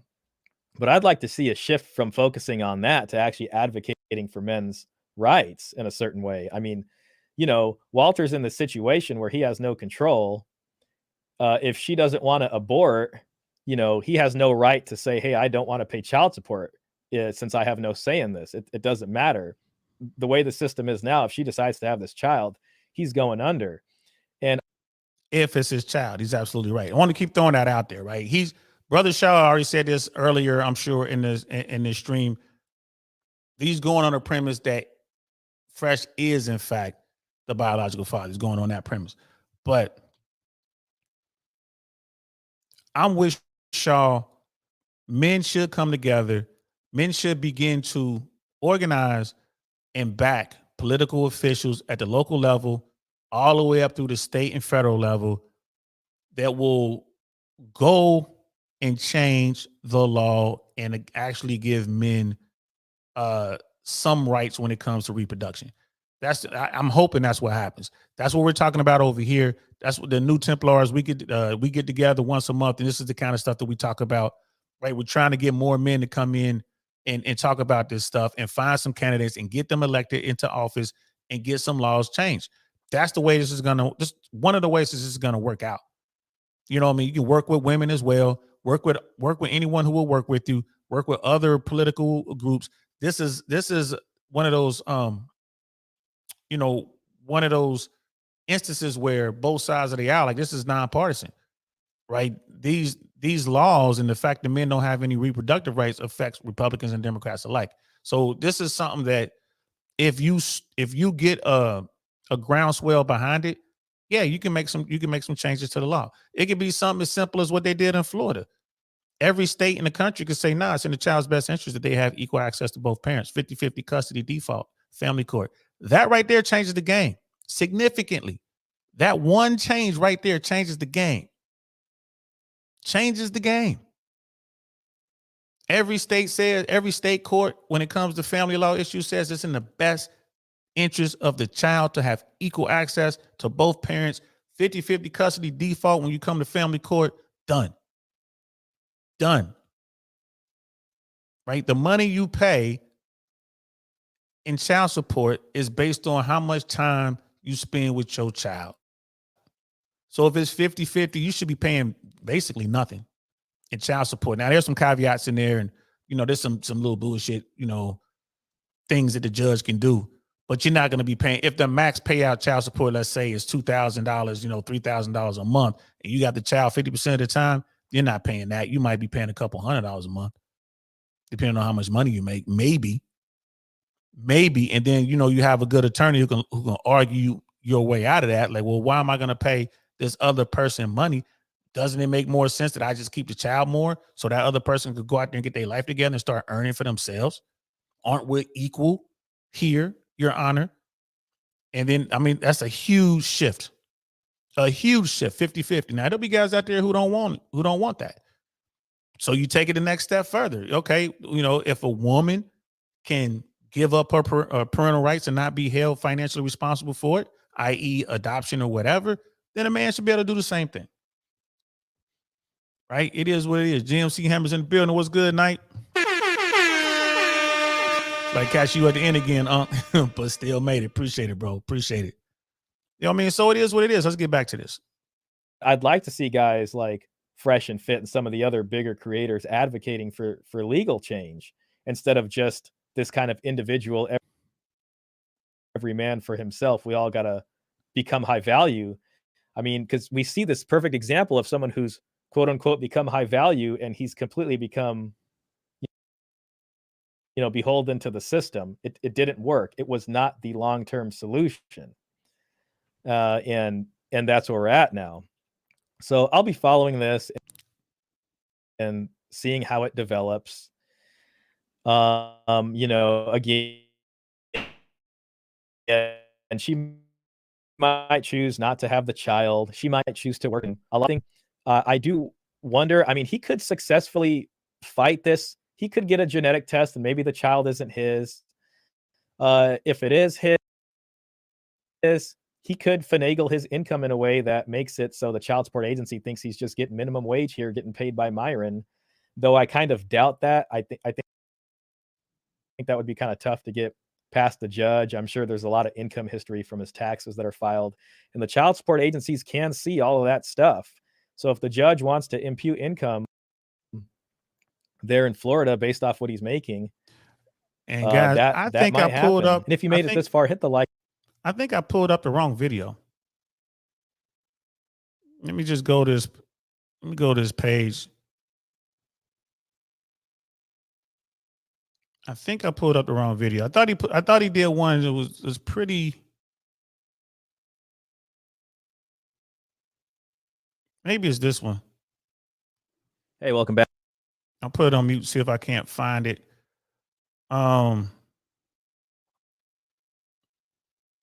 Yeah, this is the one. This is the one when he was going over the child support. What he think the child support might be, the child support calculator. Sorry about that, guys. So let's check this out. Myron and Walter addressed the allegations. James Sexton appeared, and it appears he's representing Walter. Now, what we know about James Sexton, I like James Sexton, by the way. I think I love that soft white underbelly interview and all these things and all this stuff, is that he's a New York lawyer. So if Walter is already, I guess, retaining James to represent him on the case, then maybe just by virtue of that, the child support case is going to be looked at in New York, which, to be honest, in my opinion, is already a loss. If I'm James Sexton, I'm hoping he's explaining to Walter that it's in his best interest to have Florida look at the case and not New York. Because remember, if it's New York, it's an extra 3 years of child support. It's going to be a higher amount and possibly more interest on arrears amongst whatever else, And brother Shaw again is working on the premise that first of all, that Daisy is pregnant and Fresh is the father. I think it makes sense to hire a New York attorney because she's in New York. Apparently whatever she had done may have been illegal. So, she's in New York. You're gonna have to bring charges. Excuse me, guys. You're gonna have to bring charges in New York because that's where she is. Fresh is going to need other lawyers in Florida, which I bet you he has. Again, this is why I think it's going to cost him so much money retaining these attorneys. He's going to need Florida attorneys to try to say, hey, the child was conceived here or whatever, so Florida should write the order. And when she did the recording or whatever, you're going to need attorneys here working with the New York attorney to kind of move this thing forward. And you're going to have I mean, it's just like I said, this whole thing is so messy. You know what I mean? But you're gonna need lawyers in New York and lawyers in Florida, right? And then if you can get the case, if in fact you're gonna have a child support order written, if you can get it written in Florida, or if you can get the case that how the Florida courts handle that under Florida law, that's when that whole 50-50 thing comes in. She's in the country now, irregardless of where she may live and where the visa and all this kind of stuff. She's in the country now. And like, hey, it's 50-50. And normally when you go into me and Brother Shaw talked about this, when you go into the court and you start a child support case, custody, well, support is separate, but you got custody and you got support. The first thing the judge does is issue a restraining order. The child can't leave the state. The first thing the judge does. So whether New York or Florida, the first thing the judge is going to do is issue a restraining order, which takes the whole China thing off the board, right? So she would have to get out the country before she went into the court system, which is something I think people should think about. Like, just get out, just think about that for a little bit. But let's continue. So that's significant to me. I don't want to doubt James Sexton. I'm sure he already knows this, but as this case goes on, we'll find out. We'll find out what happens. So just before we end, what I'm going to do is I'm going to run you through the calculators. And we're going to look at Florida and we're going to look at New York. And I'm going to be using $300,000 for an annual income. This is just the number I'm pulling out of the air. I'm doing $300,000 a year for Walter, $0 for her because she has claimed that she's like not working. And, she gave up her career to go be with him. And then he gave her the boot. So she had to go stay with a friend at her apartment in New York. And that's where she's going to be. And so she's getting help. It doesn't seem like she has actual income right now. And her being pregnant, I mean, I just don't know the likelihood of her, starting work. We'll see what happens. And I'm also going with zero custody. So I'm assuming that, she's going to give birth to the child and Walter's going to have zero custody. So by the time this hits the courts, Walter will have zero or next to zero custody of this child, especially if he hasn't, accepted paternity of the child, right? Another one of these things in the UFSA guidelines that would give jurisdiction is if he signs a paternity declaration at the hospital in that state. So if he went to New York during the birth and he signs a voluntary declaration of paternity at the hospital and it gets filed with New York State, that would also give them jurisdiction. So that would be number 7. The individual has filed a declaration of paternity maintained in this state by the Department of Child Support Services. If you find yourself in a situation like this, gentlemen, do not sign that declaration. Do not sign that declaration. Do not sign the birth certificate. Don't do it. That declaration, if you sign that declaration and it turns out that you're not the biological father, they won't care. They'll say, well, you signed this declaration, so you're the father. Anyway, this is where you get situations where dudes are paying for kids that aren't theirs. Don't sign nothing. Don't do it. Unless you're 100% certain that's your child, don't do it. Don't do it. Brother Pitney, do you think Fresh is okay with the case being in New York because he doesn't want 50% custody? I don't know. Right? That's something that, we won't know unless Fresh were to tell us. I don't think it's a matter of if Fresh is okay or any man is okay with this state or that state, because you're kind of along for the ride.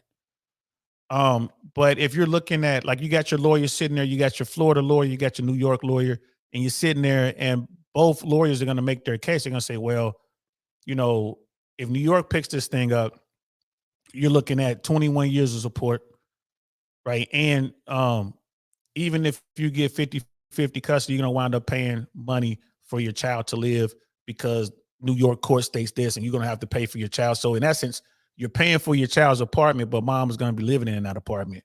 So you're like, okay, that kind of sucks.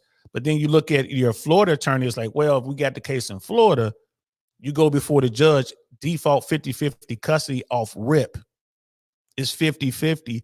And if mom can't support herself, then the judge may give you full custody. Now, I see your point, Brother Penny, like, well, Fresh doesn't want to be a dad. Oh, well, if she has the baby and he is the biological father, It is what it is. So now you're paying one way or the other. You're going to, it is what it is, bro. It's like, I don't want to be a dad, but the baby's here. Like, bam, here I am. Wow, I'm hungry. Somebody change me. I'm here.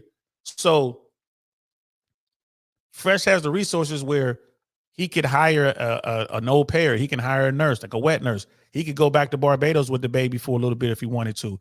But the biggest thing is, no matter what state you're in, that restraining order, that's going to be critical, I think. And again, Brother Shaw is used to the custody side of stuff. That's the world he worked in.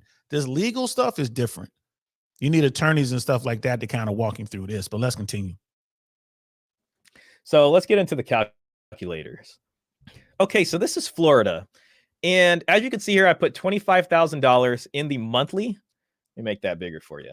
So we're saying the father, which is Walter, the alleged father, is making $25,000 net monthly income. And mom is making $0.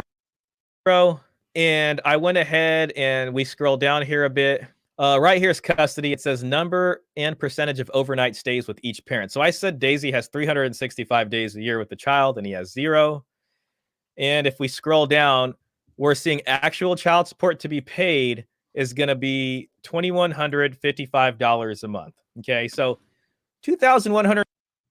Did y'all hear that? He just ran the calculator. And this is just very, very basic. I mean, there's more to it when you actually go through your attorney, like the income statement or whatever, the income and expenses declaration or whatever is massive, bro. And people got to add stuff to it.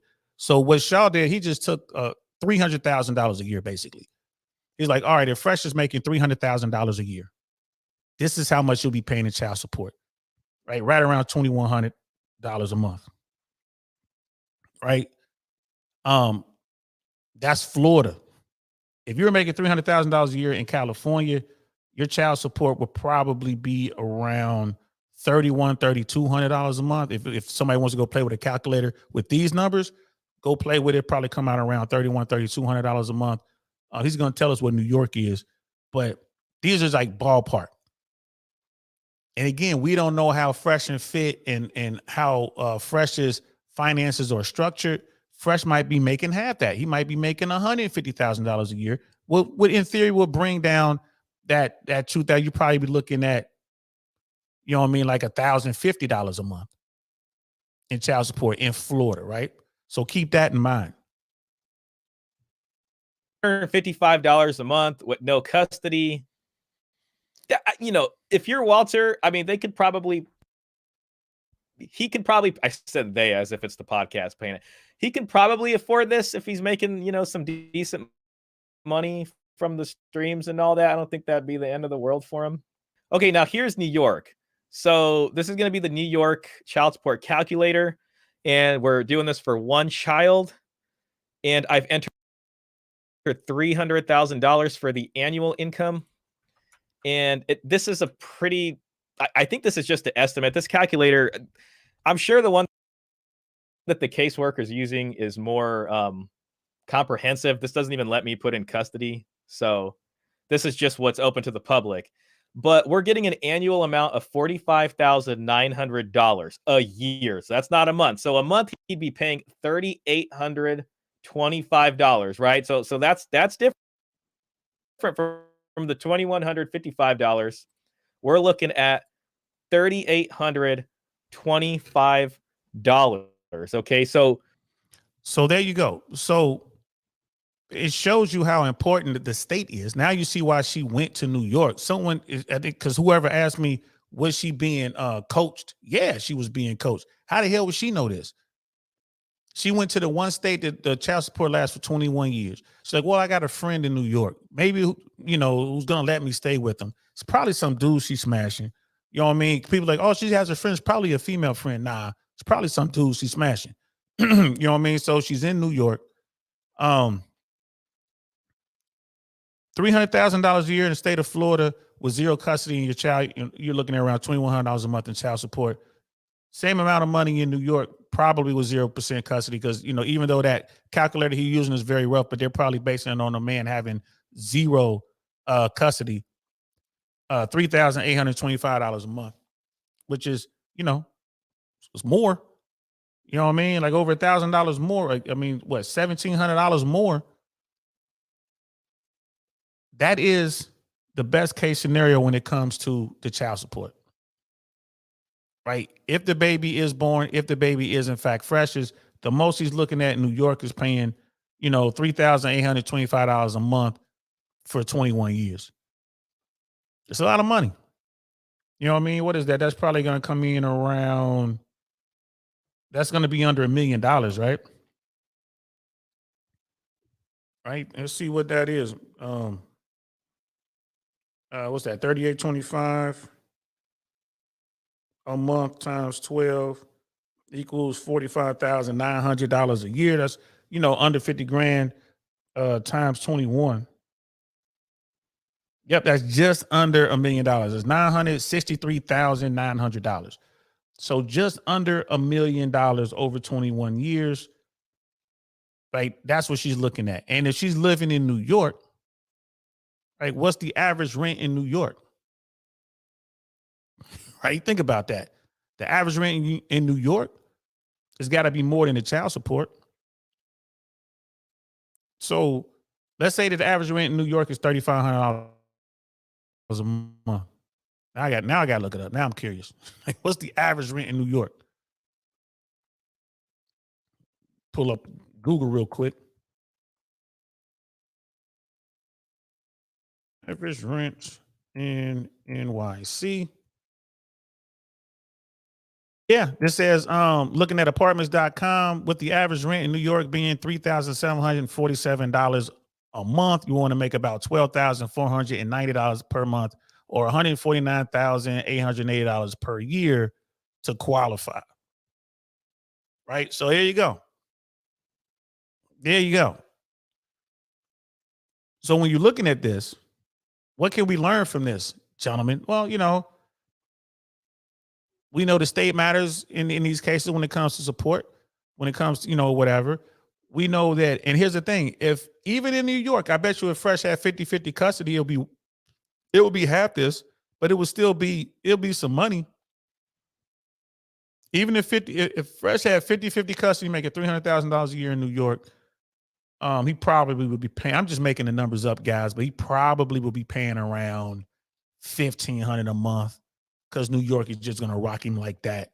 Maybe 18. It'll be under $2,000, which is crazy because it's like I have my child half the time. I'm paying for everything. I'm paying for medical. I'm paying for education. I'm paying all the insurance. Mom ain't paying for nothing. Normally they take all that into consideration. Even a state like New York will have to take all that in consideration. So even if you have 50-50 custody, you probably will wind up paying, you know, like I said, well under $2,000, maybe like $700, $800, $900, maybe $1,100 a month, something like that, which I think is wrong. But this is what CJ Daisy is looking at, right? Someone is looking at that. And they're like, look, you don't know how much Fresh makes. Fresh is not a billionaire. Right? Fresh ain't sitting down like Al Pacino and saying, I'm going to pay for all this stuff for you to have my baby. Fresh ain't doing that. Al Pacino's paying $30,000 a month to the mother of his newborn baby, his youngest baby or whatever. Little shorty's fine. It's $30,000 a month, and he's providing a whole an apartment, and he's paying for anything as far as any classes, any day camps, any, you know, musical training, whatever. He's paying for everything. The baseline $30,000 a month plus expenses. Right? This CJ Daisy thinks she hit a lick like that. She didn't. I'm sure Walt's doing good, but he ain't got Al Pacino money. Right? So he didn't. He's looking at max out child support if this plays out, you know, $3,800 a month. Surely he can afford that. And that's based on him making $300,000 a year. Again, I think once it's all said and done and they do his finances, bro, he might be bringing in, on paper, he might be bringing in between $80,000 and $150,000 a year. So now you're looking at probably half in that child support. And then if it's Florida, if the baby gets here, the baby is his, he's not going to leave that baby. He didn't have a dad. I could be wrong, but I don't see Fresh leaving his child, not taking care of his child. He's gonna take that child home to the child's grandma. The family gonna be like, all right, we got this. And Fresh is still gonna be able to do what he's doing with help from the family. He's gonna get, if it's Florida, he's gonna get 50-50 custody, which means he's not gonna be paying any support. But he's gonna have to pay for his kid, which is more. If you're out there and all you worried about is paying child support, I'm here to tell you. If you're paying $2,100 a month in child support and you don't spend any time with that child, I'm telling you, that's cheaper than actually raising your kid. Like it's cheaper. Like my daughter's thinking about going to a dance. I'm gonna have to run out and buy her some clothes for that. She plays the trombone. Had to go buy a trombone. She was interested in playing the violin. Got to rent the violin. Right. Her mom lives on the other side of town. Got to drive over there once a week. Drop her off. Drive over there, pick her up. Right. She has to go. Take a trip somewhere. Wants to go to Disney World. She wants tacos. She's gonna ask for tacos this week. I guarantee you, she's gonna ask for tacos. That's $30. She'll get tacos. It's $30, and she'll eat every taco.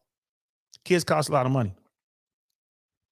Kids cost a lot of money. If you just out there paying child support, you getting off easy. Not to mention the hands-on time. Not to mention worrying about your kids. Not to mention going to the dentist, going to get the shots done. Not to mention kids falling down, cut their leg wide open. Gotta go get some stitches. Not to mention glasses. Not to mention braces. Right? And just the time you invest in your child. I mean, it's worth it. It's great. It's amazing being a parent, but it costs a lot of money. It costs a lot of money.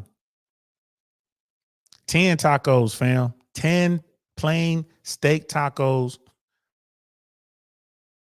at the what's it called? The taco store, taco shop, taco something, taco house. It's on 19. Like, it's good. Tacos are good, but it's 10 tacos, 10 plain tacos. The street, just like the little street tacos, the soft tortilla. 10 tacos, bro. $10 is like $30 with tax and everything. It's like $30, bro. They good though, and she'll want to go. She'll go every day if I let her.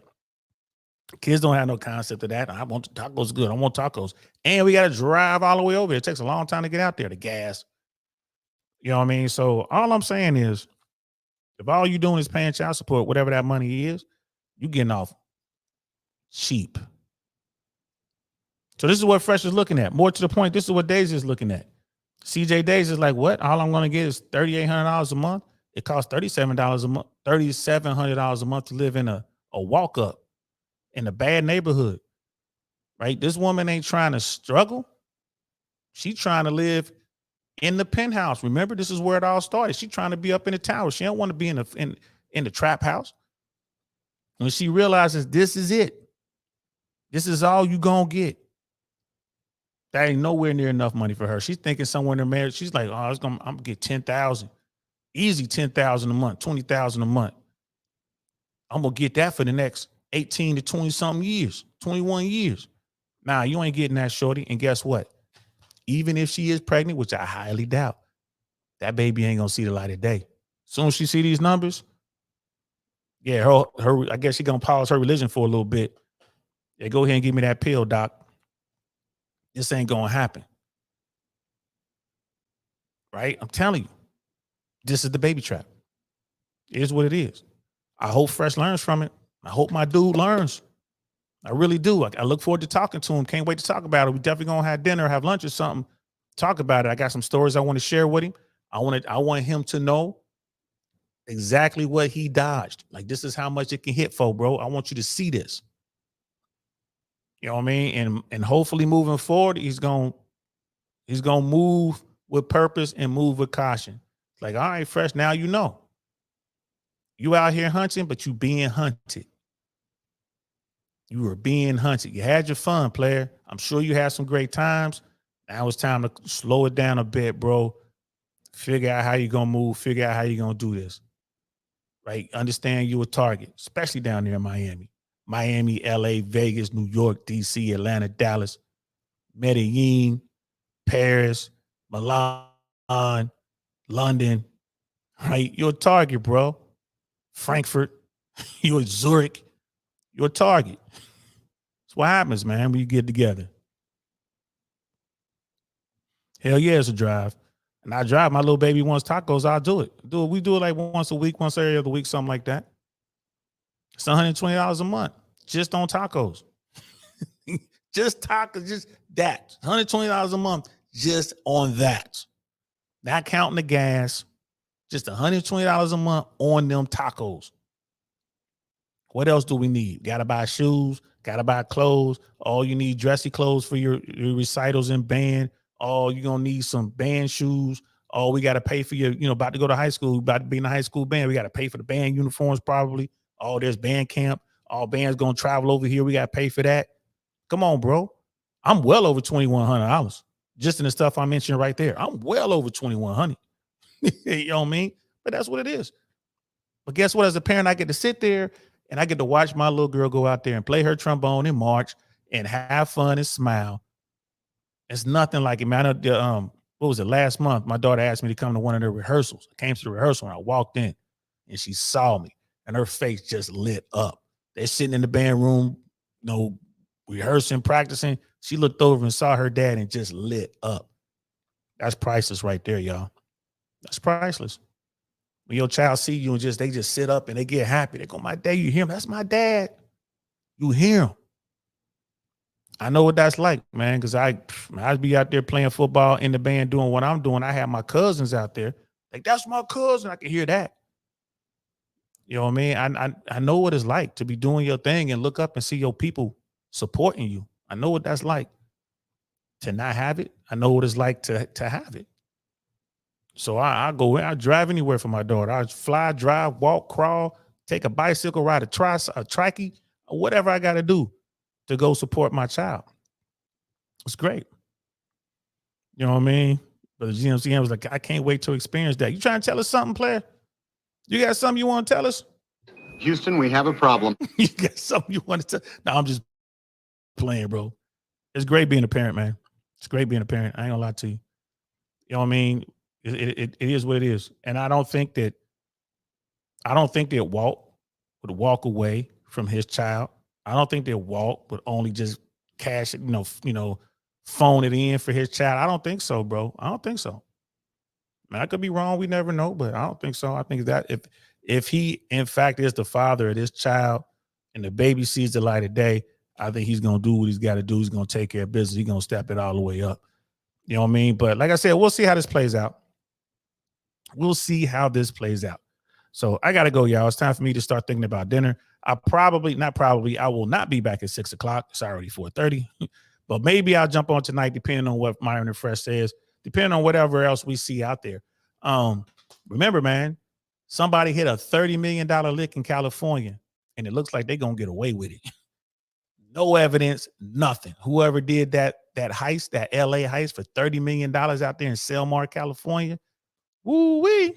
Shout out to them. Shout out to them. GMCM like about crash the damn truck. You got to be cracking up. Yeah, you drive that truck, boy. Don't crash. Keep your eyes on the road. Just saying, what you talking about here, bro? But yeah, man, I can't wait till you get back home, man. Let us know when you're back down this part of the country, bro. Can't wait to see you again. I'm done. That's it. That's all we got, man. I appreciate everybody who rocked out with me. Hey, y'all, for real. Do me a favor, hit that subscribe button if you haven't already done so. Remember, we're trying to get those subscribers back. We lost 150 subscribers. Like I said, YouTube mad at me, man. I'm gonna do what I gotta do. I might have to tell YouTube I love them. Hey, YouTube, you know I love you. Why you playing YouTube? You know I love you. Give YouTube some candies or something. Put my arm around YouTube. Like, come on, baby. Come on now. Give me my subs back. I'm gonna have to do what I gotta do, man. That's what we're trying to do. We're trying to get those subs back. Appreciate y'all rocking out with me. Shout out to Brother Shaw. Go over there, like and subscribe over there. Like this is Shaw. It's a great podcast, man. I like the message he's putting out there. The videos we were watching, we reacted to, will be in the description below, along with the article we read. I'll be back tomorrow at some point, maybe late. I got some stuff going on in the morning, and then we're back to doing our shows again on Tuesday. So I might just be posting from the car tomorrow, just do a couple clips or whatever. Wednesday, we'll be back with a show. This is a show I want to do. I want to talk about how single women are getting mad about the dudes out here not being able to come up on guys. I've been trying to do this show for about 4 days now, but maybe we could do it. Maybe we'll get that done on Wednesday. Until then, I'm DL Saint. This is I Really Want to Know podcast. I'm going to holler at y'all later. Peace. Nothing like I've ever seen. It's just a thing of beauty.